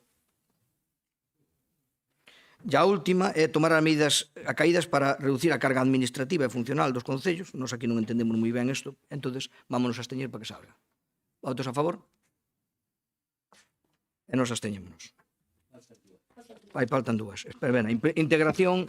Impulsar a integración funcional das agrupacións de voluntarios na protección do sistema provincial de emerxencias. Xa están. Non hai ningún problema en facelo. Xa están dentro da lei de emerxencias, xa están integradas as tal. E procurar a clarificación das funcións e a responsabilidade do personal ao servicio particular no que tenxa a conducción e tal, nos absteñémonos porque entendemos que o convenio está claro. Pero, bueno, se queren revisalo, revíseno. Abstención nos. A favor? Va igual. Voten a favor que... Total, vai salir igual. Vai salir igual que ao final. Ao final salen todas, non?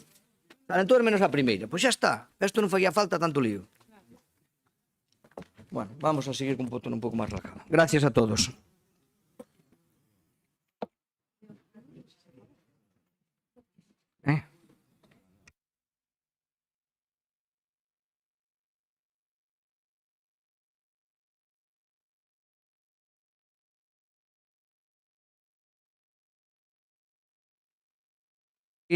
Neste caso, co punto 10, a moción do Grupo do Bloque Nacionalista Galego demandando o arranxo das estradas 0701 Montecabalar Vilariño de Conso e U0908 Viana do Bolo Vilariño de Conso. Xosé Manuel Puga. Bueno, pois a ver se agora axilizamos máis a sesión de hoxe, porque esta moción é clara, nítida e concisa. Supoño que todos estamos de acordo, outra cousa é que nos prazos ou as circunstancias que se poidan dar, porque relativamente sinxela. Estamos falando destas dúas estradas, a U701 e a 908, que unen pois desde Tribes até Vilariño de Conso e tamén Viana do Bolo. Estamos falando dunha zona pois, bueno, que ten as peculiaridades de moitas outras da provincia de Ourense, con unha situación pois de, bueno, dispersión, avellentamento, con unha caída da actividade económica moi importante, pero que ao mesmo tempo hai que ter en conta que o que son as conexións, neste caso as viarias, son moi importantes para seguir mantendo a actividade que ali hai, non? Sabemos que o primeiro tramo que vai desde Tribes hasta Manzaneda pois xa tivo algunha reforma, que hai pendiente tamén algunha outra reforma que vai mellorar tamén o acceso hasta o núcleo de Sobrado. E nós o que centramos nesta moción é o tramo que vai desde Manzaneda, que agora, por certo, xa o ano pasado, ou fai dous, non recordo, aprobárase un traspaso ao Concello do que era o tramo urbano desta estrada. Por tanto, estamos falando do que sería basicamente o arranxo desde Manzaneda até Vilariño de Conso e despois os 8 kilómetros e pico de Vilariño de Conso a Viana. Por qué?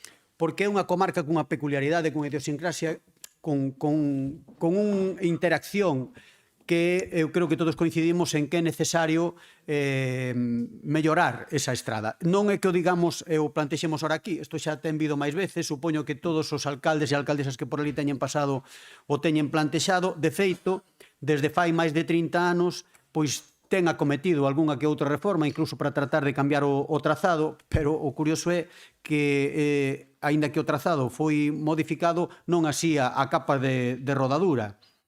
Entón, en resumidas contas, sabemos que hai moitas necesidades, sabemos que este inverno foi un inverno fastidiado e que moitas das estradas provinciais van a necesitar de reformas. Este non é o caso porque esta estrada xa estaba en moi mal estado, ou estas estradas, especialmente a 701, en moi mal estado antes deste inverno, que se estiveron facendo apaños, amaños, porque incluso o día 8 presentamos nosa moción e xusto os días antes do que foron a Semana Santa, pois fixéronse algún arranxo que eu creo que hasta a xente ainda se cabreou máis, porque onde antes había fochancas, ora hai uns badéns importantes, non? Somos conscientes tamén do esforzo económico que vai supoñendo para a Diputación a incrementar o que é o investimento nas vías que son da súa competencia, pero pensamos que para esta comarca é moi importante, porque incluso sería unha vía de acceso xa non solamente á propia estación de montaña, sino unha circulación que poda haber entre as comarcas do Alto de Monterrey, da zona de Gudiña, a Mezquita, con Tribes, para non ter que dar a volta por Petín. Como somos conscientes deso, o que plantexamos é que nin tan siquera se acometa isto nun única anualidade, sino a posibilidade de que eso se faga en 3 anualidades. Como a moción se explica por si soa, non ten máis. Sabemos que ao mellor os recursos tamén son limitados e non estaría de máis que este plantexamento, se aquí estamos de acordo en que estas estradas deben ser arranxadas, pois unanimemente tamén nos poñamos de acordo en reclamarlle fondos e recursos tanto ao Goberno do Estado como á Xunta de Galiza para que colaboren en esta parte, non? E, bueno, nada máis, porque xa digo, isto creo que por si solo xa se explica a moción. Nada máis, gracias.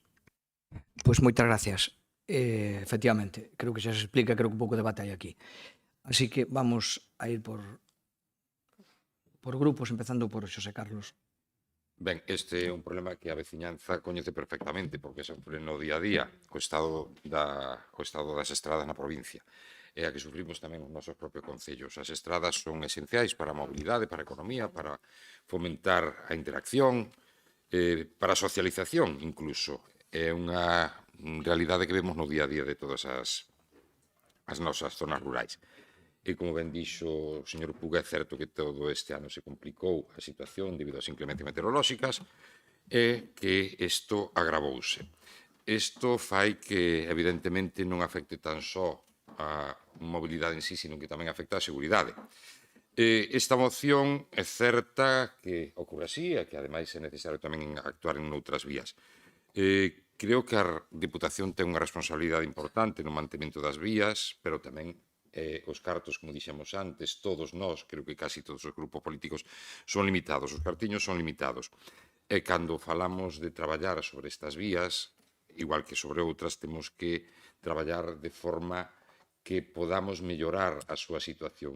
Non só cubrir de asfalto e de firme o que é o vial, sino que intentar mellorar a seguridade, a amplitude da vía e que permita unha interacción máis intensa cando se incremente o tráfico, que é o que pretendemos tamén. Esta tarefa non pode recaer só nunha única administración, como a Diputación Provincial. Neste punto temos que chegar ao que nos afecta sempre, ao que nos atinxe sempre, que son os cartiños, como dixen antes. E aquí volvo a retomar o asunto das reglas fiscais.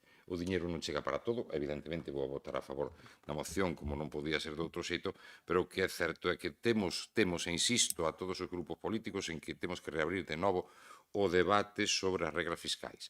Aquí estamos traendo día tras día, sistemáticamente, cuestións que supoñen diñeiro, e por moito que diga a señora Camote que isto non representaba, esta moción non representaba diñeiro, si analizo punto a punto, sí que representaba diñeiro, pois isto tamén representa diñeiro, é esencial facelo. Entón, abramos de novo debate a ver se todos somos capaces de suscribir unha moción que inste ao Goberno Central para revertir a situación sobre as reglas fiscais e que podamos traballar cunha folgura que ao mellor noutros momentos non hai. Falo agora mesmo de Barbadas, e vostede é veciño de Barbadas tamén, temos un remanente de tesorería de 1 millón de euros, que en teoría non podemos utilizar. E para que sirven? Pois, por exemplo, para moitas cuestións desta índole, neste caso falamos dunha estrada provincial, pero as estradas locais son competencia dos concellos e non podemos prescindir dese diñeiro. Si queremos igualdade, si queremos futuro, o que é o financiamento local é esencial. Volvo a insistir no que dixen antes, o financiamento local é tan importante como o que é o financiamento autonómico, e ninguén o pon enriba da mesa. E agora, como non ha escrito, podo dicilo. E, por lo tanto, reivindico. Moitas grazas. Moitas gracias. Por deo? Buenos días a todos, gracias.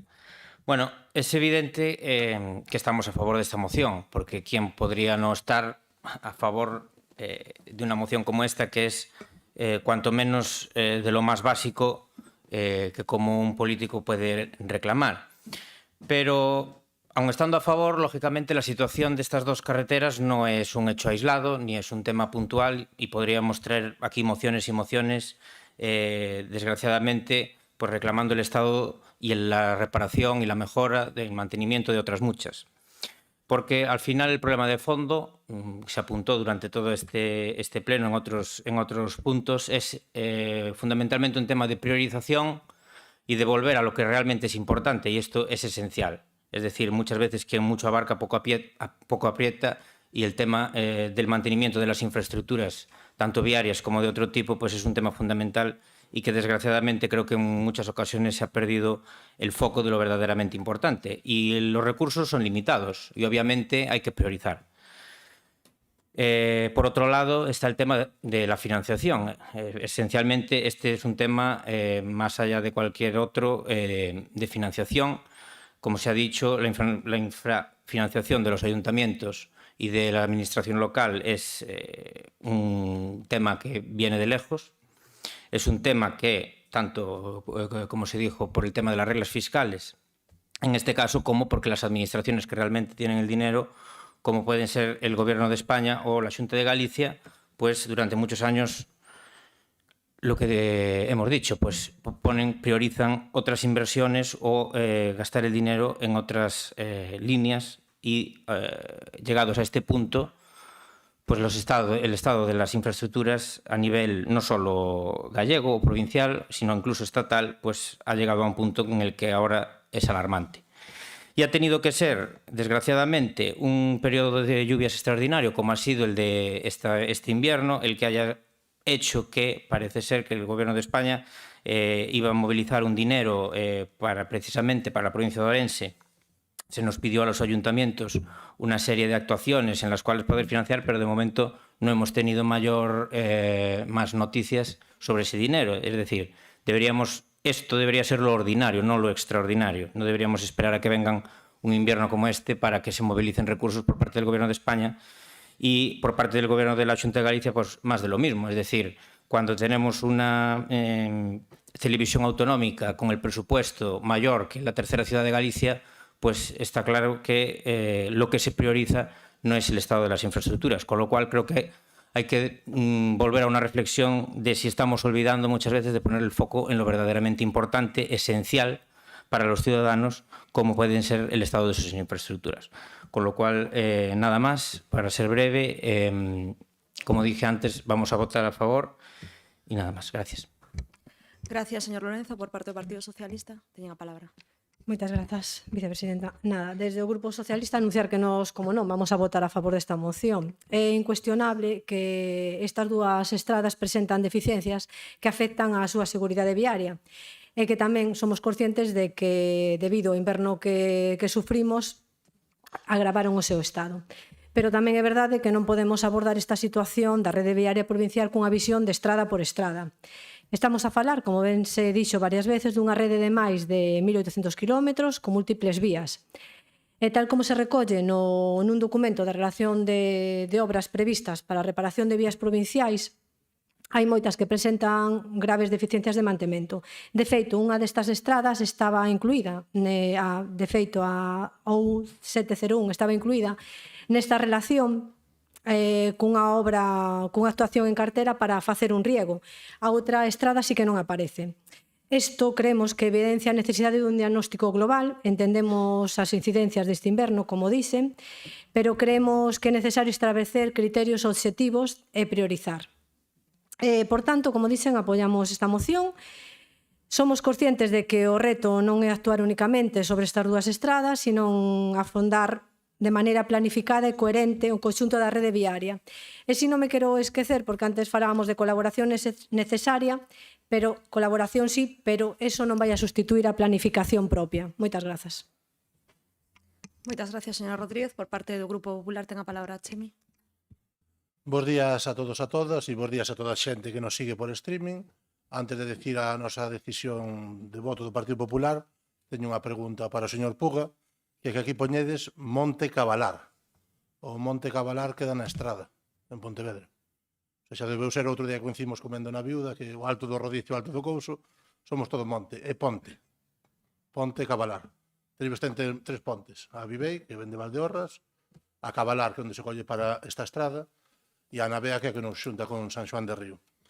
Entón, nada, eu cando entrei de diputado provincial, o primeiro que fixen é ir ver a rede de estradas, e se nota que nadie daqui pasa por ali, porque non foi cosa deste inverno, non foi cosa dos incendios, esa estrada leva moitísimos anos sendo tercermundista, non. O seguinte, o primeiro que me pediu o señor Flaminio de Manzaneda é que a ilusión da súa vida era que antes de morrer quería ver a estrada arreglada. E neso levamos dende a Diputación de Ourense facendo inversións nestas dúas estradas dende este mandato. Entonces, simplemente por dar datos, os primeiros 6,2 kilómetros da A76 son 131,7 millóns de euros. O presuposto da Diputación de Ourense son 110 millóns de euros. Estas dúas estradas son 38,2 kilómetros. Pois xa veredes o que vale. Na OU908, a que vai de Viana a Vilariño, neste mandato xa se fixo e xa se executou a sinalización horizontal, que a seguridade tamén é moi importante, e a instalación de sistemas de contención nas pontes sobre o encoro do Bao, porque sabemos que toda esta zona, e aparte agora cos arrastres que hai, o tema dos muros de contención nunha zona montañosa pois é bastante complicado. E a segunda, a que vai da Ponte Cavalar, non do Monte Cavalar, hacia Vilariño de Conso, pois o que xa se fixo de momento foi a mellora da sinalización horizontal, a reconstrucción de muros e o arreglo, o que dices tú, dende a Ponte Cavalar ata Sobrado, de 188.363,49 euros, que para min debería haberse feito un aglomerado e non riego. O sea, xa ampliouse a carretera, pero ainda se pode mellorar máis. E agora mesmo está xa adxudicado un doble bacheado para esta vía de 159.530,37 euros e tamén outros muros de contención na zona de Vilariño de 29.775,53 euros. E outra das principais obras que vai a facer, sacouse a licitación facer o proxecto da ponte que une Sobrado con Manzaneda e son que se vai sacar a licitación 650.022,21 euros. Si vas hacia Manzaneda, que tes dúas entradas, ou pola encomenda ou por esta vía, e ves que a entrada de Manzaneda ten unha estrada boa menos de medio kilómetro que fixo Don Gabino en paz descanse, o asunto é que esa estrada tiene que estar así para todas as vías. E como quedan 5 minutos, e tiña aquí para a segunda intervención un par de cousas, xa as digo agora, porque o noso voto vai a ser sí, e vai a ser sí a todas as cousas que melloren as infraestructuras. E falabas antes de que hai unha baixa actividade económica. Non sei como ainda non vos puxetedes en contra do proxecto Conso 2 de Iberdrola, que vai traer 3.000 traballadores á comarca. Máis, bueno. Son 1.500 millóns de euros de inversión, estaba vendo, e nos van a convertir na batería verde do noroeste do Estado. Entonces, non sei como ainda estades en contra, entonces este creo que é o momento para pedir unha financiación a outras administracións e arreglar un lugar por onde van pasar centos e centos de camións a diario durante bastantes anos. Entonces, xuntámonos onte varios alcaldes, e obviamente paso por esa estrada bastante a menudo, e falamos de 6 puntos. O primeiro é a igualdade territorial, debemos ter as mesmas oportunidades tanto os que viven na costa como os que vivimos no interior. Segundo, a mobilidade e a cohesión territorial. Por seguridade, estas estradas deben ser melloradas. Débese vertebrar un eixe interior que una dende a A52 na Gudiña a Nacional 120 ou a futura A76 na zona de Quiroga. Logo, a estación de montaña de Manzaneda, que sabemos os accesos que ten, sobre todo pola zona de Vilariño e Manzaneda. Despois, outra das cousas que igual vos gusta o Bloque Nacionalista Galego é que non sei se conocedes a Nacional 2 en Portugal, que venden de Faro ata Chaves. Non podemos meter a Nacional 2 por Galicia, pero sí ampliar esa estrada turística e que chegue ata Mariña Lucense e que ao chegar a Chaves a xente poda seguir cara arriba, subindo hacia Verín, hacia Gudiña, Viana, Vilariño, Manzaneda, Tribes, San Xoán de Río e Quiroga, para enganchar ali. Despois, a Porta de Galicia, que é a Gudiña, que debería ter moito máis frecuencia de trens, tamén nos vai dar o acceso a Ribeira Sacra. Polo tanto, tamén é o acceso natural a Ribeira Sacra para todo o mundo que ven no AVE ata Gudiña ou pola A52. E a última é a oportunidade que a obra de Iberdrola de 1.500 millóns de euros, que se chama Conso 2 e que, xa vos dixen antes, nos pode permitir transformar esta vía con a axuda de outras administracións. Por eso todo, a alcaldesa de Vilariño de Conso, Melisa, vai liderar o Pacto de Conso e vanse xuntar todos os que estemos de acordo neso en facer unha agrupación dos alcaldes dali para pedir en todas as administracións a mellora deste eixo do interior da provincia de Ourense. E eso, simplemente repetir que vamos a votar a favor e todo o que haya de infraestructuras boas para o noso territorio vamos a votar sempre sí. Moitas gracias. Bueno, vamos co segundo turno, non? O segundo turno, Xosé Manuel Puga. Bueno, pois estupendamente.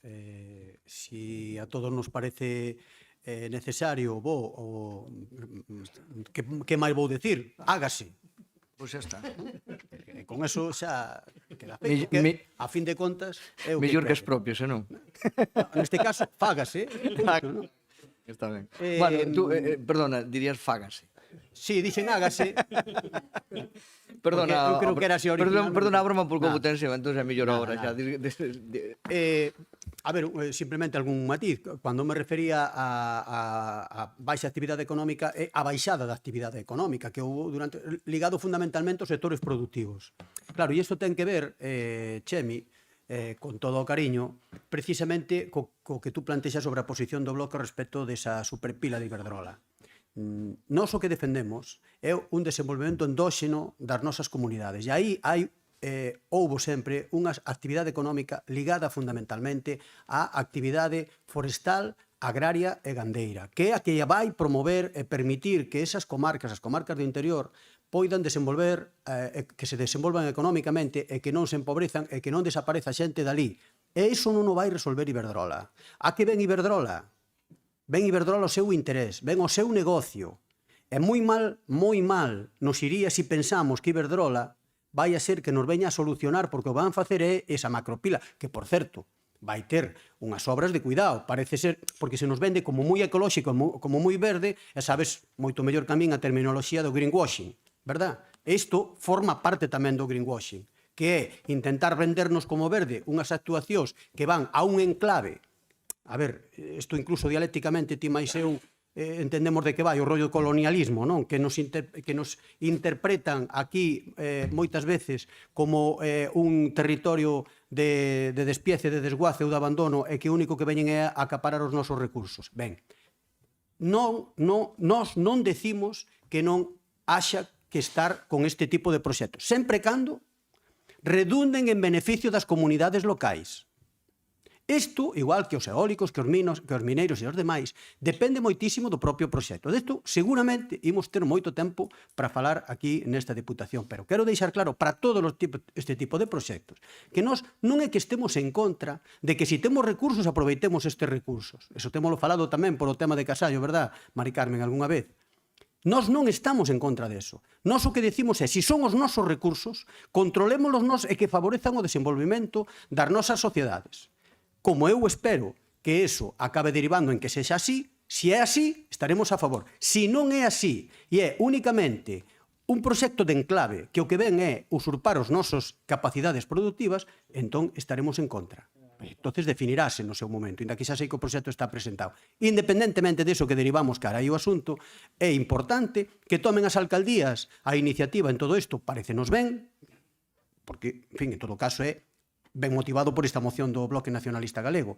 Xa dixemos desde o primeiro momento que sabemos que os recursos son os que son, que isto non é infinito, e nos pensamos que, efectivamente, tamén o decía Fran, hai outras partes que necesitan tamén de investimentos nas vías, é evidente. Pero ti mesmo deche máis argumentos, incluso que a min, da necesidade de que esta zona, este territorio, non se quede fora, precisamente porque vertebra moito máis. É dicir, que esta vía, que xa, se xa se fixe unha reforma do trazado, por que non se acaba de facer por ese trazado unha capa de rodadura que preserve tamén a seguridade, como decía Xosé Carlos antes, e que ao mesmo tempo permee a comunicación entre toda a vosa comarca, a comarca desde San Xoán do Río Estribes, incluso coa Meseta ou con Portugal, e ca Ribeira Sacra, por suposto.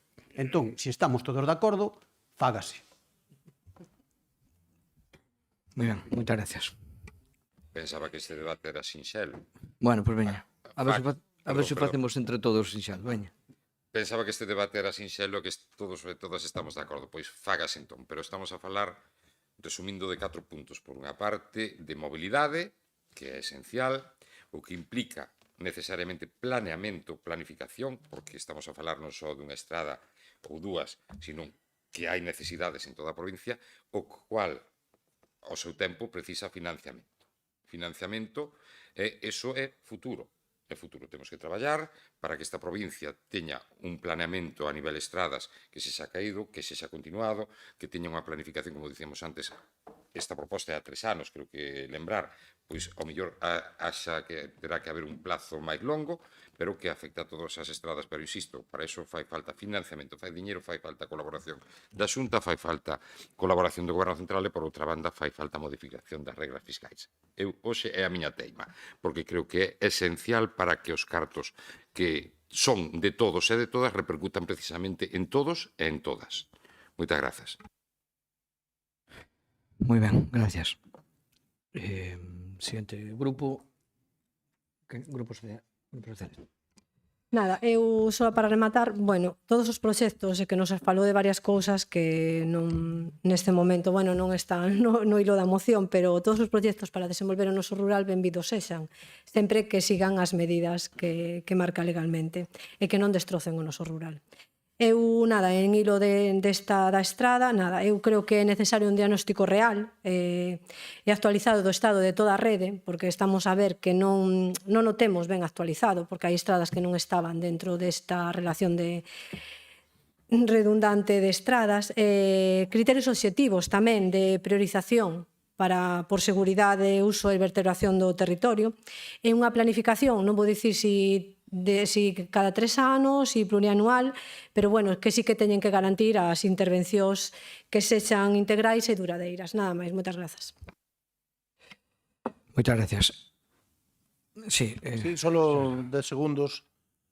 Obviamente, Puga, dixen antes que a oportunidade da obra de Iberdrola. Obviamente, Iberdrola non nos ven a solucionar nada e, de momento, neste país, as empresas o que queren é gañar cartos. Igual nos países que defende vostede, non, pero Iberdrola ven ali por o seu interese propio. O que digo que hai a oportunidade de que se vai facer esta macroobra e, polo tanto, vai haber unha cantidad brutal de transportes por ali, sobre todo en camión. Hai outra obra que xa se fixo na cuenca del Júcar, que é similar a esta, un poquinho máis pequena, e temos as cifras de todo o que se fixo. Polo tanto, é o momento de xuntarse e de pedir ás administracións superiores fondos para mellorar eso. Simplemente eso. Moi ben. Último turno. Non, é simplemente unha cuestión que efectivamente relacionamos o consciente co de Monte Cavalar, sí? Porque iso fora un proxecto moi interesante na estrada, que por desgracia despois acabou finiquitando, ainda finiquitou, me parece que fai uns meses, do uso multifuncional do monte. E era Monte Cavalar, traicionou moi consciente, pero efectivamente ten razón, é ponte. Moi ben, non hai máis intervencións, por lo tanto, creo que estamos aquí todos de acordo, non hai problema, vamos a votar, vale? Parecelles? Votamos? Favor? Vale. Gracias. Queda aprobada. Vamos co punto 11, que é a moción do Grupo Socialista para a mellora da atención sanitaria das persoas afectadas pola silicose na comarca de Valdeorras. Sí, Xereza. Sí, gracias, señor presidente. Tiña que intervir o presidente da Silival, pero non sei se lle prepararon o micro para intervir. Penso que sí. Bueno, se non deixo yo o meu sitio, a min dame o... Vale.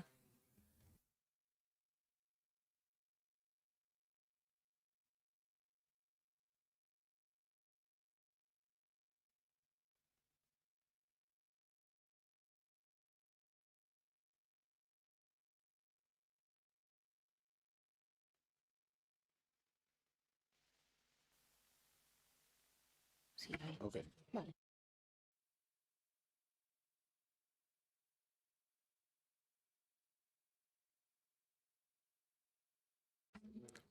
Mire, vamos a ver, vamos a dar a palabra no turno, pero antes tense que identificar con nome, apelidos e cargo. Sí. Para que o secretario tome nota. Sí. Chámome José Rodríguez Pérez. José Rodríguez Pérez, presido a Silival, Asociación de Silicosis de Valdeorras. Moi ben. Vale. Ten vostede a palabra por tema. Vale, moitas gracias. Bueno, bons días, señoras, señores deputados. Como primeira cuestión por nosa parte está a de manifestar o agradecemento de a Silival o pleno desta Diputación. Gracias, señor presidente, señoras e señores deputados e deputados, por permitirnos expoñer a nosa problemática de saúde. Dende a Silival creemos que algo tan importante como a defensa da saúde da cidadanía A mellora da saúde pública ou a mellora da calidade da vida en xeral non debería ser unha opción liderada por ninguna organización política, senón que debería aparecer como un proxecto común de todas as organizacións presentes nesta institución, polo que xa de tamén pedimos o seu apoio. A silicose é unha enfermedade pulmonar crónica causada pola inhalación prolongada de polvo de sílice cristalina. Está englobada dentro das pneumoconiosis xunto a outras como a ventosa, a tancose ou a siderose. Para ser diagnosticada precisa dun diagnóstico de pneumopatía intersticial difusa xunto cunha historia laboral de exposición, máis un patrón radiolóxico, a exclusión de outras patologías que expliquen os signos e síntomas das persoas afectadas. Pero non imos a falar de patrons radiolóxicos, de radiografías de tórax, con consolidación bilaterais, opacidade de vidro delustrado, nin de respostas fibróticas na parenquima pulmonar. Nós, estas definicións, lémolas, podemos entendelas ou pedir que nos las expliquen. O que si non precisamos que nos expliquen e o que si sabemos e coñecemos de primeira man con toda a dureza do proceso é que non podemos respirar. A vida cada día é máis complicada. Cada día se nos fai máis difícil a realización das actividades básicas da vida diaria.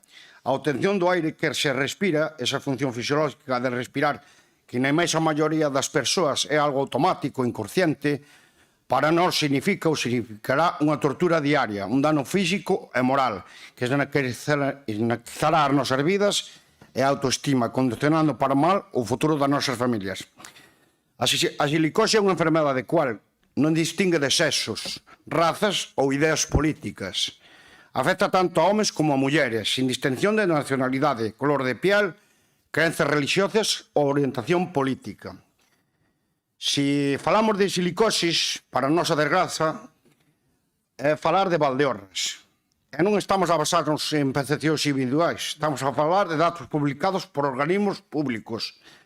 Se collemos os datos anuais de incidencia, novos casos de silicosis, publicados polo Instituto Nacional de Silicosis ao longo dos anos 2012 ou 2024, vemos que a maior parte deses casos proceden de Galicia.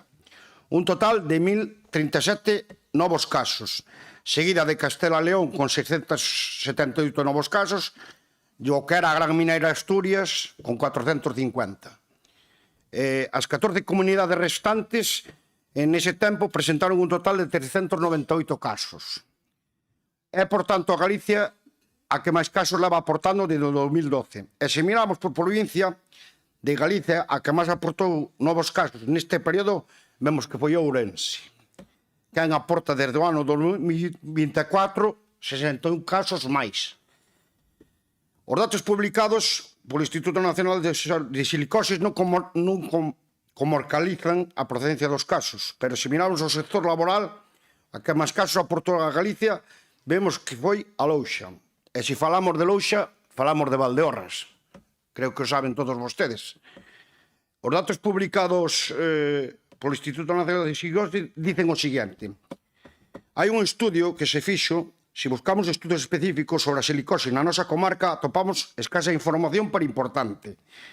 O 2 de decembro de 2022 publicase un traballo realizado polos doctores Ricardo Martín Díaz e Gerardo Palmeiro Fernández, titulado Características de los pacientes con silicosis dos concellos de Valdeorras, Ourense, España, evaluación de satisfacción en el proceso patológico e estado respiratorio actual.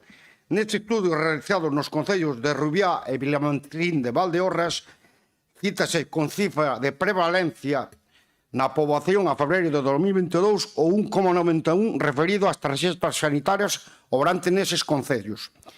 Cifra próxima ao 2,1 referido como media galega nos estudios de rego e colaboradores no ano 2001, referido a traballadores do sector especificamente. Existe no estudo de Ricardo Martín Díaz e Gerardo Palmeiro Fernández unha aclaración de sesgo por diferencias entre censados e residentes e mobilidade xeográfica, advertíndose tamén un serio déficit de registros fiables. É dicir, nestes concellos que non son o epicentro da silicosis, tiñan no ano 2022 unha prevalencia poboacional casi tan grande como a media galega, referida aos traballadores dos sectores de risco no ano 2001. descriptivo de coste transversal en todos os cupos médicos existentes en diferentes concellos do distrito, priorizándose os concellos de Carballeda por ser o epicentro da silicose na comarca, o Barco pola súa relevancia demográfica, Rubiá e Vilamartín de Valdeorras por xa ter estudos descriptivos transversais publicados no ano 2022.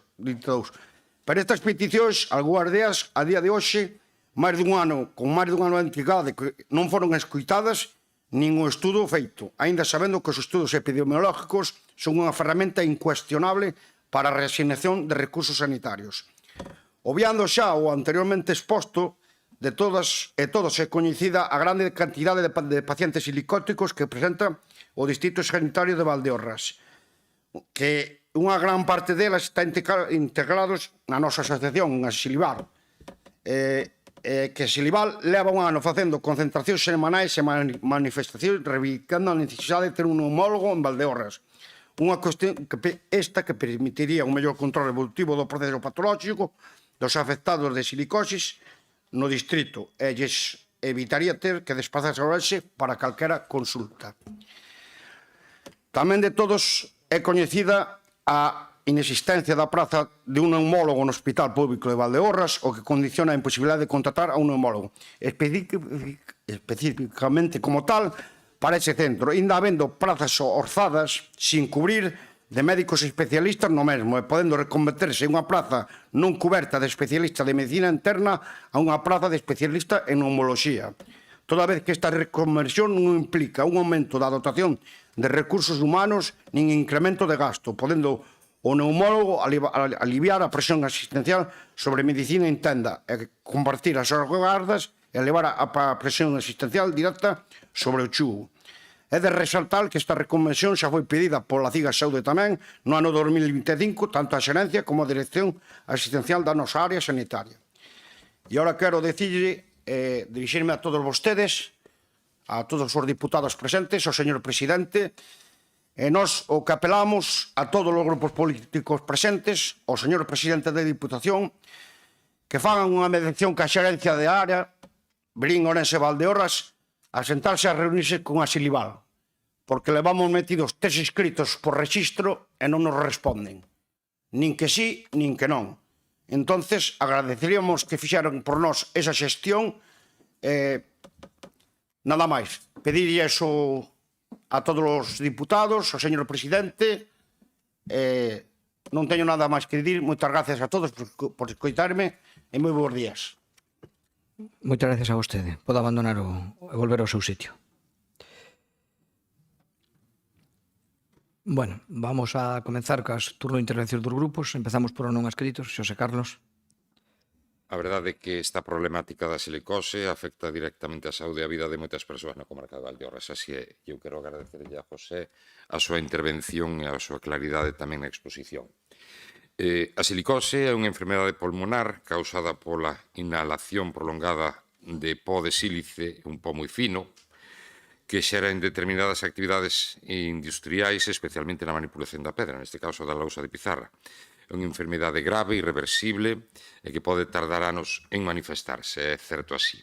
De feito, ten un período de latencia que pode situarse entre os 12 e os 15 anos, o que explica que, ainda facendo as cousas ben a día de hoxe, sigan aparecendo casos durante moito tempo. Tamén é importante, é certo que non é, o que é moi importante, non trasladar unha imaxe estática ou inmóvil da situación, xa que nos últimos anos se dieron pasos relevantes, especialmente por parte da Xunta de Galicia en colaboración co propio sector da lousa e cos axentes implicados.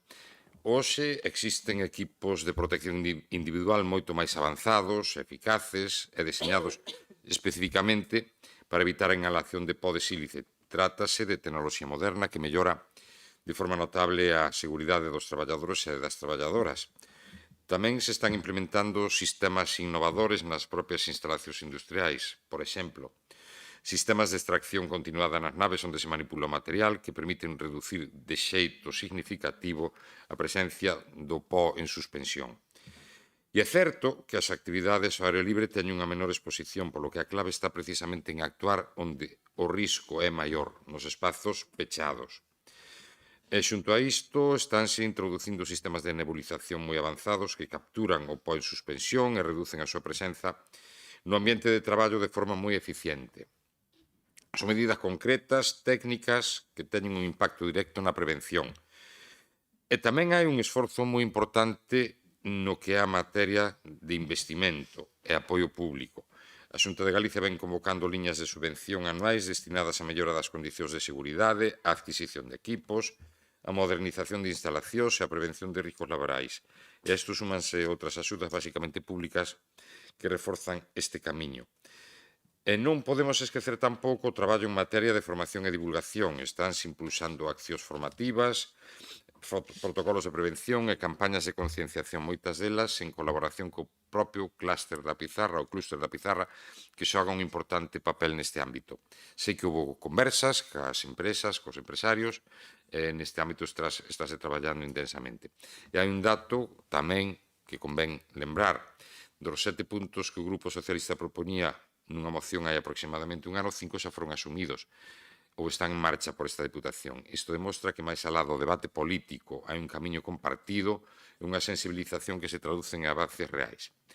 E iso non significa que en ningún caso este esta problemática resolta. A silicose segue sendo unha realidade dura, moi dura, e seguirá habendo novos casos durante anos debido a ese período de latencia do que falaba antes. Por iso é fundamental manter o compromiso, reforzar as medidas, seguir traballando de xeito coordinado entre administracións, empresas e traballadores. En definitiva, estamos ante un reto complexo que require rigor, continuidade, responsabilidade. Hai avances, hai medidas en marcha e hai unha maior conciencia que hai uns anos, pero tamén hai que seguir mellorando. Moitas gracias. Moitas gracias. Bueno, turno de grupos. Deo. Muchas gracias, señor presidente. El año pasado, cuando se trajo, fue el 25 de abril, ¿no? Sí. Se trajo esta moción, nosotros la apoyamos, votamos que sí, creemos que es un tema realmente muy importante. La salud para mí, y creo que para toda la gente, es el tema más importante que hay. Me hubiera gustado que este tipo de mociones sean conjuntas y que estemos todos de acuerdo para ver si podemos hacer algo.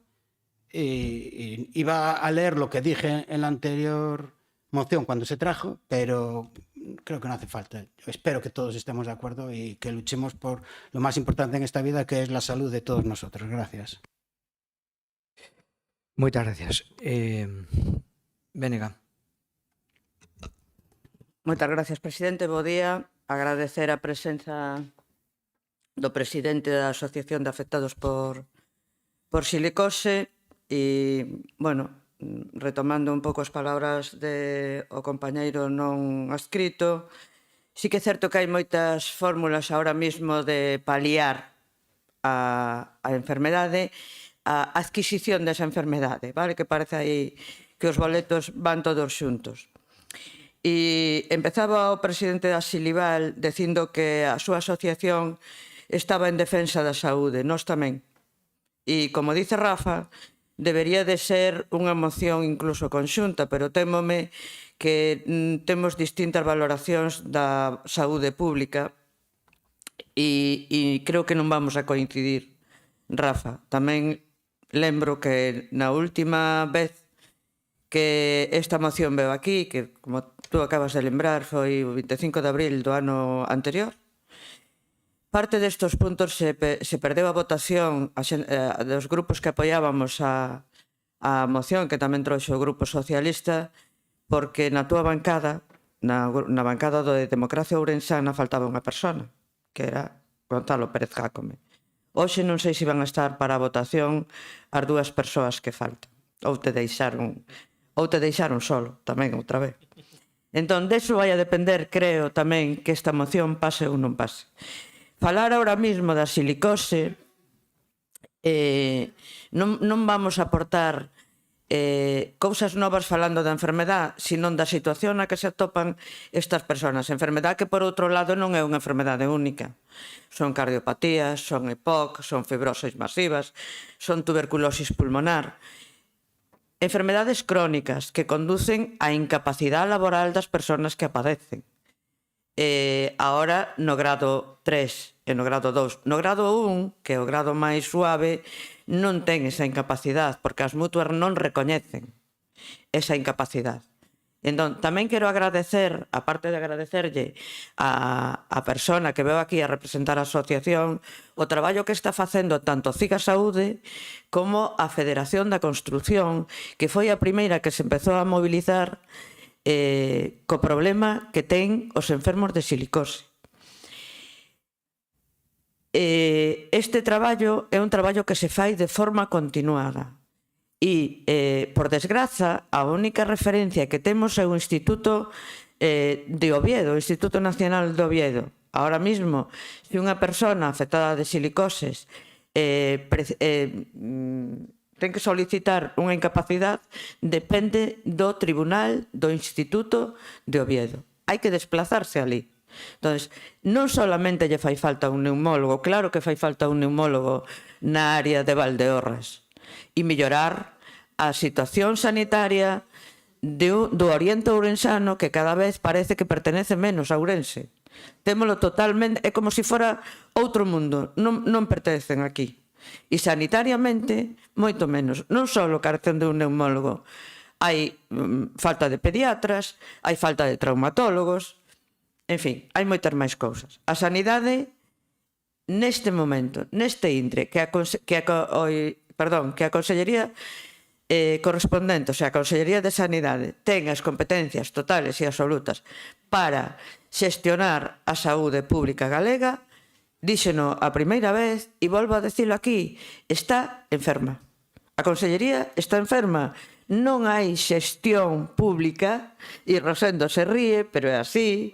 Cada vez hai menos xestión pública, cada vez hai máis privatizacións dentro das propias hospitais. Póñolle, por exemplo, o Hospital de Ourense, a Residencia de Ourense, que cada vez ten máis privatizacións de xeito encuberto. Póñolle exemplos, por exemplo, como a lavandeiría, que xa foi vai anos e anos, e levan os traxes a León, cando aquí non hai lavandeirías. Temos que desplazar todo a León. Os arquivos están privatizados.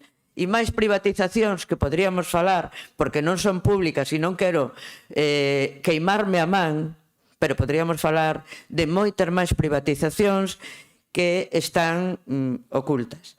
Entón, volvamos á área sanitaria do Barco de Valdeorras, da comarca de Valdeorras.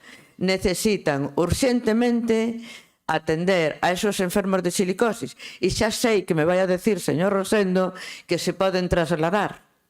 Vai usted por a Nacional 120 e faga unha viaxe cos enfermos, o sea, unha viaxe normal, nunha persoa normal en circunstancias normais. Que teñan que ser atendidos aquí os enfermos e enfermas de silicose, que ditos os datos do 2024 do Instituto Nacional de Oviedo aumentan en 94 persoas en toda Galiza, pero se lemos os datos con deteñemento, o 48 desas persoas son enfermos derivados da Pizarra, é dicir, da comarca de Valdeorras. E se revisamos datos, porque lles gustan, antes era Asturias quen tiña, lóxicamente, por a minería de carbón. Sabe cantos datos facilita Asturias? 45. 94 Galiza. 48, máis do 50% son de Ourense. E ese máis do 50% corresponde á comarca de Valdeorras.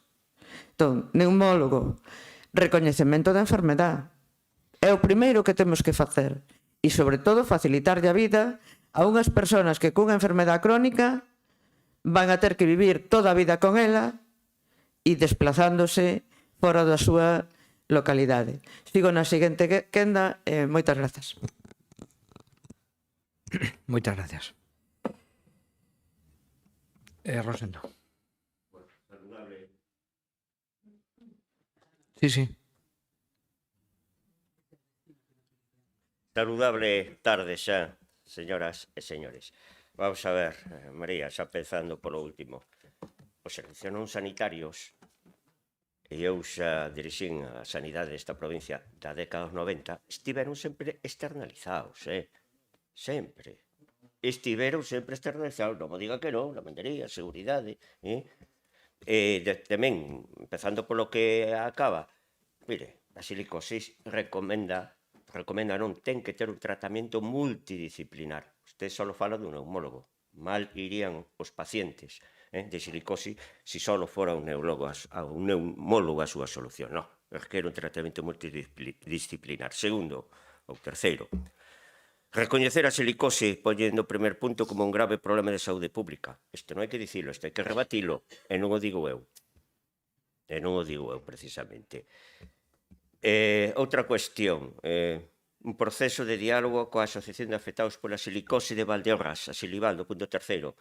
Hai outra asociación, a Asociación de Axuda aos Afectados de Silicose con visión de futuro mellor. Eu teño aquí a acta fundacional. Non sei por que se deixa esta. Nós temos falado con ela, con esta asociación, non é a única. E outra cuestión, xa que fala de Oviedo, mire, o conselleiro de Sanidade, hai moi pouco, hai uns días, cos representantes do clúster da Pizarra, que nós tamén falamos, o clúster da Pizarra, cas empresas, pois ante os representantes, o Sergas está realizando xa os estudos e os informes co objetivo de formalizar un convenio de colaboración co Instituto Nacional de Seguridade Social semellante ao que mantén esta entidade co Instituto Nacional de Oviedo. Por lo tanto, como vostede falou dese tema, pois que sepa desto que se está facendo os estudios e os informes correspondentes. Efectivamente, a inhalación de SCR pois causa silicosis. SCR, sílice cristalina respirable. Decía o representante de Seligal que non distingue de sexo ni de ningún tipo de distinción. Por suposto que non, pero en persoas expostas a sílice, a este tipo de sílice. E outra cuestión que xa deixei claro da Comisión. En sanidade, o que conta é a accesibilidade, non a proximidade, é a accesibilidade. E, por suposto, a calidade do servicio que se presta. E iso dicen os xestores, non o dice o Sergas, non o digo eu, nin o digo o Partido Popular. É accesibilidade. Grave problema de saúde pública, vamos a ver. A silicose de primeiro e segundo grado, xa se dixo algo aquí, non necesita unha vigilancia continuada por parte de un neumólogo, senón efectuar os recoñecementos pertinentes, os recoñecementos periódicos, xeralmente son anuais para observar a súa evolución. A silicose complicada, xa na última fase, a tercer grado necesita cuidados que só as unidades especializadas como as que hai nos hospitais provinciais a poden ofrecer. Isto hai que situalo ben. Na moción dicen que no ano 2023, e han repetido aquí, o sector da Pizarra xerou 56 novos casos de silicose e no ano 2024 61 novos casos, según datos do INS, do Instituto Nacional de Silicosis. No ano 2023 temos esta casuística, 44 novos casos, e no 2024 60 novos casos. Non o que di o escrito. Pero, bueno, son cuestión de cifras que dicen que hai tres tipos de mentiras. A bandita mentiras estadísticas. E máis, os datos que contan na moción están basados nos informes anuais do INS, pero o propio Instituto Nacional de Silicose di, leo textualmente, por eso lo leo en castellano. Los datos presentados corresponden exclusivamente a los casos diagnosticados directamente por el INS, ya sea directamente por el INS, ya sea mediante conocimientos realizados en sus instalaciones o a través de valoraciones de expedientes remitidos. É dicir, os datos do Instituto Nacional de Silicose non reflexan a realidade do diagnóstico de silicose en España, xa que prácticamente só van a efectuar recoñecementos médicos os traballadores de Asturias, de Castilla e León e de Galicia. Por iso nos dá a impresión de que só estas tres comunidades autónomas xeran silicose e non é así. Proposta de creación dunha unidade especializada de enfermedades pulmonares. Pois isto hai que justificalo, non é dicir que o queremos, hai que ter unha justificación. E, polo tanto, o Servicio Galego de Saúde, o Sergas, está defendendo o modelo actual de neumoloxía desprazada. E isto é así, está dando os seus froitos. Mire, os datos de actividade asistencial, que eu creo que isto nos interesa moito. Amosan unha realidade. Nos 3 primeiros meses de 2026, o Servicio de Neumoloxía atendeu directamente no Hospital de Valdeorras a 197 pacientes, dos que 67 foron primeiras consultas e 130 foron revisións. Dende a posta en marcha desta actividade o ano pasado, foron asistidos 458 os pacientes atendidos directamente no Hospital de Valdeorras. E no caso específico de silicose, a asistencia organízase cun dobre circuito. Atención directa en Valdeorras para a maior parte dos casos e derivación á consulta de silicose grave ao Hospital Universitario de Ourense. En este contexto, mire vostede, entre xaneiro e marzo de 2026, 3 meses, 90 días, quite ya febreiro un día, só 14 pacientes con silicose do Distrito Sanitario de Valdeorras tiveron que desplazarse a Ourense. 14. Polo tanto, hai que ter en conta, ademais, que a silicose non responde, como lle dixen ao principio, a un patrón único, senón que é unha enfermedade complexa do grupo das enfermedades pulmonares, que se dixo aquí, intersticiales, de origen ocupacional, e que ten, ademais, unha elevada variabilidade na afectación e na evolución clínica.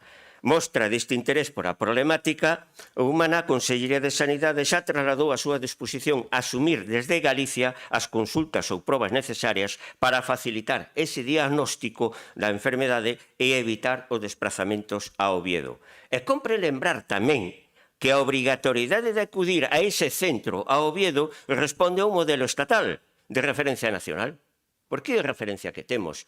A de Oviedo. Polo tanto, trátase dun esquema alleo ao que se pon moitas veces que só ten que ser a sanidade galega, cando aquí hai tamén un mandato de que hai que trasladar a Oviedo e tamén para esos casos que dixo vostede. En consecuencia, non admito de verdade a falta de atención sanitaria ás persoas diagnosticadas de silicose en Valdeorras. Non é verdade que hai falta de atención. O modelo asistencial está en funcionamento cunha actividade consolidada no hospital público. E, ademais, hai outra cuestión que non se di e que realmente é así. As persoas traballadoras que padecen silicose son diagnosticadas e reciben o tratamento por parte da mutualidade da súa empresa, como é preceptiva e manda saúde laboral. Por que é así? E que ten o deber de prestar esta asistencia sanitaria aos traballadores, tal como establece, digo, a normativa laboral. É verdad que unha vez que estes traballadores deixan de estar en activo, é o Sergas o que ten que atender co deber de atender, vaga a redundancia, aos pacientes que sufren a silicose.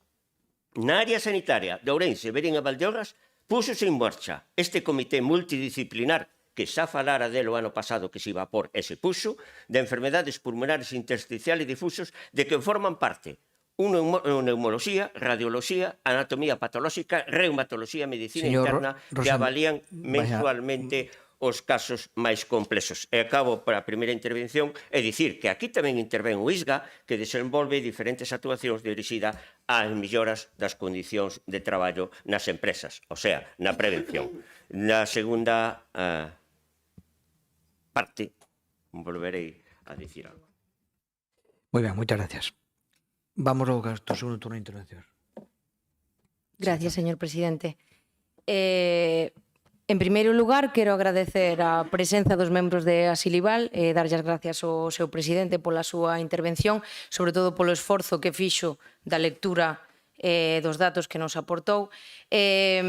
Antes de pasar a miña defensa, gustaríame deixar claras unhas cousas, porque esta moción trouxose fai un ano, volvese a traer precisamente con outro carácter, porque ninguén pon en dúbida nin os protocolos da Xunta de Galicia, o sea, a atención sanitaria está claro que está sendo a adecuada e de calidade. É verdad que non temos que confundir cercanía con calidade, eso é certo, pero por un pouco de dignidade, de humanidade cos traballadores, non cos traballadores, cos enfermos que xa non están en activo, si eles están demandando un neumólogo no Hospital Comarcal de Valdeorras pode haber unha plaza de neumólogo fixa, pois nós o que temos que facer é escoitalos e intentar axudalos, nada máis.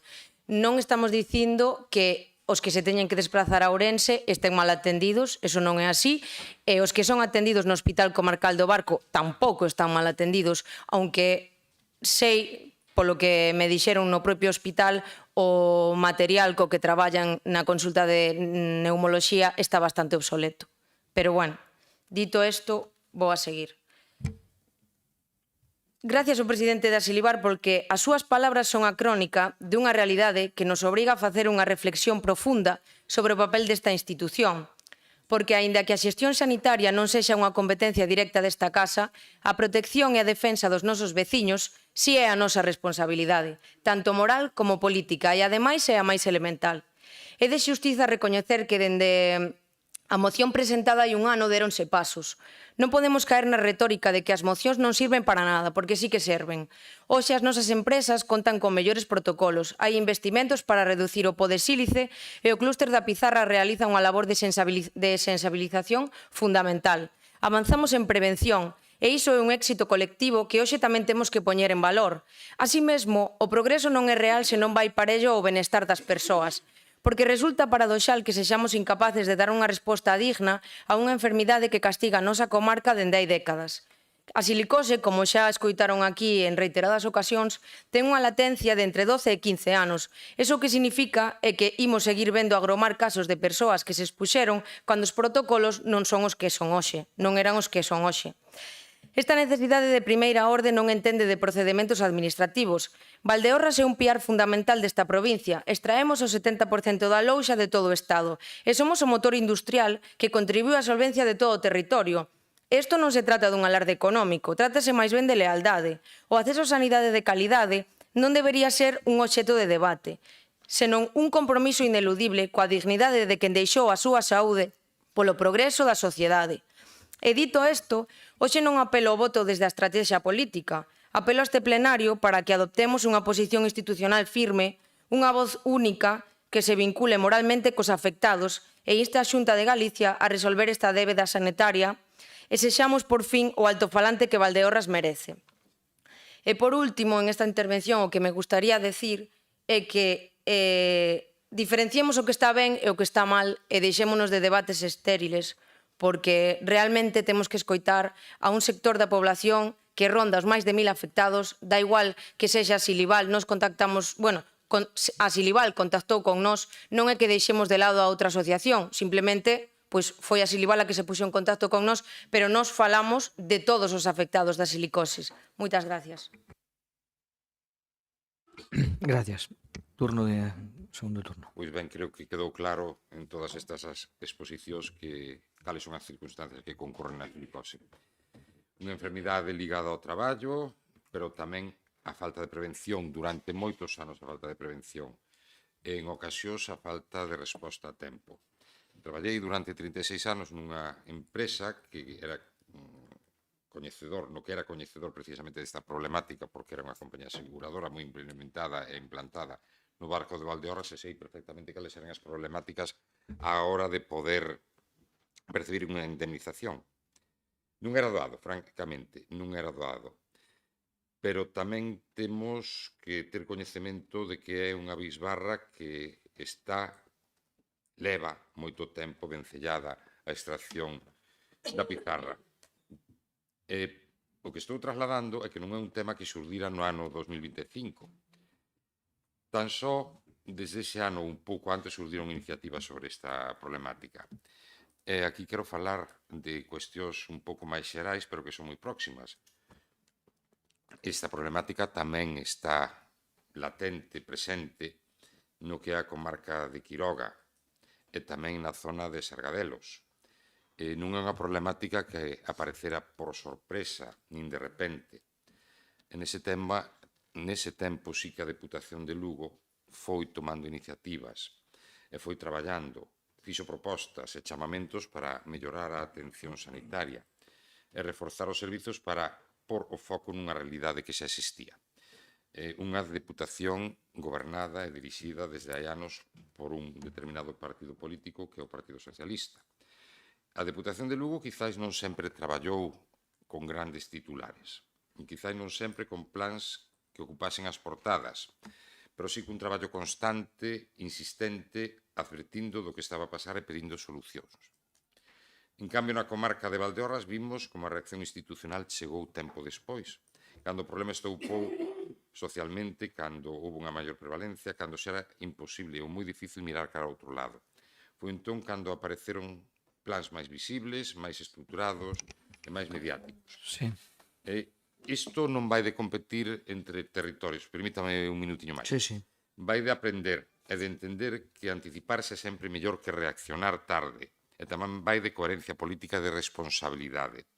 Porque cando falamos de silicose falamos de persoas, é certo, de traballadores que deron anos da súa vida e que agora necesitan respostas. E esas respostas teñen que chegar antes, non despois. Por iso hai que poñer en valor o traballo feito en Lugo, un traballo que sen ruído puxo o problema en riba da mesa antes de que fose un titular. E tamén hai que exixir que ese traballo se traduce en máis medios, máis prevención e maior atención sanitaria.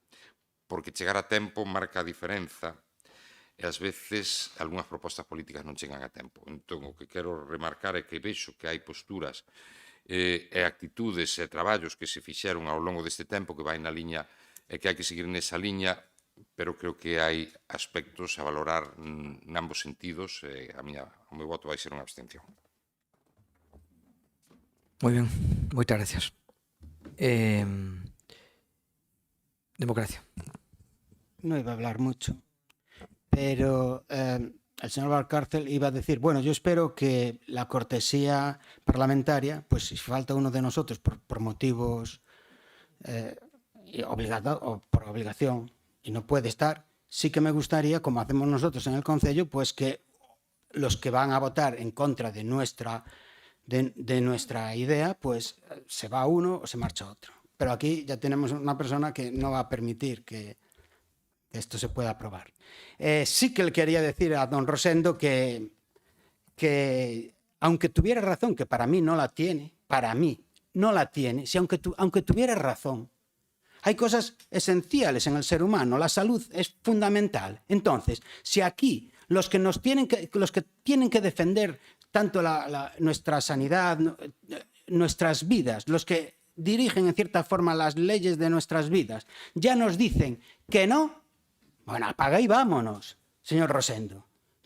Hay que defendernos a nosotros mismos, a la provincia de Ourense, porque la Xunta de Galicia lo más seguro es que diga que no, ya lo sabemos. El gobierno central va a decir que no, ya lo sabemos. Pero si aquí ya nos dicen que no, apaga y vámonos otra vez. ¿Vale? Entonces, estas mociones tienen que ser conjuntas y votar todos y luchar todos por lo mismo, porque nos viene a todos lo esencial de nosotros.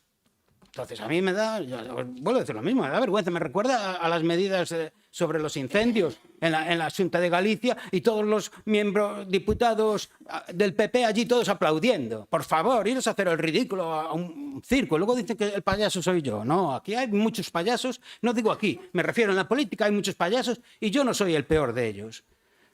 Y bueno, me da pena. Esto tenía que ser conjunto, pedirlo. Seguramente nos van a decir que no, como hacen continuamente, aunque el señor presidente diga que no estamos discriminados. En La Coruña se va a hacer un hospital de 400, casi 500 millones de euros. Aquí se hacen parches que se necesitan 55 y nos dan 35. Y así estamos. Porque si los que están aquí ya dicen que no, pues moitas gracias. Me voy al planeta Tierra. Moitas gracias. Ben. Seguimos. Moitas gracias. Antes de nada, porque creo que estaba claro, pero por si acaso, nós non estamos criticando nin a traballadores nin a traballadoras do sistema público de saúde galego. Ao contrario, estamos, vou decir, hasta a veces impresionados e impresionadas do traballo que fan nas condicións nas que traballan. Eso quede claro e vaya por adiante. Defensa total de os traballadores e traballadoras dos Sergas. Dito isto, antes de que poda rebatirme, Rosendo, en Lavandeiría, por exemplo, por pôr un exemplo, había traballadores públicos e logo se privatizou.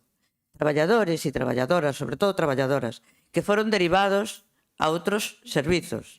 entre eles o grupo de celadores e celadoras, administración, entón non me diga que os servicios foron sempre externos, porque non é así. Non é así. Arquivo, máis de lo mismo. O sea, podríalle pôr mogollón de exemplos, pero non é o tema este. Estamos noutro tema e gustaríame centrarme nese tema que nos ocupa, que son os enfermos de silicosis, os afectados por silicosis.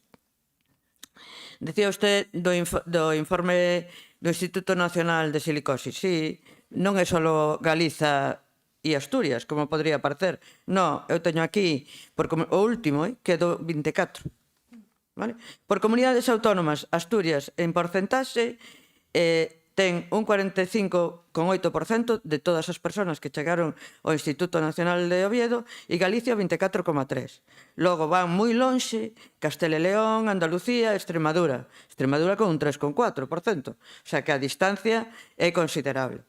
Por sectores, curiosamente, coinciden carbón en Asturias 32,6% e pizarra, afectados da pizarra. Entón, blanco e en botella, leite. O sea, temos claro que o noso principal problema dentro da provincia de Ourense con respecto aos enfermos de silicose é a zona de Valdeorras. Eso témolo claro. Entón, usted dice, nada, accesibilidade, todo eso que queda moi ben. E poden vir a Ourense. Claro, poden vir a Ourense. Pero que necesidade ten realmente de vir a Ourense cando podemos ter estrutura e infraestructura nos hospitales da comarca de Valdeorras para, e é certo o que este dice, que debería de ser un servicio multidisciplinar, pero bueno, aquí na moción que presento o PSOE fala de neumólogo, e a neumólogo nos vamos a referenciar. Evidentemente un neumólogo non é un paracaidista que vai a caer ali e poda arranxar o mundo. Necesita un servicio de neumoloxía. Lóxicamente, eso se dá por feito. Ninguén vai solo nun centro sanitario. Necesitamos de outras persoas. Desde o médico máis especialista hasta incluso un médico de familia na primaria. Necesitan equipo. Sin equipo non somos nada. Entón, está ben que dé datos e fale de accesibilidade. Sí, accesibilidade ten, volvo a decir o mismo. Des unha volta por o Nacional 120, faga o traslado desde Valdeorras a Ourense e xa verá o duro que é. Canto máis para un enfermo. Dice usted que non necesitan ir ao Oviedo para a diagnose. Sí, totalmente de acordo, non necesitan ir para a diagnose. Pero cando necesitan solucionar a súa condición de incapacidade, non hai outro instituto que lle acredite esa incapacidade. Ten que ir necesariamente a Oviedo. Entón, nós non fixemos emenda á moción do PSOE co fin de centrar na silicose e co fin de centrar nas súas peticións. Pero non estaría de máis, se dixe no principio, que na zona do Valcor de Valdeorras, na comarca de Valdeorras, existira un instituto similar ao de Oviedo. Por eso, e non fixemos emenda, xa lle digo, e xa lle transmito tamén ao Partido Socialista, para que non houbera ningunha modificación nesta moción. Entón, o noso voto está claro que vai a ser favorable á moción e de apoio totalmente aos enfermos de silicose. Nada máis, bo día. Moitas gracias. Siguiente. Sí. Vamos a ver, María. Servicios non sanitarios, non me tergiverse, non servicios sanitarios. Faleille de que están externalizados servicios non sanitarios. Vale? Eu cando vou ao médico, a un centro de saúde, ou un hospital, non vou á lavandería, con moi importante que sea. De acordo? Ves, se nos entendemos. En segundo lugar, efectivamente, é un motor industrial de Valdeorras gracias á lousa, claro que o é. É unha enfermedade profesional, pero aquí xa se quer ou se confunde enfermedade profesional con pública. Claro, do primer punto creo que é No primeiro punto dice o que dice, un problema de saúde pública e un problema de enfermedade profesional. Repito, e que quede ben claro, efectivamente, hoxe por hoxe non hai un neumólogo ali instalado, pero hai neumoloxía desplazada para atender os pacientes do Hospital de Barco do Valdeorras. Hai neumólogo. Os pacientes que necesitan vir a Ourense foron 14 en 3 meses. 14 en 3 meses. Porque pedín os datos.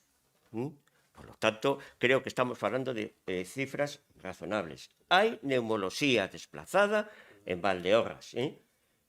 Señor Rafa, que nós non queremos e nombramos pola saúde, como non? O que pasa que vostede, sabendo que o tema sanitario sempre é un tema moi sensible, dice, non queren saúde. No, nosotros, lo que pasa, le voy a hablar en castellano, que bueno me entende en galego, tenemos otra forma de ver cómo se presta la atención, sabiendo que sí, que la accesibilidad en la prestación sanitaria y la calidad priman, independientemente que el neumólogo vaya de Madrid, vaya de Ourense, pero va a hacer su cometido a donde va. Y a mí lo que me importa es que vaya un neumólogo que esté bien formado y que dé una prestación de calidad, que es lo que está haciendo el Servicio Gallego de Salud. No sé. Que compre lembrar a obrigatoriedade de acudir a ese centro responde a un modelo de referencia estatal. Xa yo dixen na primeira miña intervención. Claro, pero xa se está facendo todo o posible para que non teñan que desplazarse a Oviedo. En resumo, o modelo asistencial que está funcionando hoxe, cunha actividade consolidada no Hospital Público de Valdeorras, é un seguimento especializado, con derivación solo dos casos de maior complexidade, creo que está dando o seu froito e, sobre todo, dende hai un ano que se puxo esa unidade multidisciplinar e, por eso, esas cuestións. E nunca debemos obviar que a mutualidade da empresa é quen ten o deber de prestar asistencia sanitaria aos traballadores como establece a normativa laboral. O que pasa que os traballadores, como todos os traballadores, cando se xubilan, entonces o Servicio Galego de Saúde o que toma a cuestión. Non me dé moitas cifras de Asturias, porque as cifras de Asturias, vou dicir por qué, son referidas ao centro de Oviedo, pero se minería en Asturias, que hai? Moi residual a minería en Asturias. Por suposto que o que vai ali son os que van, sobre todo, de estas tres comunidades das que lle falei antes, pero a realidade española é outro. Por iso estaba moi ben o apunte de Extremadura. E referidas contas ou unha última cuestión. Hai un servicio de neumoloxía que se pode completar máis ou se pode completar menos, que se pediu por parte da asociación aquí presente, efectivamente, e se está prestando do Hospital Comarcal de Valdeorras. Un servicio con un neumólogo ali. E o que tiña que ser desplazado por a complexividade, porque é multidisciplinar ben Ourense, viñeron dos 3 primeiros meses 14 pacientes. Creo que, en fin, non é para andar falando se a Nacional 120 está ben ou está mal. Sabemos que está mal, pero para moitas cousas. Non só para a sanidade, aunque a sanidade é o que debe primar. Nada máis e moitas gracias. Ok.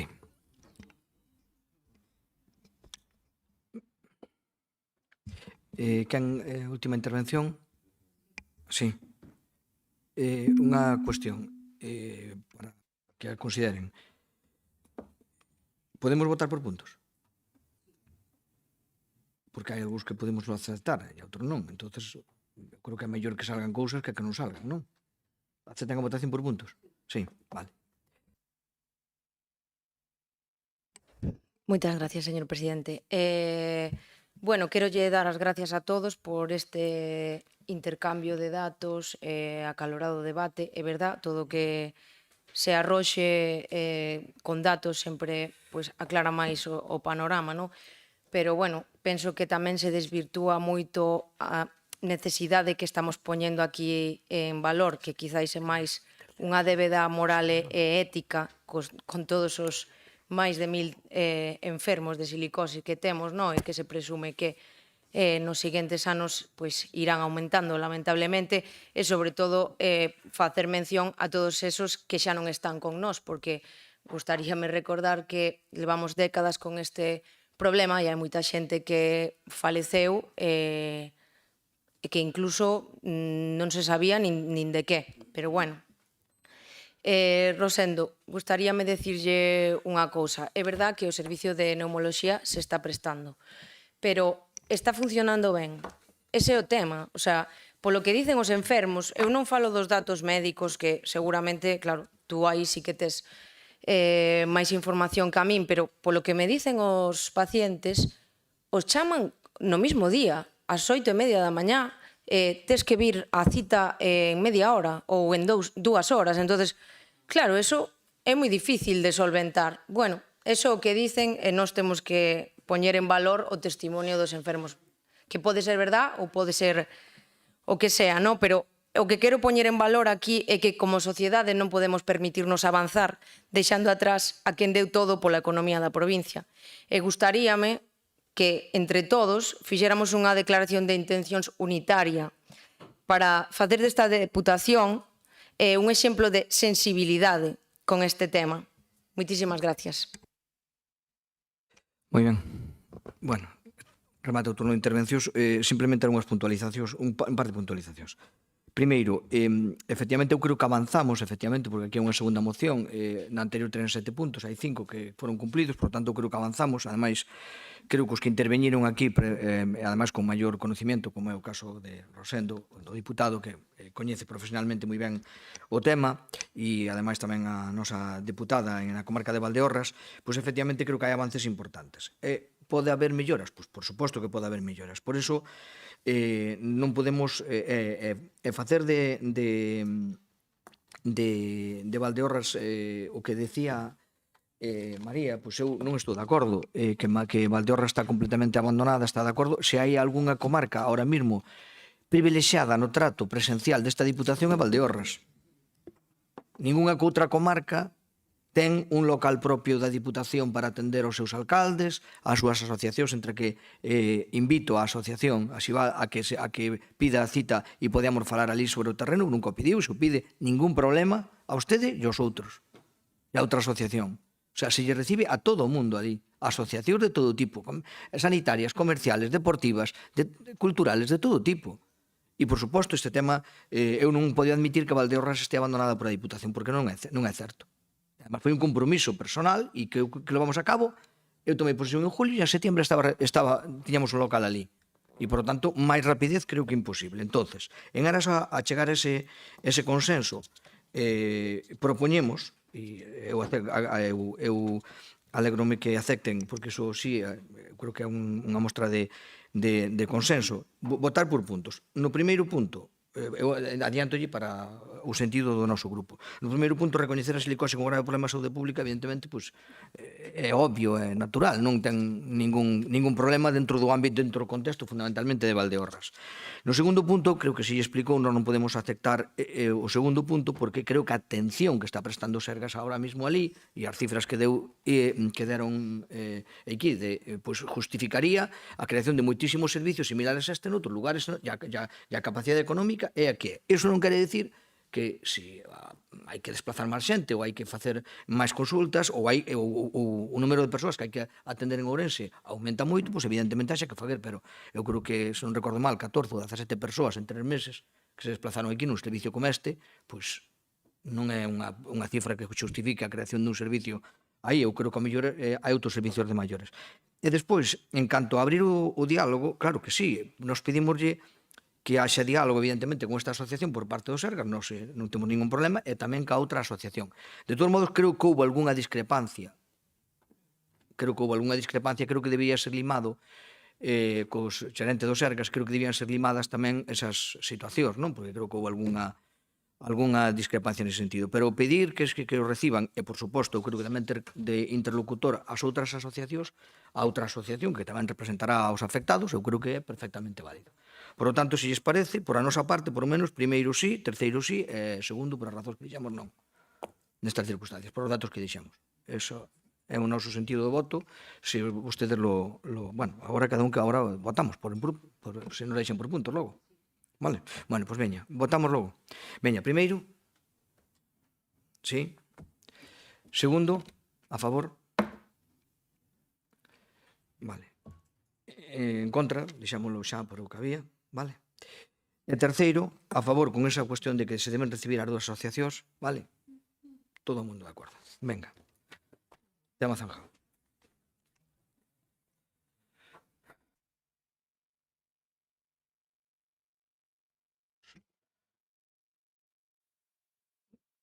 Por a última das mocións, que é a moción de democracia do Grupo Provincial de Democracia Nasana para a modificación da Lei 8/2019 de 23 de decembro de regulación e aproveitamento lúdico das augas termais. A ver se temos un debate sencillo, porque eu creo que hai acordo e, por lo tanto, non debe haber moito problema.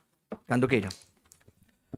Pues sí, espero que sea sencillo y rápido, porque aunque yo traía esta moción, más que nada fue la que más me trabajé.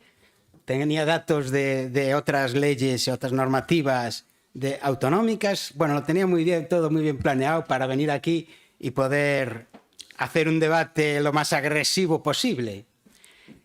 Pero el otro día, y cuando digo el otro día, que fue el martes, me llamó doña Patricia y me dijo, mira, nosotros hacemos una enmienda, a ver si te parece bien, y así podemos estar más o menos todos de acuerdo. Y me imagino que vamos a estar todos de acuerdo porque lo de cambiar y modificar la ley ya lo había llevado el bloque, ya lo había intentado el PSOE y lo intentaríamos nosotros todas las veces que hiciese falta y eso sería lo mejor de lo mejor, cambiarla.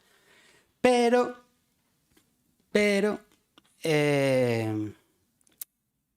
la enmienda que me pasó doña Patricia no es la que a mí me gusta. Yo no estoy en muchas cosas no estaría de acuerdo, me gustaría ser mucho más radical, pero también entiendo perfectamente que a veces no hay que pensar en uno mismo, sino que hay que pensar en el conjunto de la población de la provincia de Ourense. Y si yo vengo aquí, me chuleo, os doy caña y me pongo como un loco diciendo, veis, es que vosotros no sé qué, no sé cuánto, probablemente no serviría más que para mi puñetero ego, que no vale para nada, el ego. Y entonces, si ustedes aceptan, pues si ustedes y todos nosotros aceptamos esta enmienda, pues a lo mejor la Diputación tiene un 0,5% de que en la Xunta de Galicia le hagan caso. Entonces, no tengo ningún interés en debatirlo, estoy totalmente de acuerdo. Si ustedes quieren, hagan su trabajo. Yo acepto esta enmienda con la que no estoy de acuerdo, pero creo que se le puede sacar más partido que haciendo un debate aquí como locos. Y nada más. Ojalá sirva para algo todas estas... todo esto que hacemos aquí. Muchas gracias. Moitas gracias por aceptar a emenda creo que cada un podemos explicar a razón, que eu creo que todos estamos no fondo perfectamente de acordo. Así que venga, continuamos, grupo non escrito. Pois ben, agrádame a súa capacidade de empatía, don Rafael, porque ao final co diálogo avanzase bastante máis que coa diverxencia. Neste momento vexo que vostede ten esa capacidade de diálogo e de empatía para avanzar. Pois cando se fala de termalismo en Ourense, falase dunha das nosas grandes fortalezas, unha das grandes fortalezas desta provincia. Non só é unha cuestión de tradición, que tamén, por suposto, sino tamén de presente, pero sobre todo de futuro. E Ourense leva anos posicionándose como un referente neste ámbito. Somos, sin dúbida, unha das principais potencias termais, non só de Galicia, sino tamén a nivel estatal. E o que queremos chegar, creo eu, é pornos a nivel internacional, como xa mencionei noutra ocasión, as vilas e cidades como Carlsbad ou Carlo Vivari, mellor dito, que é como se chama agora, e Budapest. Pois ben, ese traballo, este lugar que ocupamos hoxe a nivel estatal non é unha casualidade tamén. É o resultado dun traballo continuado por parte das administracións, pero tamén do tecido local, dos concellos e da propia cidadanía. Agora ben, para que este potencial siga medrando, é fundamental que o marco normativo acompañe. E aquí é onde entra o debate sobre a Lei 8/2019, que regula o aproveitamento lúdico das augas termais en Galicia. E creo que todos e todas estaremos de acordo en que calquera normativa debe garantir a seguridade, a hixiene e o bo uso dos recursos. Ninguén debería cuestionar tal circunstancia, pero tamén é certo que en ocasións unha regulación excesiva pode acabar dificultando máis que axudando, especialmente cando falamos de pequenos concellos con recursos limitados. Moitos destes concellos ven no termalismo unha oportunidade real de desenvolvemento, pero tamén se atopan con requisitos técnicos e administrativos que non sempre son doados de cumprir, e iso pode frear proxectos, atrasar iniciativas ou directamente impedir que se poñan en marcha. Por iso parece razoable abrir un espazo de diálogo e reflexión, un diálogo no que estén presentes todas as administracións, a Xunta de Galicia, a Diputación e, por suposto, os concellos, porque son estes últimos os que coñecen de primeira man a realidade do territorio e as dificultades do día a día. Trátase, en definitiva, de buscar un equilibrio entre garantir a seguridade e facilitar o uso, entre protexer os recursos e permitir o seu aproveitamento, entre establecer normas claras e evitar cargas innecesarias. Nese sentido, calquera avance que permita simplificar procedementos, adaptar requisitos á realidade dos concellos e facer máis áxil a xestión dos espazos termais pode ser positivo, sempre que se manteñan os estándares básicos que todos compartimos. E hai algo que tamén debemos ter moi presente. Debe seguir Ourense sendo a capital termal de Galicia.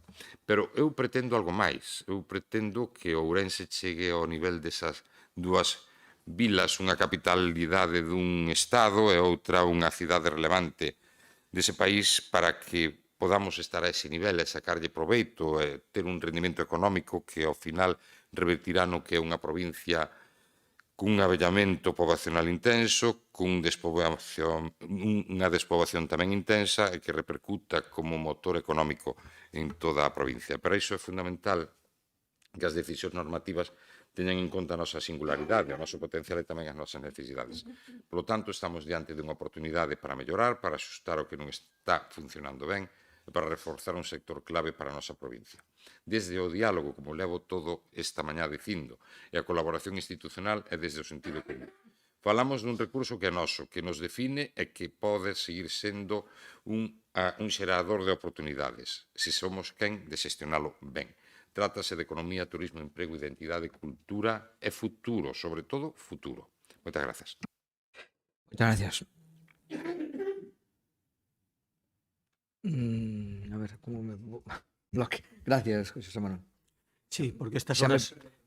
Sí, tamén, eu non sei se non terei unha baixada de azúcar tamén. Digo, vou vos pedir unha serie de declaracións ao Partido Popular e a Democracia Orensana con respecto á moción e á emenda. Eu non sei se casan moi ben, porque gustaríame que aclarara o Partido Popular se esta emenda é de modificación, de engádega, porque fala de modificación e sustituye entón a proposta de Democracia Orensana. Claro, pero modifica a totalidade, por tanto, vos asumides que en lugar de a vosas propostas, entón que nos quedamos Vale, perfecto, por iso digo, ben. Non, pero vou pedir máis explicacións, máis aclaracións. Esta lei é do 19, Bueno, efectivamente, nós xa no 19 fixemos unha emenda a totalidade de devolución, vamos, no Parlamento cando se tramitou, porque xa decíamos que iba a ser prexudicial e negativa para o termalismo galego, especialmente, moi especialmente pro de Ourense. Pero que daquelas no Concello de Ourense xa gobernaba Democracia Orensana. Isto, como non? No 19 non gobernaba a Democracia Orensana. Nomes de esta lei de finais. Bota contas. Sí, estaba des vos tamén. É dicir, estaba gobernando a Democracia Orensana co Partido Popular. Bueno, entón, aclaremos. Porque sigo pedindo aclaracións. Eu que son concelleiro tamén no Concello de Ourense, levo, pois eso, 3 anos, vai facer agora, teño escoitado reiteradas veces o señor alcalde eso de que el non cree no termalismo. É máis, que el non cree no modelo de termalismo, por exemplo, o que nós defendemos, que ven a ser un modelo de termalismo social e que teña en conta que aquí xa hai unha tradición termal, lúdico-termal, de uso gratuito dese termalismo. E a min o que me sorprende é que un dos vectores fundamentais da lei do Partido Popular de 2019, esta lei 8/2019, unha das cousas que fai na súa propia memoria económica é que dice, expuxo, que nin tan sequera iba a ter un custe económico porque o que se pretendía con eso era impulsar o termalismo privado, que é o que en teoría defendedes vos. Por iso pensei que, como hasta ahora non vos acordou a lei termal do 2019, pois estarán de acordo ca lei termal do Partido Popular. Por iso me sorprende que agora traigades, despois de votar 7 anos gobernando, unha moción pedindo que se cambie a lei esta. Pero non todo é culpa da lei. A ver, xa digo, levades gobernando 2 mandatos, 7 anos. A ver, teño aquí unha relación de como está a situación do termalismo en Ourense. Números redondos, está pechado o 50%. Das 7 zonas, hai 5 públicas, 2 privadas, as 2 privadas ahora están funcionando, que tardaron tamén por o incendio que xa sabemos todos. Está pechado o 50% do Outariz, 3 pozas pechadas. Da Burga de Canedo, 2 pozas pechadas, está pechada a cafetería. En Semana Santa abriu as pozas do Outariz en o 23, e dali unhos días xa as pecharon porque decían que non había caudal suficiente. Por lo tanto, temos pechado o 50% das zonas termais, por antonomasia, as de sempre, as que definen o noso modelo termal nesta cidade de Ourense. E xa non quero falar de que por que non se abre a piscina das Burgas. Non se abre a piscina das Burgas desde que se arranxou, non recordo se foi 1 ano e medio, non, Fran, saberás cando foi a data de entrega das obras e todo isto, non se abre simple e llanamente porque reconoce o señor alcalde de Ourense que non as quere abrir. E diredes vos agora, non, é que non aprobaste vos as taxas para poder abrir. Non, é que xa fixestedes así porque sabíades que eso non iba a ir adiante, que por tanto iba a seguir pechada, porque vos tedes outro modelo distinto ao respecto do termalismo. Con todo iso, benvidos, alegrámonos moito. E efectivamente, volvendo ao principio, teño que decir que nós, igual que no 19, dixemos que estábamos en contra desta lei, que fixemos aquela emenda á totalidade, na que plantexamos unha serie de cuestións con moitas emendas. Hai que decir tamén, é certo, que a parte da totalidade fixemos emendas parciais que foron aceptadas algunhas delas. Digo que me sorprende esta moción do Democracia Ourensana, pero tamén teño que decir que me sorprende a emenda do Partido Popular. E máis, eu voulle suxerir ás persoas que forman parte do grupo parlamentario do Bloque Nacionalista Galego no Parlamento Galego que collan esta mesma moción, ou perdón, esta mesma emenda, para presentala no Parlamento, porque ven a ser unha emenda tamén á lei, porque están admitindo que se proceda a revisión daqueles aspectos da norma que están a xerar dificultades, un pouco civilina a redacción, pero están a xerar dificultades de interpretación e de aplicación por parte dos concellos, especialmente nos relativos aos requisitos técnicos exigidos pro aproveitamento lúdico das actuais termas. Que é o que quere corrixir Democracia Ourensana e que nos levamos dicindo desde fai tempo. E que, por fin, con esta emenda, o Partido Popular admite que, en boa medida, axudou, contribuiu a cargarse o modelo de termalismo desta cidade. E o segundo punto, da que nós tamén nos alegramos, e por eso, evidentemente, imos apoiar a esta moción con emenda, dice que no proceso de revisión da citada norma se teña en consideración as achegas e a experiencia dos concellos e as diputacións que dispoñen de recursos termais susceptibles de seren destinados a aproveitamento lúdico co obxectivo de acadar unha regulación máis axustada á realidade do territorio e ás necesidades das administracións locais. Isto parecenos estupendísimo. Claro, porque están recoñecendo de que non se adaptou á realidade, nin se tiveron en conta as peculiaridades da nosa cidade, do termalismo que tiñamos aquí de toda a vida. Por lo tanto, benvidos, e como dixen antes, fágase. Nós tamén o imos votar, Moi ben. Bueno, agora pido vos axuda, que a estas alturas xa non sei como van ou a orden de tal. Vale, Diego, alalle. Ben, boa tarde a todos e a todas. Bueno, hai pouco tempo pois debatíamos aquí unha moción onde buscábamos pois poder avanzar no uso terapéutico das augas medicinais o cal pois, se repercutiría dunha forma moi positiva nesa estrategia da nosa provincia e, sobre todo, pois un avance importante para poder xerar recursos que podan voar os balnearios sós, non? Naquel momento, por certo, falábamos de Marita Soto, que foi unha das persoas de referencia neste eido, non só en Ourense, onde fixo un traballo excepcional, senón cun recoñecemento a nivel europeo, e falleceu hai poucos días unha persona pois, que dende logo, pois, estos avances que o Gallás houbera vivido, e dende logo, pois, todo o seu legado, espero que nos sirva a todos de axuda para poder lograr estos obxectivos. Naquel momento o Partido Socialista obviamente apoiaba tamén esta moción que presentaba o Partido Popular. Nós tamén xa tíamos traballado neste eido a través de conferencias, por exemplo, no caso do Carballiño da man do Centro de Estudios Chamos Solamas, apoiando pois, que se pudera que dentro da Administración atender esta petición. Nós, como é debido dentro da estrategia de provincia e do consenso que ten que reunir e do diálogo que ten que reunir estos avances, pois votamos a favor, entendendo de que era moi bo para a provincia.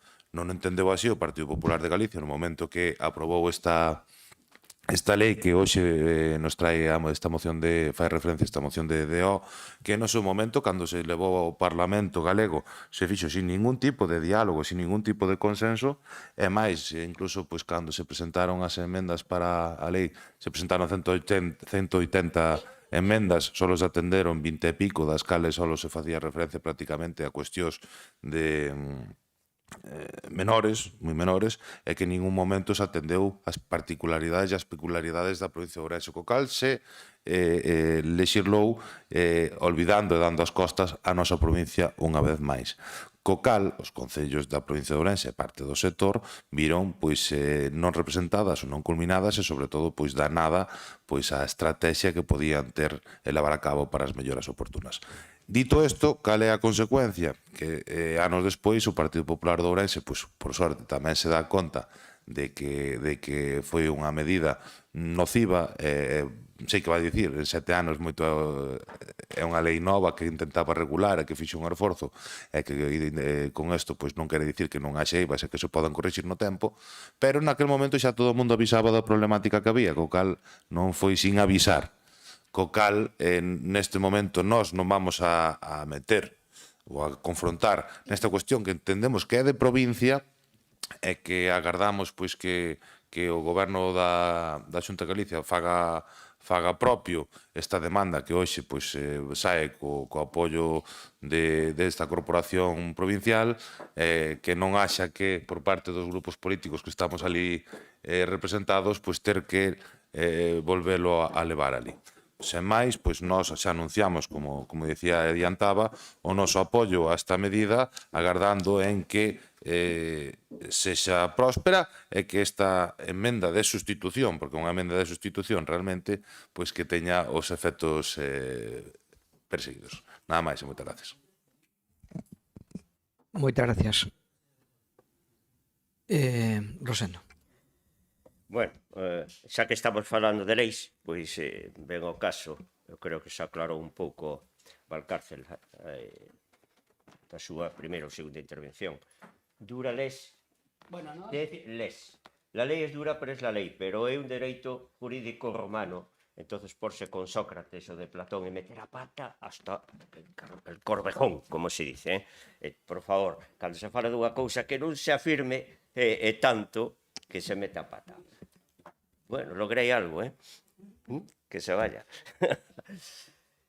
Cuestiones preliminares. Da exposición de motivos, a mí me encanta que Democracia Ourensana poña el termalismo vuelva a ser motor vivo, e que para a Democracia Ourensana foi vivo algunha vez. Vuelva a ser vivo, non sei canto. Segunda, efectivamente, exigía a modificación inmediata da lei, pero hubo un período de alegacións. Dese período de alegacións, Democracia Ourensana efectivamente estaba gobernando, pero non se fixo. Se fai agora aquí? Bueno, nunca é tarde. Pero non lle metamos sempre a culpa ás leyes, porque están pechadas as piscinas das Burgas, a que sí? Está pechado o centro de interpretación das Burgas, a que sí? Pero non ten nada que ver ca lei. Entonces, a veces hai que ver tamén a cuestión da desidia ou da falta de xestión. Efectivamente, había un vacío legal. Eu, como veciño, como cidadán, se vou ás termas, que non vou, vaya por diante, pero se fora, eu quero unhas condicións mínimas de insalubridade. Estou falando de agua mineral de utilización lúdica. Ou que non quero unhas condicións mínimas de insalubridade ou de control desas augas termales minero-medicinales, aunque se vai a bañar? Pois sí que se necesita un control. Non había nunca de control. Que pasa? Que se fixo unha lei que agora, levando 6 anos, pois se ve en algúns aspectos de difícil aplicación. Pero era unha evidencia grave, que existía un vacío legal, porque se están aproveitando as augas termais por los balnearios, efectivamente, pero para outras finalidades, que a utilización do uso lúdico, aquí se campaba e non había ninguna cuestión. Pero o máis grave ainda é que estas augas de uso lúdico, últimamente, por razóns turísticas de desplazamentos, se consolidaron como focos de atracción turística, estaban carecendo de toda a legalidade. Ti sábelo moi ben porque eres dunha vila termal. É que non había ningún... Parece mentira que cando estou dicindo eso, digamos, da poza que era da Chabasqueira e da outra, ibas ali, bañabas, e alguén preguntaba as condicións de salubridade. Nin o preguntaban, ou igual non o preguntaba porque sabía que non a sabía. Eu creo que é importante. Por lo tanto, esta lei viu a salvar un pouco esa eiva. Por lo tanto, nos puxemos unha serie de acordos que Patricia consensuou con o señor Rafa e parece que siga adiante, por lo tanto, doulle as gracias. Aquí hai un problema. Parece que do caso de Ourense, a raíz da normativa, sí que se adaptaron, se non me pasaron malos datos, a Chabasqueira, Outariz e a Burga de Canedo. É así? Porque se é así, algo valeu a lei. Porque están adaptadas e, por lo menos, algo se avanzou. O do Muiño da Veiga é un tema máis complexo, porque non tramitaron a autorización para uso lúdico, porque non conta ca declaración oficial de agua termal. É difícil, eu aquí vexo que é un pouco difícil declarar a agua termal, a declaración oficial de agua termal, porque hai un real decreto estatal, o real decreto 1341/2007, onde di que as augas de baño son augas superficiais, onde se espera baño de moitas persoas, e o Muiño da Veiga non cumpre porque a auga non é superficial. A agua do Muiño da Veiga é a través de acuíferos, é subterránea, e a renovación da auga non está ligada ao movimento natural do río. Por lo tanto, tampouco lle podemos botar a culpa á Lei 8/2019, senón a mesma razón de ser. E lamento moito que levamos anos e anos coas piscinas das Burgas pechada, e, sin embargo, queremos modificar unha lei, que está ben, que modifiquemos a lei, pero que as piscinas das Burgas leve anos pechada, primeiro que se era impermeable ou permeable, despois que se arregla, e agora que non se xestiona, non sei cantos anos leva cerrado. Seguramente que Rafa nos dirá por que leva cerrado e por que tanto tempo pechada, unha vez que din que xa está con todas as condicións para abrila, igual co centro de interpretación das Burgas. Por lo tanto, non me vou a estender máis, se non hai razón xa non interveño no segundo turno, pero os acordos están aí, o teñen todos vostedes e, por lo tanto, non vamos a perder o tempo porque é de coñecemento de todos. Moitas gracias. Vamos, segundo turno, Rafa. Muchas gracias, señor presidente. Como dije en mi primera intervención, no estaba en absoluto de acuerdo con la enmienda del PP, es de sustitución, pero yo acepté que sí, que me parecía lo más positivo para la provincia de Ourense. Siempre hemos estado pensando en la provincia de Ourense. Creo que todos estamos de acuerdo en que es una ley muy injusta para la provincia de Ourense y creí que la mejor forma de poder hacer algo desde la Diputación, que prácticamente no se puede hacer nada, era que todos estuviéramos de acuerdo y votar a favor, ya sea conjuntamente o de cualquier otro tipo de opinión. Pero precisamente dije eso, para no entrar en un debate. Pero bueno, como se dice vulgarmente, hay un tiempo para cada cosa. No me importa que me hayáis vuelto a traicionar, no os preocupéis. La vida es así y uno tiene que asumir las consecuencias. Muchas gracias por vuestra traición y en el camino nos veremos. Gracias. Bueno, José Carlos, non. Bloque? No, simplemente que tendo en conta que isto se vai a aprobar, cousa que nos parece ben, o que teremos é que entón facer o seguinte paso de algún xeito desde esta Diputación e desde o Concello de suxestións, de modificacións de esa lei para que se adapten á nosa realidade, tanto da provincia como especialmente do Concello. Entón, non sei como, pero en algún momento teremos que sentarnos a falar de que suxerimos que se modifique. Moi ben. Diego. No, eu rapidamente decir dúas cousas. Unha, efectivamente, había que regular, pero tamén se podía haber feito a través da modificación da Lei 5.1995 que regulaba xa as augas termais mananciais. Nada, dicir que unha cousa non quitaba que se regulara, non quitaba con que se tivera que rachar co consenso, e dicir que a verdade é que acaba de ser un momento curioso onde o partido que ten pechadas os mellores espazos de lúdicos termais da provincia pois traiga esta moción, e o partido que de forma unilateral pois impuxo unha normativa que era lesiva, que lle estaban dicindo pois que sexa quen lle presenta unha emenda de sustitución.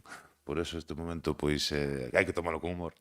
En todo caso, pois sempre pois con esa visión positiva de que efectivamente, como dicía o compañeiro do BNG, que isto non morra aquí, e que pois por parte da Diputación, das ferramentas que poda ter, pois que sexa pois sirva para que en Santiago entendan a particularidade e as necesidades da nosa provincia. Nada máis e moitas gracias. Moi ben. Pepe non. Rafa, quere o último turno de palabra, non? Bueno, pois nada, dúas cousiñas para, creo que concretar. O primeiro, eu creo que se todos estamos aliñados no obxectivo de defender o termalismo efectivamente como unha ferramenta fundamental para o desenvolvemento do Ourense, creo que, é cando somos capaces de chegar a un acordo como este, onde un se pode decir que ten unhas cousas cerradas, outros que fixemos unha lei, pero miren, eu creo que o movimento se demostra andando e aquí acabamos de traer unha proposta que creemos que mellora o termalismo. Aquí podemos nos colgar moitas cuestións. Eu non lle vou a botar en cara a nadie nada. Eu vou decir o que faguemos desde aquí. Hai o movimento demostra andando. Hai uns días trouxemos unha proposta desde o partido para uso terapéutico das augas dos balnearios mineromedicinales. Continuamos en todos os ámbitos. Non é unha cuestión aquí a brindar ao sol. Non. Onte mesmo o noso partido, os nosos senadores, registraron no Senado a proposta para que se aprobe no Senado esa petición ao Goberno. E, por suposto, vai a salir, porque temos maioría absoluta no Senado. E será o Goberno que terá a carta. O sea, esa proposta que se aprobou aquí foi levada onte mesmo registrada no Senado para que se debata e se aprobe. Creo que é un paso importantísimo. Importantísimo. Por outra parte, efectivamente, eu non vexo que haxa nada de malo en despois de 7 anos reconocer que hai que estudiar unha lei e ver que haxa que fazer modificacións. É mellor facer unha lei, demostrar que hai equivocacións, e non vou a lembrar porque senón xa marmamos, pero todos sabemos que lei deixou a xente na calle e deixou e non rectificar. E seguir aguantando hasta que te obliguen a rectificar. Non, eu prefiero dicir, oiga, despois de 7 anos, pois a mellor a lei é mellorable. E eu que lle vou a decir? E a forma de facelo, eu creo que é moi clara. Cada un a través do grupo que ten. Todos temos aquí grupos no Parlamento. E onde teñen que debatir que onde aprobaron a lei. Non temos ningún problema en se queren fazer algún tipo de acordo ou nos poñemos de acordo, mandarlla desde aquí. Pero que eu creo que é moi fácil. O que queira modificar a lei ten grupo parlamentario para, a través do grupo, fazer as propostas que consideren por qué e os que teñen que debatir e aprobar. Xa llar faguerei chegar ao meu grupo. As propostas que considero que son boas para a cidade. Eu creo que esa é a maneira. Por tanto, máis que decir que eu xa decía hai 7 anos, eso podemos dicir todos de moitas leyes, en moitos sitios, en moitas decisións. Eu creo que o claro é aquí. Quen aposta por o termalismo, desde logo o Partido Popular aposta por o termalismo, esta lei pode ter erros, pois se ten erros, intentámoslo modificar. pero creo que a aposta é clarísima. E se hai algún partido que eu prefiero que o Democracia Orensana traiga unha proposta deste tipo que unha proposta en contra do termalismo. Que problema hai? O problema é ir en contra de. Pero se iles agora me traen unha proposta a favor de, que problema hai en aprobarla? Ou eles además teñen a generosidade de admitir por as dúas partes de que eles están interesados neste tema e nós estamos interesados en revisar, que problema hai? É mellor manteñerse e dicir, no, ustedes non están legitimados para traer ninguna proposta porque teñen non sei que cerrado. Ou, no, ustedes non están legitimados, ustedes non poden modificar ninguna lei. Como que non poden modificar ninguna lei? Se está mal, claro que a poden modificar. E debo a modificar. Ou para que estamos os gobernantes? Eu, desde logo, se me equivoco no meu concello, rectifico. Onde teño un margen. E se me equivoco nesta presidencia, tamén rectifico. Non teño ningún problema. Entrei aquí pensando votar unhas cousas e convencerme argumentos e cambiei os argumentos. Que problema hai? Pois eu que digo, eu creo que cheguemos, estamos de acordo, vamos a salir dunha cousa que estamos todos de acordo, de que é unha proposta boa, de que pode mellorar o que hai, e isto pues, botemos e fagamos o traballo para que salga para diante, punto. Bueno, venga, vamos a logo a votar, neste caso a emenda que se planteou, de acordo, que se plantea, que admitiu democracia, que hai, non? O que hai que votar, non? Entonces, venga, a favor. Bueno, pues queda aprobada por unanimidade. Xa está. Bueno, como vamos tarde, eu teño unhas cuantas preguntas aquí. Se lles parece, eu contesto, teño unha pregunta, creo que do... Non. Sí, unha pregunta do bloque sobre... Porqueira, Concello de Porqueira. Exactamente. É unha única pregunta que é sobre o Concello de Porqueira.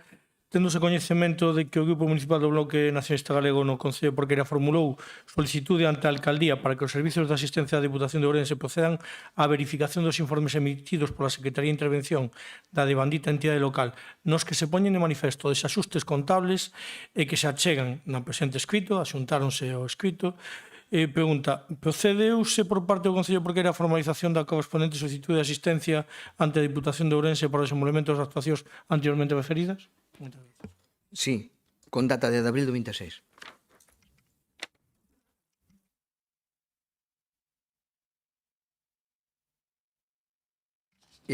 Teño dúas preguntas, unha en formato SOE e outra en formato, non sei, unha suxestión ou tal. Vamos a ver, o formato. Digo porque unha ten o logo e a outra non o ten. Vale. Digo por eso, non? Entonces, vamos a pregunta formato SOE. Hai que botar algo de imagen que son as 3:30 da tarde. E vamos a acabar. Que? Hai alguna cousa? Perdón. Si, a pregunta é para a resposta en pleno da participación da Diputación de Ourense na reunión con representantes das Diputacións Provinciais da Xunta de Galicia sobre a captación de rutas aéreas. É esta, non? Sí. Bos días a todos. Bueno, bos días, boas tardes. Vamos a ver, a pregunta é simplemente sabendo dunha reunión que hubo entre membros da Diputación e a Xunta, queríamos saber o objetivo desta, celebrado o 14 de abril do 2026 en Santiago de Compostela, sobre a captación de rutas aéreas, tendo en conta que a provincia non dispón de un aeroporto comercial de AENA, e que posición manifestou a Corporación Provincial ante o modelo de financiación proposto pola Xunta. E, en segundo lugar, está o equipo de goberno da Diputación a valorar realizar algunha achega económica ao plan de captación de rutas aéreas impulsado pola Xunta de Galicia e, de ser así, a que aeroportos e rutas se destinaría esta achega. Cales son os criterios que justifican o emprego de fondos públicos provinciales neste fin, dada a ausencia dun aeroporto comercial en AENA. Moitas gracias. Moi ben. Bueno, respecto desta pregunta, logo aclaro a segunda que non tiña logo, que era unha cousa, un fallo meu, probablemente. Pero ou unha anticipación. A Diputación de Ourense acudiu efectivamente porque foi convocada a reunión onde se nos deu traslado dunha cuestión de carácter estrutural como comunidade autónoma, leo o informe, con finalidade de analizar a situación e ter información de primeira man sobre as posturas na captación de rutas aéreas.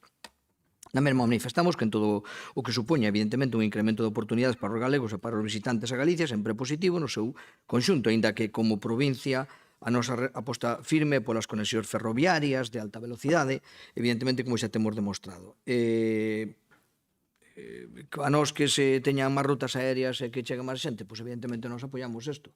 Outra cousa é se de momento nós non temos, nin se nos pediu, pero tampouco temos ningún momento, ninguna intención, ou sea, neste momento ninguna intención de facer ninguna achega económica a ese plan. Vale?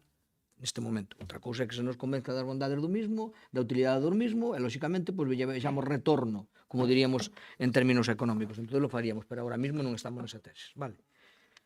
Nada. Outro... Sí. No, é un rogo, señor presidente. Sí. Bueno, este día se publicou o segundo plan de vivenda desta Diputación.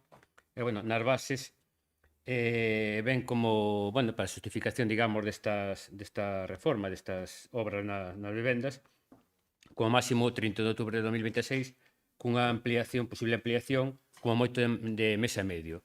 Entón, nós o que solicitábamos por parte de subvencións e de intervención que se pudese, como ao ser unha inversión, que se pudese justificar no ano 2027, porque senón materialmente é imposible que fagamos esas obras cando agora todavía se ten que publicar, pasar os tempos de publicación, depois a licitar e a máis, e sería imposible, digamos, a execución das obras no ano 2026. Ese é o que me deixaran que iba a preguntar. Ou rogo que iba a fazer, vamos, debeu non explicitar, por eso... ou xa, ou dixo, non? Nada, non hai... Efectivamente, nos consultamos ya a interventora e di que é posible por tratarse do capítulo 7, pero que non deberíamos utilizar moito este sistema dada a situación de incumplimento de reglas fiscais que temos aquí, non? Pero que posiblemente, posible é. De acordo? Vale. Moi ben. Levantamos a sesión. Veña, moitas gracias.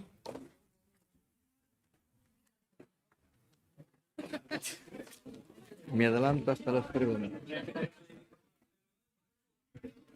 El día que me centré algo, soy la hostia.